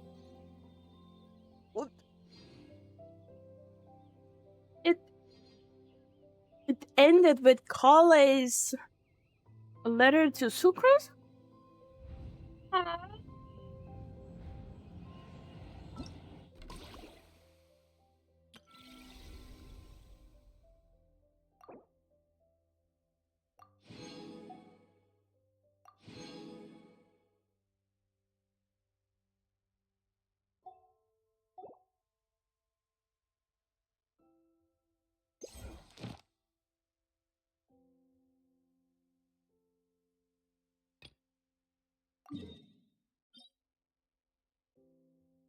No, we went over there.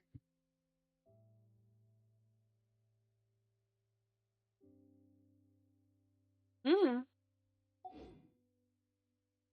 Oh yeah. When I first saw that, like before mm,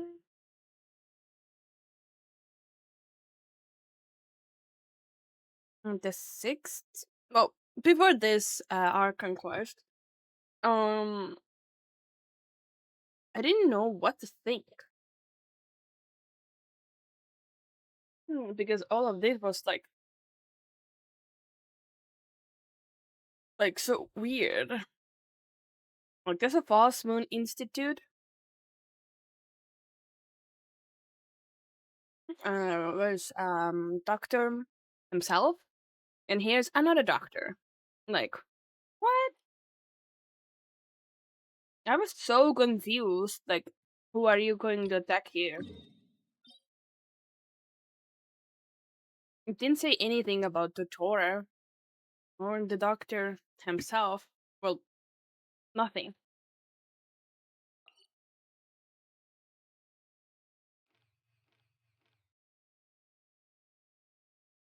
So it sort of like made me confused. Like, what is this supposed to do?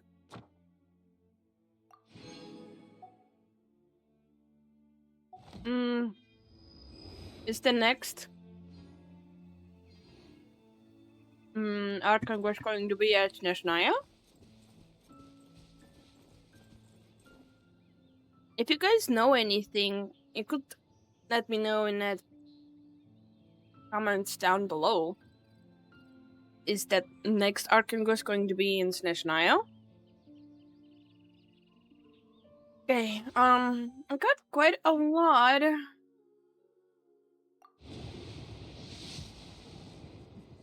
Of or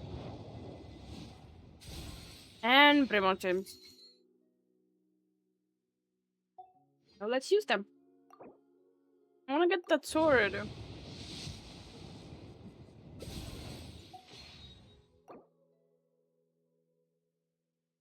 Huh?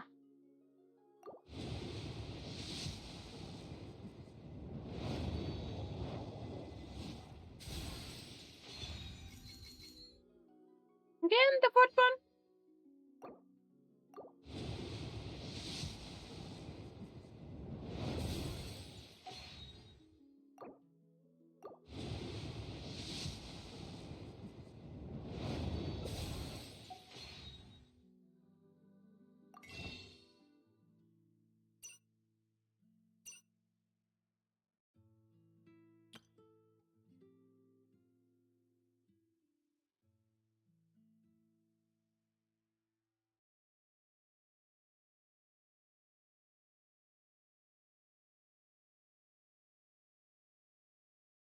Hmm.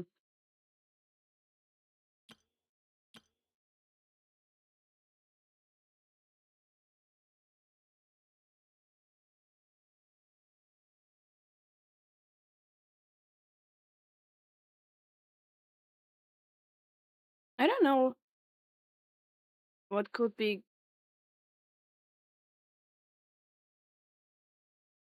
a good outfit to buy here.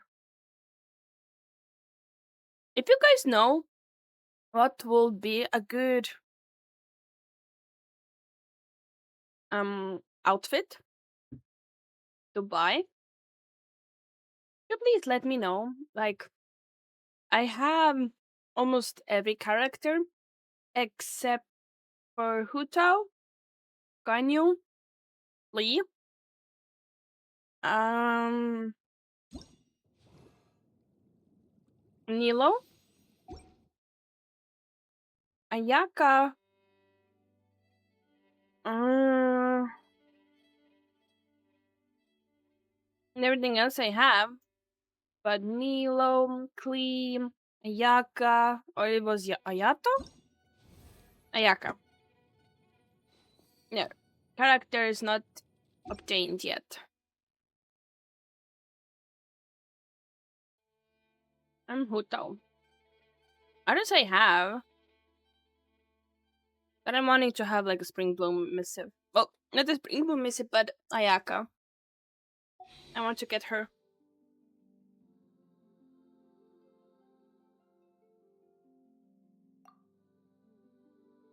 Oops.